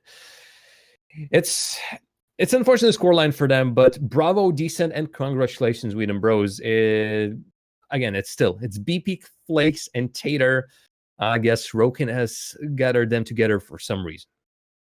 Maybe he has, I don't know. We'll ask him later about that. But for now, let's ask our analyst boys what they thought about it. It's over the desk round to break it all down. Yeah, another first seed taking the victory, and as predicted. I would say, unfortunately, correctly predicted 3-1. Unfortunately, all right. Because I need to listen to you during the games as well, you know, when it's going your way and everything. But again, a 3-1. The series did go the way you expected, I guess, with the 3-1 victory. Well, but if we look at the gameplay as well, what are your thoughts on the series? Well, you know, Wheat and Bros, they took the upper hand immediately. They lost one game, but that was predicted. So that's you know. But I still think that they definitely showed that they were in control the entire time, and you know, the other team didn't really attack them at any point. They weren't being dangerous enough. Okay, I mean, that's pretty interesting. You know, Jar Jam, you know, he had a lot of praise for Decent as a like 4-seed team. He thought they had a lot of promise. Yeah. They could make it out second in the group. You don't share that assessment, or? I don't think so because it's still a pretty tight group as I said earlier. But yeah, they did show up well, but they just weren't dangerous enough. It's evident that they didn't really have the quality to take this game. So I wouldn't say they'll take the third spot. Okay. The second spot. Yeah, the second spot. Okay, fair enough. I mean, it was we've seen 4 games today now. They've all been first seed versus a 4 seed. Going into the next 2 games, and the final 2 games will be second seeds versus third seeds. So maybe a bit harder to predict as well. Maybe it's been a bit too easy for you so far. Maybe, I don't think so. I thought I was just on point. But before we actually make it to this, I just want to take a look at the bigger picture, the overview of this tournament, because of course right now we're in the group stages. That's the top 32. We're going to be bringing you Group A to D today. Of course, 2 games left. Tomorrow we're going to jump into Group E to H.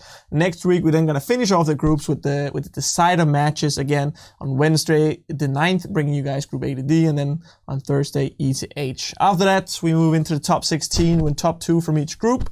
They're going to be playing double elimination brackets, and we're going to fill you guys the first couple of games into the quarterfinals the day after, and then you guys will have to wait a week, and then we're going to be bringing you guys the semifinals and the final and grand final to figure out who's going to earn enough points to make it to the final of the Renegade Cup, but also of course who's just going to take the first place and move there as well. But also $5,000 needs to be distributed between the top teams. Exciting stuff. But next game again, a second seed, that's going to be ARC or ARG, not sure how they prefer to be called, but Clay, GCR, and Mark by 8. Yeah, let's say ARC. Let's call him ARC. That's faster. Yeah, a team consisting of 3 Spanish players who have definitely made a name for themselves earlier. You have a player like GCR who actually, you know, we're from Copenhagen Flames, and we've had teams going very far in the RLCS qualifier, and GCR was actually on a previous team that managed to beat us in the final game before, in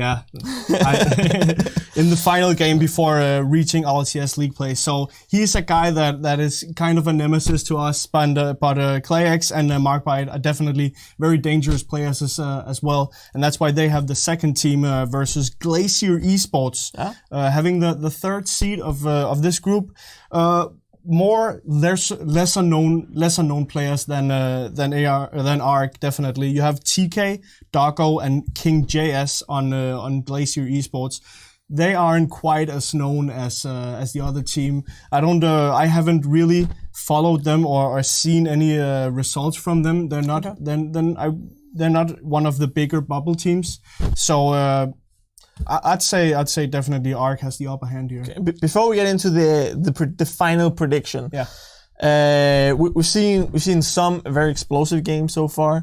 We've seen, I think the last couple of series has been a bit more relaxed in a way, not as explosive as the first ones. Yeah. If we head into like these sort of teams, I don't know if you know too much about ARC, but just in general, like these underdogs, do you think, or like you've also been, like, I guess in underdog positions, of course, also in top dog positions, but coming in as like an underdog, as maybe Glacier will feel in this situation, do you feel it's the smartest for them to take a more, like to take or if you were in their position, would you just go out and be all out aggressive, or is it more, let's just try and ease into this series, find our way at this level? Or? Having coached Rocket League for 2 years now, what I would tell Glacier right now is to go out and be all aggressive.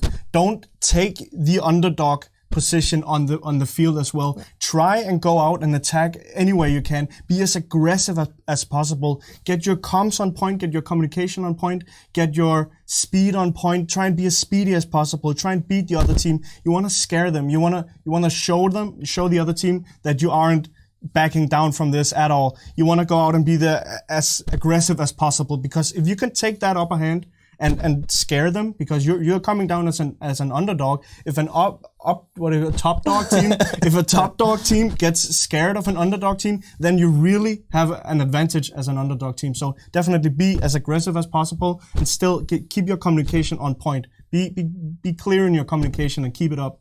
Yeah. Heading then into the prediction, you already alert to the fact that you think ARC will have an upper hand, but how do you see this series? I see this series going 3-0 to ARC. I definitely think that they are just the more experienced players.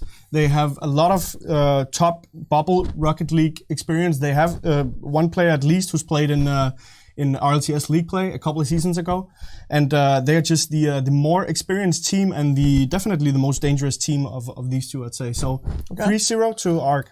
Yeah, we'll have to see if Doggo and the guys can keep up the aggression and make something happen for themselves here against Fuzz's prediction, even though they've been pretty on point so far. But again, we're going to throw it over to the casters, Switchblade J and Jar of Jam. Thanks again, gentlemen. Let's get into ARG versus Glacier Esports. Jam, I've always taken the brunt of these predictions, so I'm going to ask you first to break down your analysis on how you think this match is going to go. Well, let's take the Spanish side of ARG, or you might have seen them under some other names, La Butaca Magica, Cullen D.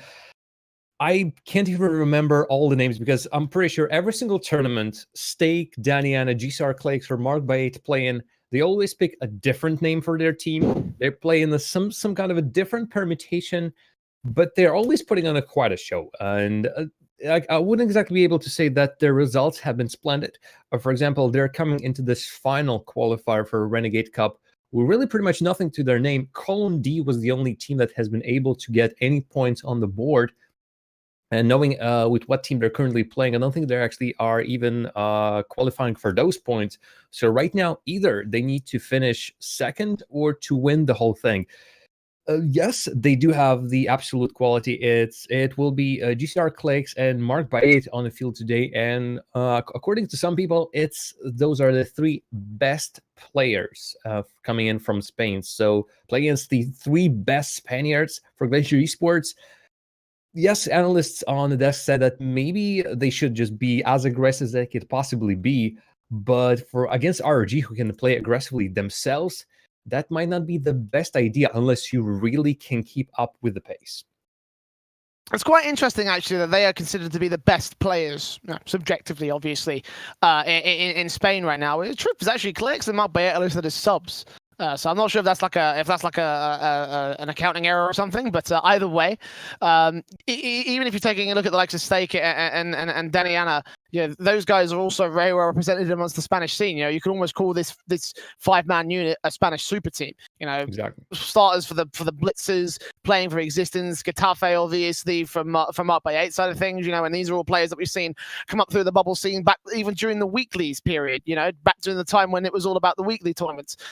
Me and Jam have got some very good memories about that stuff. We could go into that all day. But for now, let's just get into our predictions. Jam, where are you going on this one? ARG or Glacier? Well, I'm going to have to go with ARG. Yes, Glacier Esports previously playing in... Actually, they've tried to play in every single Renegade Cup monthly. The only result that they got was in the Thunderdome, where they have finished 25th. So really not the best result. While as ARG, it's really... You see those name plays, GCR and Markbait against T. You know that the trouble will be brewing. So 3-0 is the only way I can go with this one.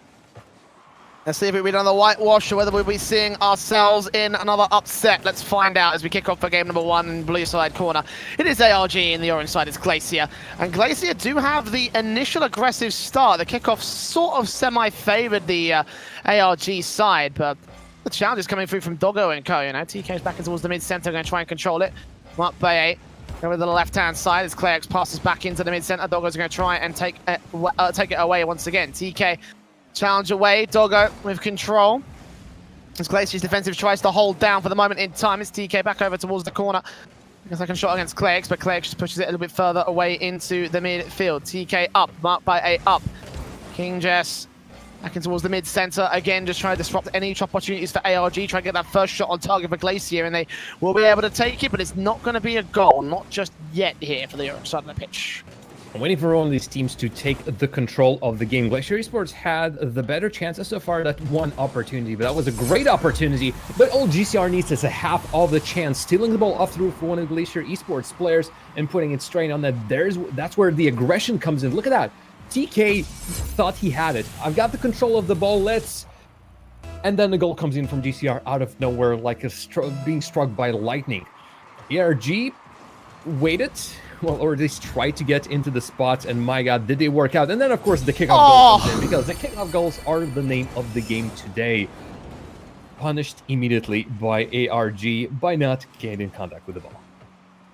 Mark Baye just pushing it a little bit further on target, and GCR just pushing it off the wall, bouncing it perfectly into position. They've rehearsed that play, and you can tell. Beautiful Rocket League coming in from ARG, and of course the Spanish style is so aggressive. Their 50-50 challenges at point blank and known to be staple parts of all of these players' play styles. They get close towards that net once again, going off the crossbar and the post in the upper 90 this time around. Doggo missing his chance. GCR back off the backboard. No third man to come through because ClayX and Mark Baye are going to be rotating back in for boost. We pushed to the back foot as a result by the Glacier side, but quickly returned back as the pass comes in to GCR's angle. ClayX going to come back over from the corner. Now try and dribble it back in towards a shot from Mark Baye, but won't be allowed in this case. GCR still gets close. Doggo able to push it away, just able to rebound the ball over to the left-hand side. Doggo takes it, pushes it over. Right-hand side all the same. Mark Baye in, TK out. Doggo actually with a bit of an open net. ClayX has got to rotate into that position, but fortunately Doggo's going to miss anyway, so no pressure against ARG for the moment. Glacier still going to be 2 goals behind at the 3-minute marker of the match. That was their second best opportunity for Glacier Esports, but even with all that time, all that space, Doggo preparing for the touch, still nothing came out of that one. And with ClayX defending and with some of the RG defenders spawning in, the control once again is in the hands of ARG. And really, after they scored those 2 goals, it has been all their play, all their control. And even at times, they really need to be careful with that one. A weak pass straight towards your opponent, not the best solution you can do in that case. But even then, their opponents can punish them, and instead, immediately on the other side of the field, a dangerous moment starts.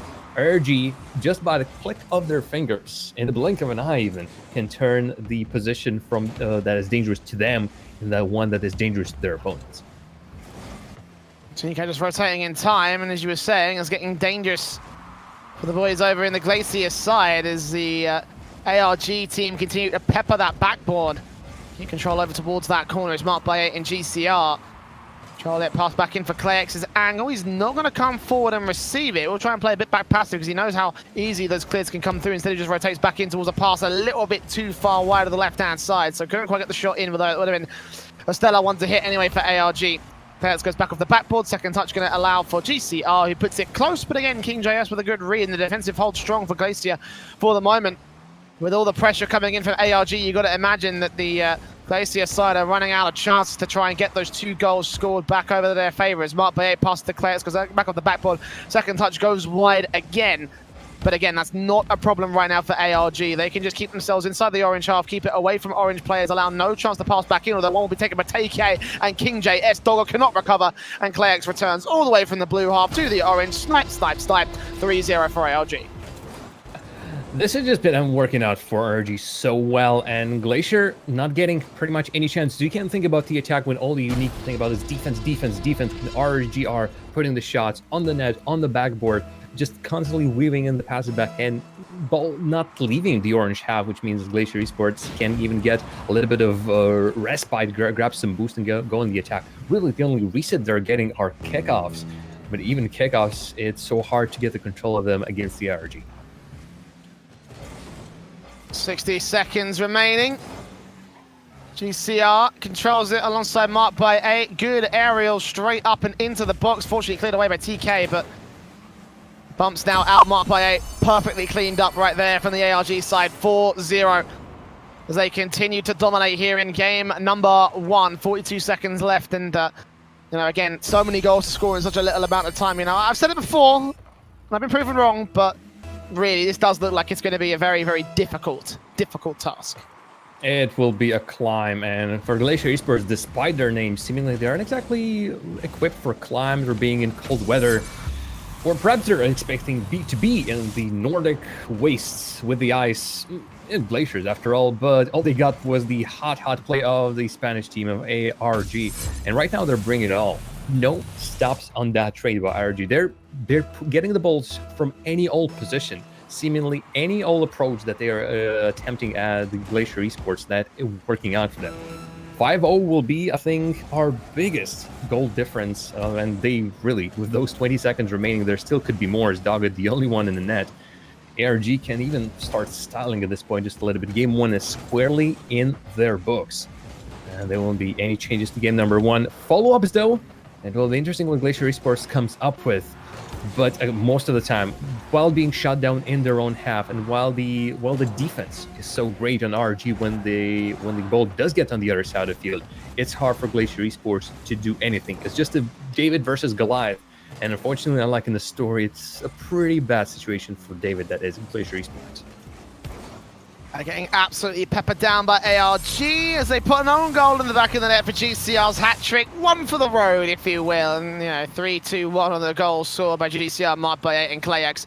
Very dominant stuff regardless right there. Glacier, hope they take the full extent of the 60 seconds to just cool down, reset. Obviously, this is not the best case scenario for them. ARG were expecting them to win, but this was a very, very dominant affair coming in from them. And when you're Glacier, you're hoping that maybe you might be able to, you might be able to do some sort of damage to a team like ARG. No, the Spaniards just dominating so easily in game number 1 there, Jam.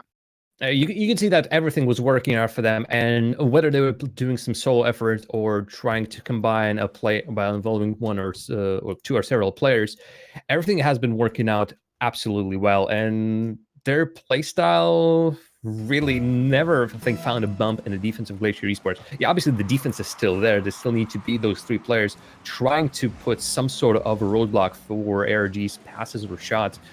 But at some point, even the Glacier Esports is just at some point that defense completely gives out, and that's where the ARG comes in, either with a great play at the end, or something like that, where Clayx finds an improbable angle and almost puts it on target. Close in this case from ARG. So close to that 0 angle. That would have been a stellar way to start off game number 2. But in the offensive play, Doggo will try and return it. Great sequence from him, just denied by Clayx at the very, very last second. Pushed back away by another defender. Clayx a chance to set up, marked by 8. Pass back into Clayx side of things. Going to keep that one going on target. Try to see if he can flip, reset it out, fakes it, and it almost goes in. But Doggo able to defend, keeping control, just holding on. Clayx. Over on TK as he challenges. Doggo and King JS back into the mid-center. GCR passes over to Clayx. Good shot on target. TK does read it and does push him back out of the way. Was out against TK. Good shot on target again by Mark by 8 as ARG gets to continue this ruthless aggression they've had all throughout game number 1. I mean, because game number 2 now, it's going to get even harder for Glacier, it seems, as they are forced to hold back on the backboard, forced to hold back on the defensive. Not getting much of a striking chance so far here in the early part of game 2. It has been their problem in game number 1, and it's still their problem here. How on earth can you score when all of your time is being occupied by making sure the ball doesn't go into your own net? Those clears are just not enough. Yes, their net is still empty, but there's just no attack. TK, like, how many players does it take to get the ball on the other side of the field or get a play in the midfield, get in cherry picking position? Definitely not 2 in that situation, because that ball just went absolutely nowhere. Glacier Esports wasting their only chance in their second chance perhaps in those 2 minutes of time, and those chances won't be coming in for free because RG will just take control of the ball again and return to a half and continue peppering the net of yours with one after the other. Glacier Esports, well, wasted their chance over there.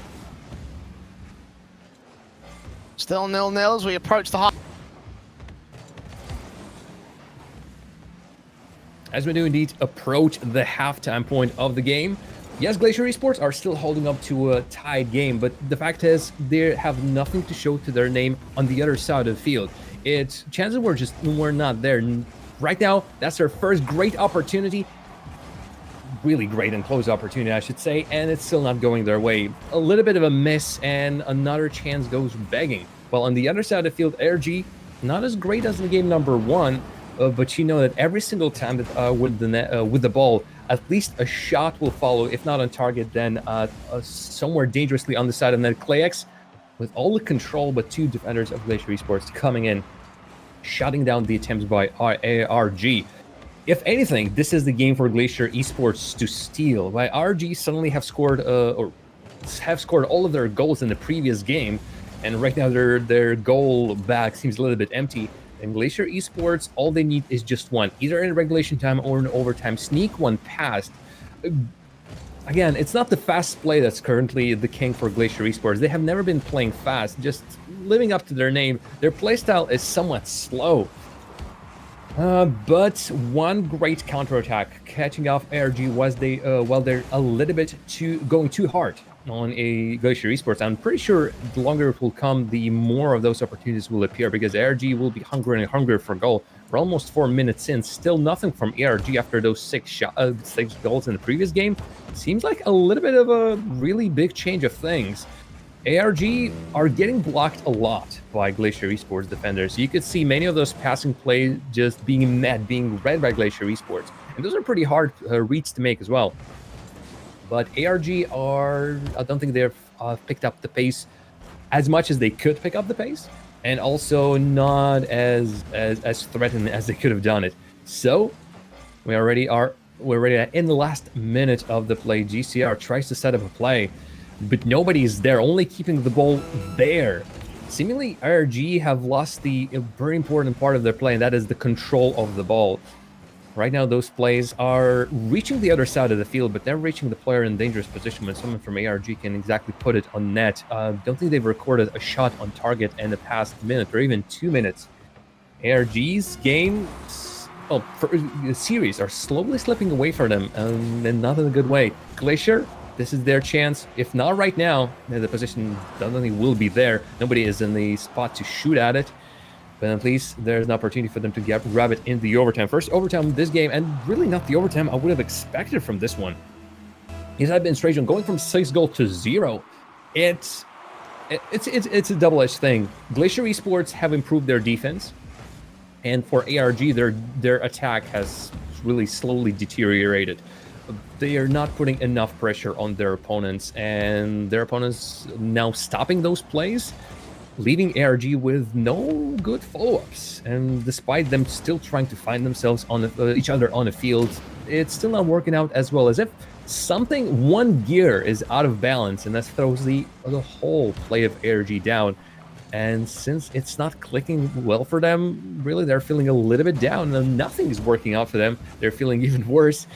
Shot on target, TK, dangerous clear, nobody in there. Pass down the middle field, marked by 8, still gets it through. And of course, it would be Marcade. Who else to bring ARG to a victory in this one? Look at that, the positioning of his car, continuing the play. He didn't stop the moment the shot was taken. He's still continuing his movement straight down to where the clears came in, straight in, and got the job done for ARG. A little bit too close for Spaniards. I'm pretty sure they would have liked to win this game in regulation with a much bigger scoreline, and instead, what they've got is Glacier Esports putting up really an ice wall of a defense and just shutting ARG down, and down until by the end of this game, looking like as if ARG was completely cool, and it was time for Glacier Esports to strike. Wasn't to be in this one, but it's a dangerous alarm bell that should be ringing in ARG's heads right now. Glacier Esports have wisened up to our style of the play. Yes, it has been looking so easy in game number 1. It might not be as easy coming in from this one unless they shake themselves off. And that honestly has been my personal worry for them, is the fact that ARG either will have a horrible day or they might not take it seriously. Unless they really regroup right now and take the reins of the game number 3 into their hands, Glacier Esports might start chipping away at that series and bringing them into their own favor. For now, ARG coming into game number 3 rather, on match point, 1 game away from bringing themselves into the winners finals, while their opponents, Glacier Esports, will be dropping down. Their opponents, I'll be quickly checking whether their opponents have already been decided. It is indeed the same group as we've seen previously. It's Going Forward Gaming versus Esports. Esports was the other matchup, and Esports already waiting for one of these teams in the loser side of the bracket, while the Going Forward Gaming expecting their opponents in the winners finals. And well, ARG show us what you are made of as game number 3 starts. And really for them, they must take control of this game straight from the kickoff. They would prefer a goal straight from the kickoff. Let's see how well their passing play work. For Glacier Esports, though, on the other side of the field, they've shown how well they can keep ARG at bay. Well, whether that keeping at bay will actually result in goals appearing on the other side of the field remains to be seen. But that's their perfect opportunity to go from 6-0 to 1-0 to maybe going 0-1. And that's a great opportunity. Clags, though, usually pretty well versed in rotating back. And IRG so far had been solid in that way, not putting too many resources up front where nobody can reach the shot on the other side of the field. GCR up in the air to himself. And will there be any follow-up? Actually, he tries to follow it up himself. Well, one-man orchestra that is JCR. Almost brought it through. Really, nobody from IRG was close enough to play on it, and GCR wasn't looking in the position to actually pass it to anyone. So he decided to go for a shot instead. Set it from GCR to Clax. GCR again waiting on it. I don't want to be able to get that either, as Mark Bates keeps the ball on the orange side of the field. Passes a tad too high, touches. Awkward for ARG, and GCR feeling a little bit too antsy for that one. Mark Bates didn't have it, but GCR didn't either. And as a result, ball just harmlessly goes wayside. And while ARG still keeping the control, there wasn't enough threat on it. They're staying in the side of Glacier Esports. But Glacier Esports actually, surprisingly to me, are full on resources. Boosts on all the players on the team of Glacier. And at any point in time, they're looking threatening to start a counterattack of their own. The ball has left the side of Glacier. And now ARG are just trying to bring the ball out with a series of passes. King JS will have to save that one against GCR. Not likely. When ARG get their angles, it's almost impossible to defend against them. 1, 2, 3. There goes one defender. There goes the second one. Doggo doesn't even come into this one till very last moment. But that time, GCR already in the net, striking on your net. And bam, there is the result. Jay, you have missed an interesting game number 2, but ARG seemingly are now taking the control of the game number 3. They want to bring this series to a conclusion. Have I? I don't know, man. Discord dropped and you were frozen, and I was like, what's going on? I think we've had a bit of a Discord mess up. I'm not really sure what's going on at the moment. Well, are you with us here? You're definitely with us here. So, we'll take this away. Right now, well, your opinion on the game so far, it feels like Glacier Esports still keeping ARG to a little bit of a close one. Still no chances that ARG had in game number 1.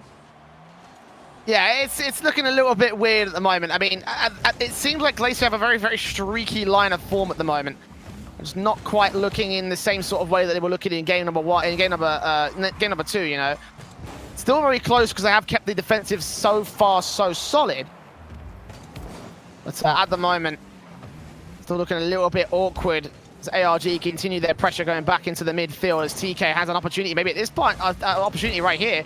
Doggo off the backboard, third man to come through is King JS, but is denied the challenge by ARG as they manage to maintain some presence, maintain some control. Doggo and King, TK with a chance. GCR just able to defend it, just able to keep that control. Glacier unable to score their first. It's the control that helps ARG there. Not making any sudden movements. Sitting there with a Spider-Man safe. Perfect. And it almost looks like they were beat, but ARG keeping their net untouched. Well, Glacier are still struggling to get their goals in. While every single time, almost every single time, ARG get opportunities such as this one, they are at the edge of your seat because shots are coming in strong and pretty precise. Still a lot of pressure right now for the ARG side against Glacier. Ball goes into that orange half once again. It's King JS that has to take that control. Mark Bayer already in the mid-center to try and put a redirect back in towards that box. ECR Clayx. 60 seconds now remaining. Ball back out from the part of King JS. Clayx controls it. Back over into the corner. Trying to go for a zero angle. Scored! That's perfect. That's brilliant from Clayx. Now 2-0 to the favor of ARG. With the way that Glacier have been struggling with this pressure so far in this game. 50 seconds left to score 2 goals. It's a difficult prospect, but ARG, so much pressure right now. They're looking likely to take this one in the next minutes. I'm going to save this replay. I'm going to rewatch how Clay scored that one because that was perfect. he just barely jumped out from the wall, but since the player was already beat, he had the opportunity to do a little bit of like a low Doomseat dish. Worked out perfectly. And yes, if the passing plays are not working for ARG, since Glacier Esports have grown smarter to block them the moment they appear, then come in the individual plays. And GCR and Clicks are currently helping ARG beat the wall that is Glacier Esports.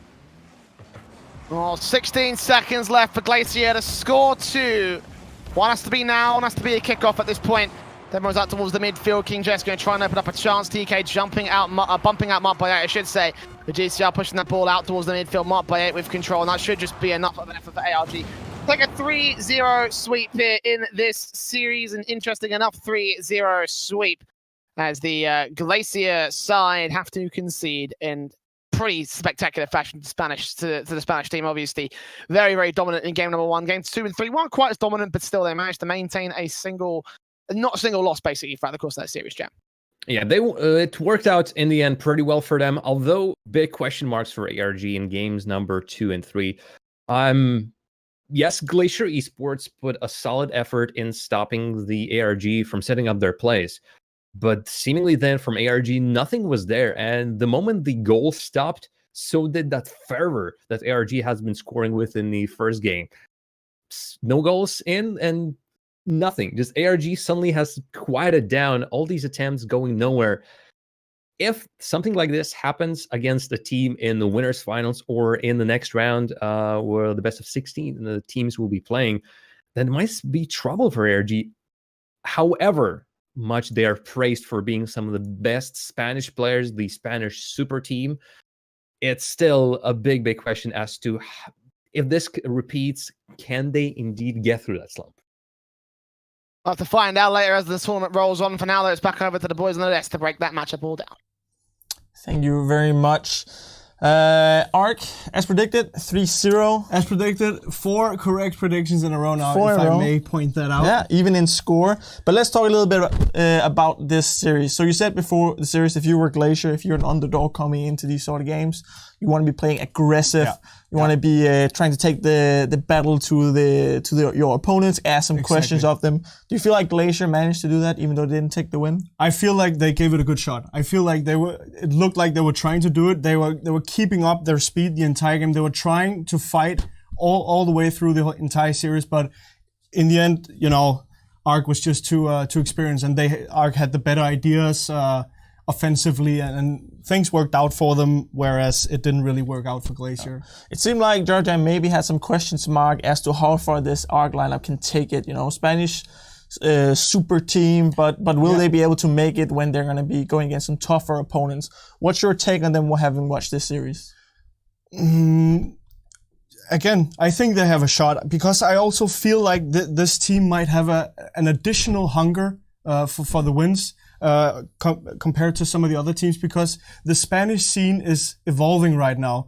I have heard things about a major Spanish league being underway, and you can see more and more Spanish football teams also joining in on the esports scene and getting teams for themselves. So this might be an opportunity for ARC to really show themselves on the scene and maybe get be a potential signing for a big Spanish club. So who knows? I feel like they might have some more incentive to do well. Yeah, and incentive is definitely important in these relatively long off seasons, which are of course now being filled up with the Renegade Cup as one example. So that's of course awesome. But let's take a look at the games that we have already seen today, but also just the schedule for today, the rundown. We've had 5 series so far today. We have 1 remaining. We can just quickly go through them. This is of course Group A to D. Tomorrow will be E to H, but first series of the day, we had Bim Bam Police taking a 3-2 victory over Here We Go. The only series that Fuss did not predict correctly. I just have to point that out, because otherwise he gets obnoxious. The only series where I put my money on the underdog, on the lower seed. Yeah, I want to point that out. So actually, maybe it's been too easy to predict, because the higher seed is just always one. But then we had the Snoozers taking a 3-0, I believe, over God Alliance B. Then we had a 3-1 victory for GFG over Esports. Then we had a 3-0 for Weed and Bros over Decent. And just now we saw the 3-0 of ARC over Glacier Esports, which brings us to our last game of the day. We have Team Echo Zulu versus Shazoo. Yeah. Exciting game. For those who know the Rocket League scene and has been here for a while, Shazoo is one of the oldest names in the scene. It's a team that's been going up and down, having a roster, not having a roster. Some of the OGs in the scene have been playing for Shazoo, so it's definitely a name that some will recognize. But going into this game, they're actually the lowest seed. They're seed 3, playing against Team Echo Zulu, that has seed 2. And you know, the reason for this is, of course, we've looked at the form, we've looked at the results from the qualifiers, but right now I also want to point out that the players from Team Echo Zulu are definitely the more established right now in the bubble scene. You have a player like Taz who's played with some very good teams and definitely is capable of bringing Team Echo Zulu to a win in this one as well. That's my take on it. Yeah, your take is going to be a win to Team Echo Zulu. Yeah, going with the higher seed again, playing going with safe. the higher seed, but I don't want to count Shazoo out entirely. I think they're gonna take at least one game. So I'm gonna. 1 or 2 then. 1 or 2 then. I'm gonna call a 3-2. 3-2 for Team Echo Zulu. Okay, again, this might be a little bit closer since it is seed 2 against seed 3. We've seen a lot of first seed versus 4 seeds, and haven't had a 3-2 since the first game of the day. It's going to be interesting also to hear if our casters agree with you that this is going to be a close one, and if they also think Team Echo Zulu will take it. But we'll have to hear from them, Switchblade J and Jar of Jam. Thanks again, gentlemen. Let's talk a little bit about this. Obviously, Echo Zulu versus Shazoo. It's a bit of an awkward one, honestly, Jam, because like when you think of Shazoo, you often think of sort of like an organization with a lot of rep and a lot of a lot of prestige, because they've had some really good players in their ranks in the past, but this roster, I don't know. It doesn't quite fit up to the same sort of like caliber. It doesn't quite fit up to the same sort of names of your Skylines and your Stockies and your Vogans. You know, like these are names that have been synonymous with professional Rocket League over the course of history. And this is a team that, to me, this is a roster in particular that to me certainly still has a lot to prove. It's one of those dark horses in our today's tournament. Players that we haven't seen around, players that we really can't judge as much, despite it, unless Presley, Freak, and Chris or IMSD. One of them is actually K-Up or Metsonaurus in disguise. 2 of the players had actually previously played for Shazoo a long time ago. Then I don't see them winning against Team Echo Zulu. Team Echo Zulu has shown some great results around. They have played in all the Renegade Cup monthlies. Best showing was actually in Neon Dream, although that group was a little bit strange. They finished 3rd. They couldn't progress through the group play. And a couple of these wins came in a little bit cheap as their opponents have forfeited. Still, that put them at a very respectable 2,250 points, which means actually that even if they don't get through to the next stage of the tournament, they might just get enough points to actually progress further and qualify for the Renegade Cup finals in February. But even without that, just this matchup alone, Taz, Matan, and Impact, specifically Taz, who has been a great pickup for them in between the Renegade Cup monthlies, should be continuing their stomp against their opponents in these stages, as this team definitely has quality, even so with Taz. Yeah, the problem for Echo Zulu has always been about breaking into the next sort of like the top 16 rather than just breaking into the top 32. So they're already on par to meet with their original placements back in the last couple of monthlies that they've been a part of. But the key thing for me is going to be about seeing how Taz does. Now, I remember seeing your analysis. You said you think this is going to end up being a bit more of a better roster, all things considered. I mean, certainly for me, Taz is a bit of an upgrade against. I never know how to say it. Is it Charing Dingle? It's something like that. I don't even know how to say his name. But like for me, Taz is one of those players that he also still has a lot to prove to me all the same, because he was part of ROG Army. He was playing in the Elite Series, but that squad didn't really do anything major. They ended up finishing, I think, last place in their group. So even though I think that overall it is a bit of a firepower increasement, I'm not sure what it works up for the Echo Zulu side. That said, though, against Shazoo, I still think that these talents, Mate and Impact Taz, are going to be better than what we have on the other side of the pitch.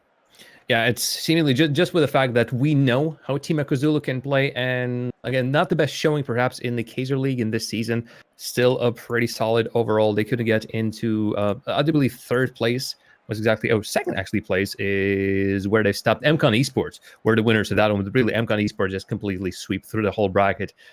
So that's not that big of a surprise. But on the other side of the field, Shizou is just, yes, name is there. But despite this organization being around for 3 years with different rosters, this roster is just still a big, who are these guys? What can they do? If they can put out the same surprise performance as Decent put against their opponent, Freedom Bros, then there might be something.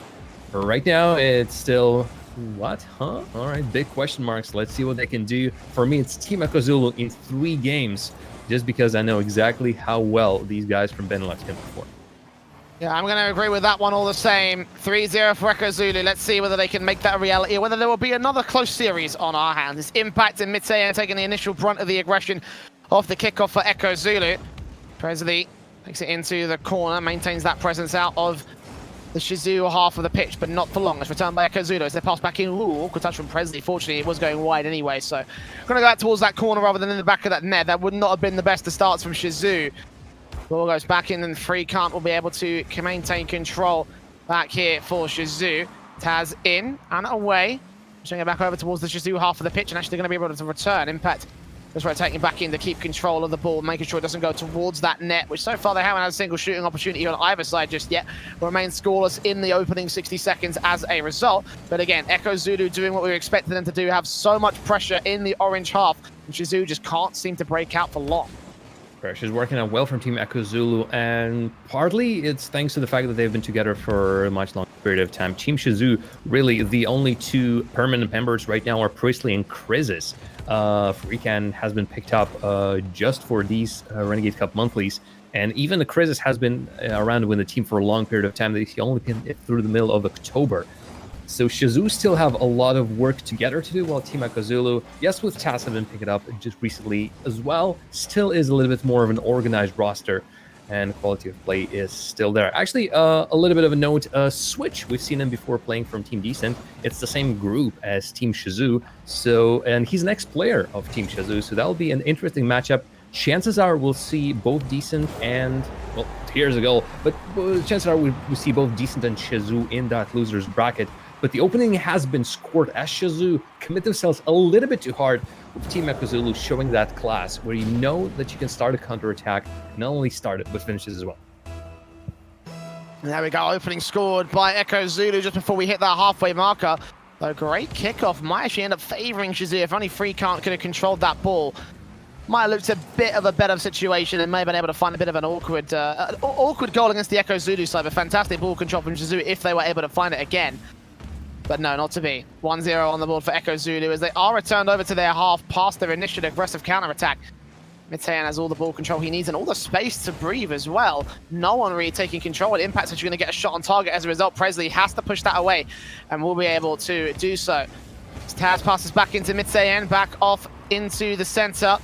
Impact that drops it down, allows Freecant a bit more control actually. No one really challenging from the Ekazulu side. Taz goes off the side wall into the corner. Back over to the other half corner of Shizou. Picks up the 100 boost as well, trying to see if he can maintain control. As Mid-Tayan that comes forward, a great shot. Just pushed away by Shizou defenders.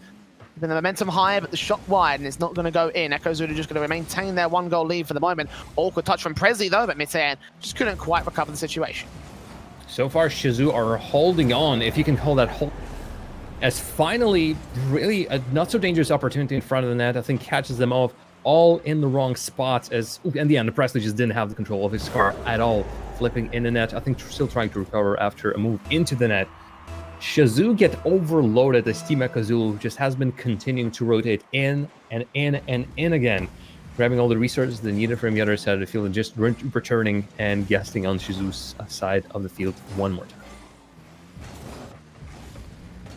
It is that 2-0 scoreline being scored. Mid-Tayan back into the mid-center. Presley, a shot. Actually, the Impact can't save. A bit of an overcommitment being punished by Shizou. There we go, finally.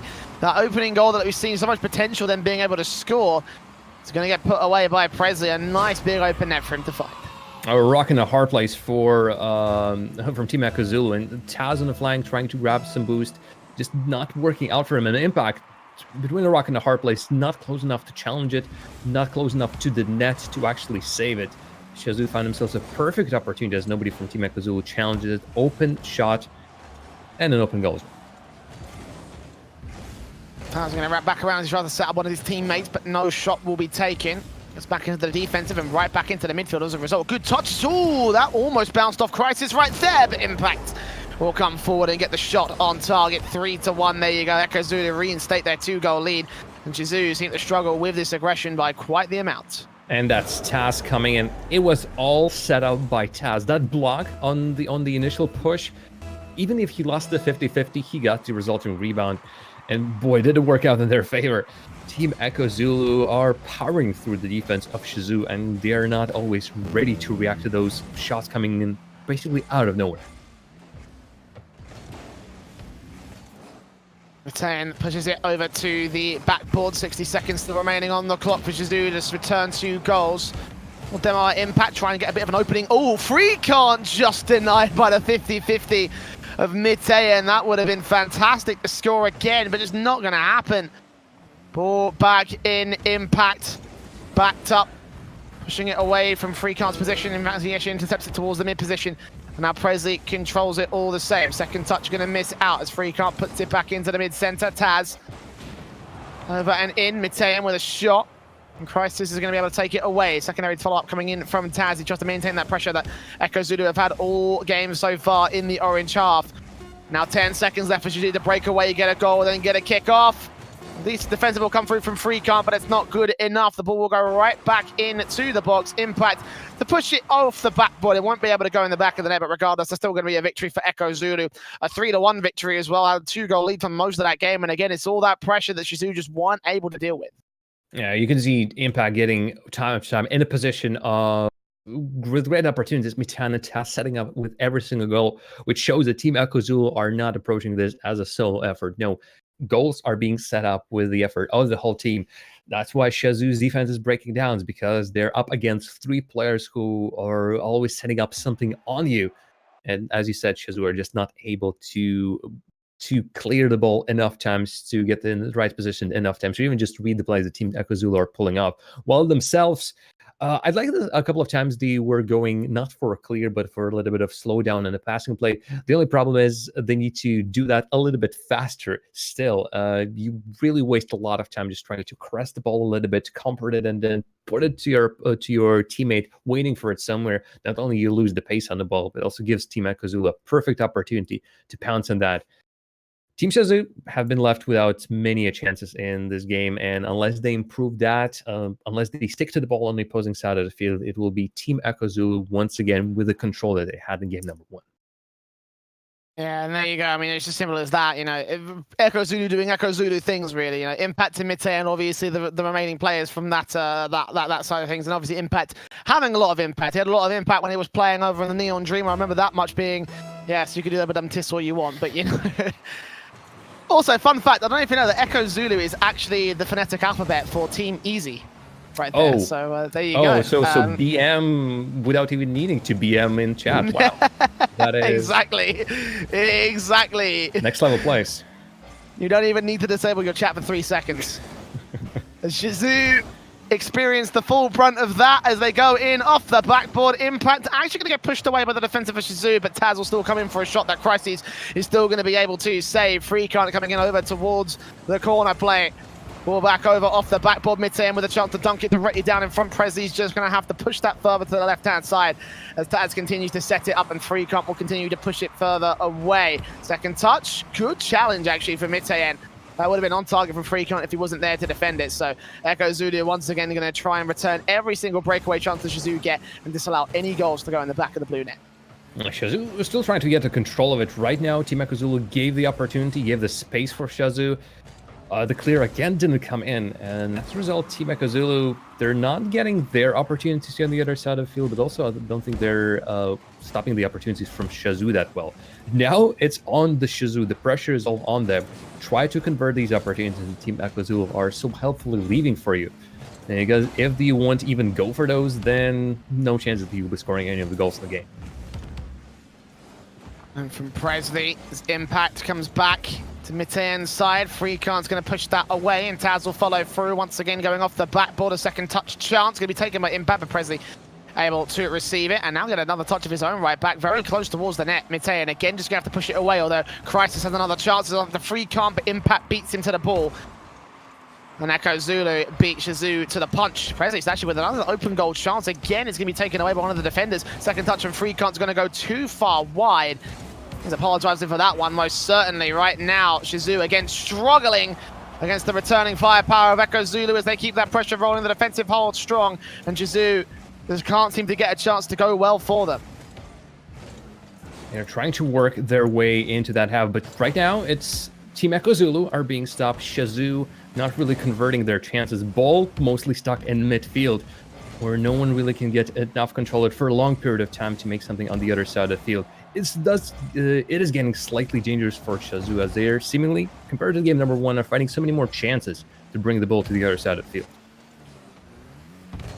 Now halfway into game two, no goals to be scored. A bit more of a calmer game coming in from Echo Zulu, but not the same for Shazoo. They have been scrambling to keep things together. Pass in from Impact, actually going to get missed by Mite, and that might be another chance for Freekan.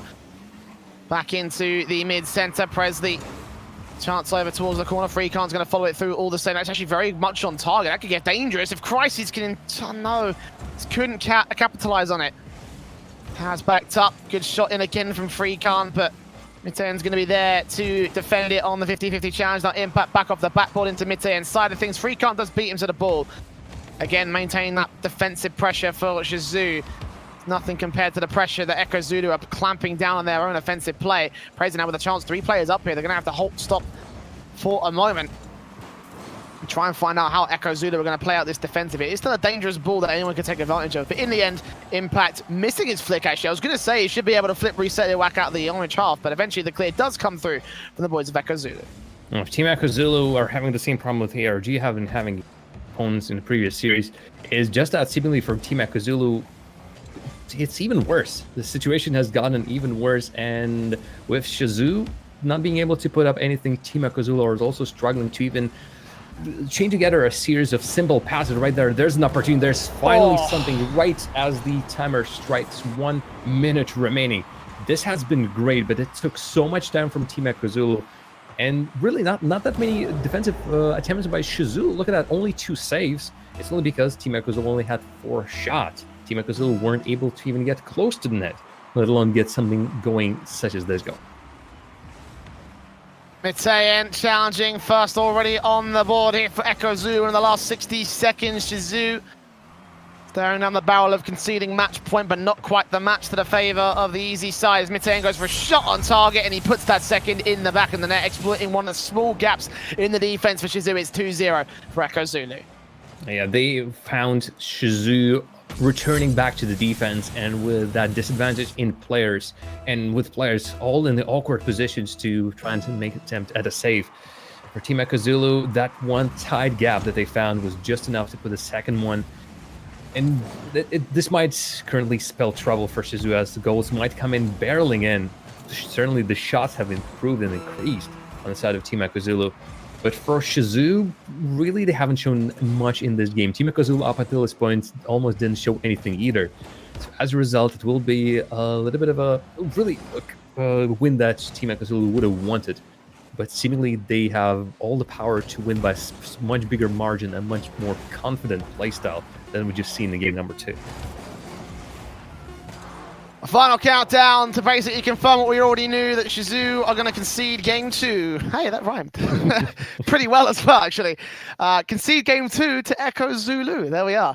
But yeah, match point. I can tell it's getting late, but I also can see why they call you the Rhyme Master, Jay. No, the rap god, mate. That's how it works. Rap Master Jay. Well, Team Echo Zulu, it really took him such a long time to get to this point. The game, first of all, the game number 1 wasn't as confident as, for example, ARG. ARG 6-0 complete and utter demolition was. And then in the game number 2 for Team Echo Zulu, just nothing was going their way. All of a sudden, lethargic play. It wasn't even that the Team Echo Zulu, unlike us, has been playing for hours and hours and hours. No, that's their first game of the tournament. Up until this point, they could have doing anything. Obviously warming up, I'm hoping. But really, it seems like the team that has all of a sudden lost all their power after the first game. Yes, they got 2 goals in, and the first goal, I think, the second goal was the result of the first one, as they got some control back into this game. While on the other side, Shazoo just really never had anything going in the first game, still didn't have anything going in the second game. And if they don't find something quick in those 5 minutes that are remaining, unfortunately, they'll be going to the bottom side of the brackets and facing the potential relegation for the tournament. Tons of pressure for Shazoo to start things off in game 3. Again, match point for Echo Zulu. Can't really afford to concede this one whatsoever, as the ball will go out towards the mid-center. Impact touching it out. Mitayan against Taz. Taz will just tee it up, try to set up his teammates for an opportunity, but no. Impact back into the center as Echo Zulu do get the pressure against them for once in this series. Freecon getting close towards the marker again. Crisis puts it out to the right-hand side. Mitayan back into the center, and Taz has no problems taking that. He's been a bit quiet this series here, Jam, but finally finding a chance, fed off the mark by Mitayan, obviously, to get the first on the board for Echo Zulu. And Team Echo Zulu has finally found a great way to score against Shazoo. It's the fact that the reads on the wall are pretty weak on the side of Shazoo, which allows Team Echo Zulu just to put the ball off the wall and straight in midfield, where nobody's challenging it quickly enough. And while Team Echo Zulu have already aimed themselves straight at that point, where you can set up Taz from the pass of Metal, like just we've seen right now. Presley back in with another good shot on target. Shazoo a little bit too high in this case. Crisis takes control, but Taz takes it away. Freecon back into the center. Impact going to keep that pressure rolling for Echo Zulu. However, dunks it directly down in front of the box. Mitayan not far forward enough to take the shot. Instead, he just tries and goes for another reverse flip reset, potentially pinching it off the floor. No. Freecon denies it. And Taz comes back in. Impact pushing it away from the defensive. No! Okay, Impact. If he had scored that, that would have been the most insane way to reverse a defense and turn it back against your opponent. Shazoo may have thought they would have done him a favor there, and they kind of did. In the end, Echo Zulu started the pressure going against them. Impact going to get another good shot on target. Can't quite get it in, though. It's still 1-0 as we approach that halfway marker against Shazoo. And that attempt by Impact, I was just screaming inside, go for a fake, go for a fake. But even then, up until that point, it was a fantastic effort to recover, to get back in front of the net, and to almost completely shock the defense of Shazoo, who thought the worst is over. But no, Impact was still in that zone, still getting the job done for Team Echo Zulu. Halfway through game 3, potentially the last game of the day, and certainly it's looking that way with Echo Zulu continuing to play fantastic against Shazoo. It's Freecon back over towards the corner. It's Taz back in to Mitayan. Good shot on target, a passing play that went so well, but Crisis is going to make it a bit of a crisis back in to that box. Not going to allow that second goal to come through, because that would be a bit of another final nail in the coffin against Shazoo. Pass back in, Mitayan to Taz. Impact missing out on his chance as 3 players commit to that one. Freecon's going to have a nice open net, and Taz just going to be able to defend it instead as he puts it a little bit too far wide anyway.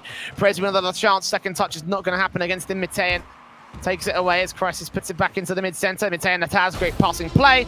It's a 2-0, finally scored by Echo Zulu.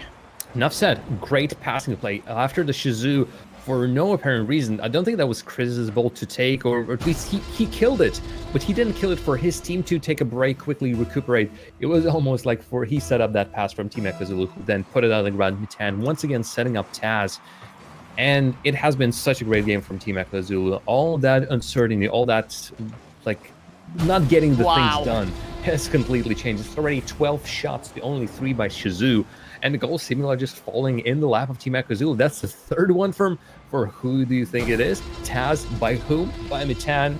Impact almost not even needed in this game, as Taz and Mitayan are just completely okay with playing a little bit of a duo play and scoring all the goals by themselves, while as Shazoo, still nothing to their name, just like in previous games. It's fine. Impact was scoring goals left, right, and center in game number 1. Gonna allow Taz his moment in the sun to allow him to get used to the idea of Echo Zulu just destroying their opponents left, right, and center.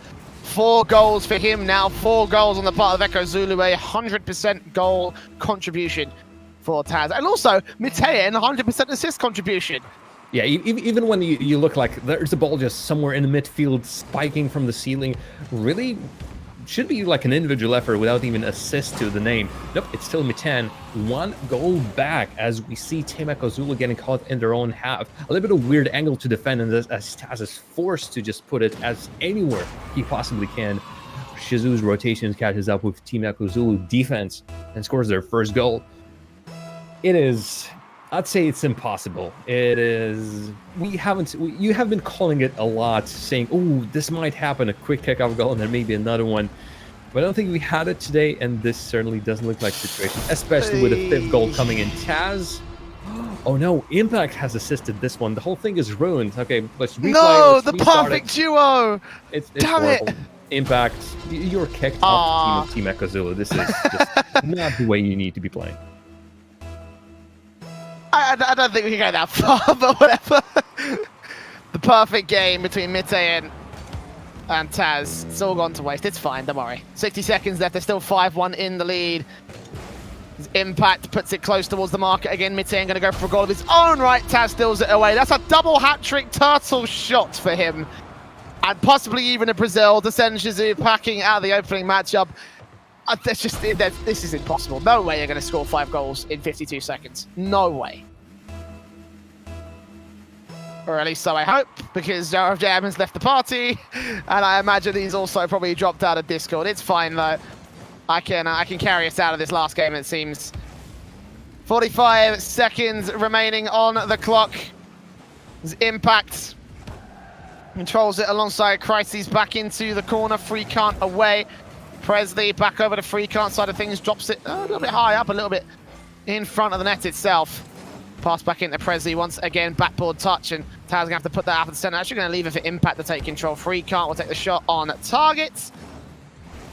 18 seconds left. Presley back off the backboard. Trying to find anything they can for Shizu, a consolation prize, but that's about all they'll be able to find. Impact going to put one more back off one defender into the post, and Brazil has been scored to close out game 3 here.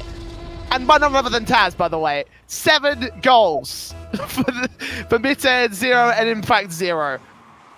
Taz single-handedly Braziling his opponents. We'll go off the backboard. Crisis trying to recover it. No, not going to happen. There we go, Echo Zulu. We predicted it to be a 3-0, and in this case, it absolutely was. Chances were taken, a little bit of chances for Shizu to potentially turn it around, but no, in the end. One more goal for the road? No, not quite. There we go. Echo Zulu taking it in a 3-0 sweep fashion right there, taking Shizu out, and they will go, of course, be progressing as the team in the winners finals against We Dem Bros in Group B. That means we've sorted out all our groups for Group A through D. We'll throw it back over to the left to break all that down, including this matchup right here, right now. Thank you very much, Jay. And you did predict the winner correct once again, but you had a little too much faith in Shasu. I might have had a little too much faith in Shasu. I thought it was going to be more equal. But if you notice game 2 in this series, it was actually pretty equal during the whole game, just until the end where Zulu took the win. But I was predicting a bit more equality in this game. But in the end, you saw the last game. It ended up with Brazil to Team Echo Zulu. So, they just took the upper hand. Very convincing fashion. They closed out the game with that 7-1. We do have the updated group standings for you ready soon, so we'll take a look at how Group A to D is going to look after all the first games have been played. We can throw that up on your screens at home. So we can also talk a little bit just quickly about the matchups for next week. Over in Group A, Bim Bam Police versus God Alliance. Yeah, who has the upper hand there? Bim Bam Police. Bim Bam Police, okay. Yeah. And we're I guess we can just quickly go through all of the winners brackets. You can already do your predictions. Of course, you'll have a week to think about them. Yep. But We Them Bros, Echo Zulu, who's going to take that one? That's going to be We Them Bros. It's going to be We Them Bros. Down to Group C, Team GFG versus ARC, 2 teams we've seen today. Yeah, that's an exciting match. But I'm going to go with GFG. Okay, and Group D, the Snoozers is going to take on I Got the Part.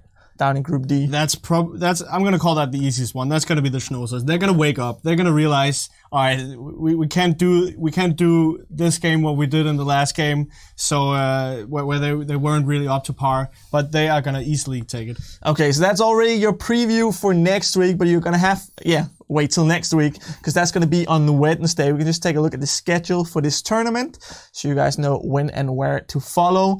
Tomorrow, Thursday, the 3rd of January, we will have the group stage, Group E to H, all of the first games, the same way we had today with Group A and D.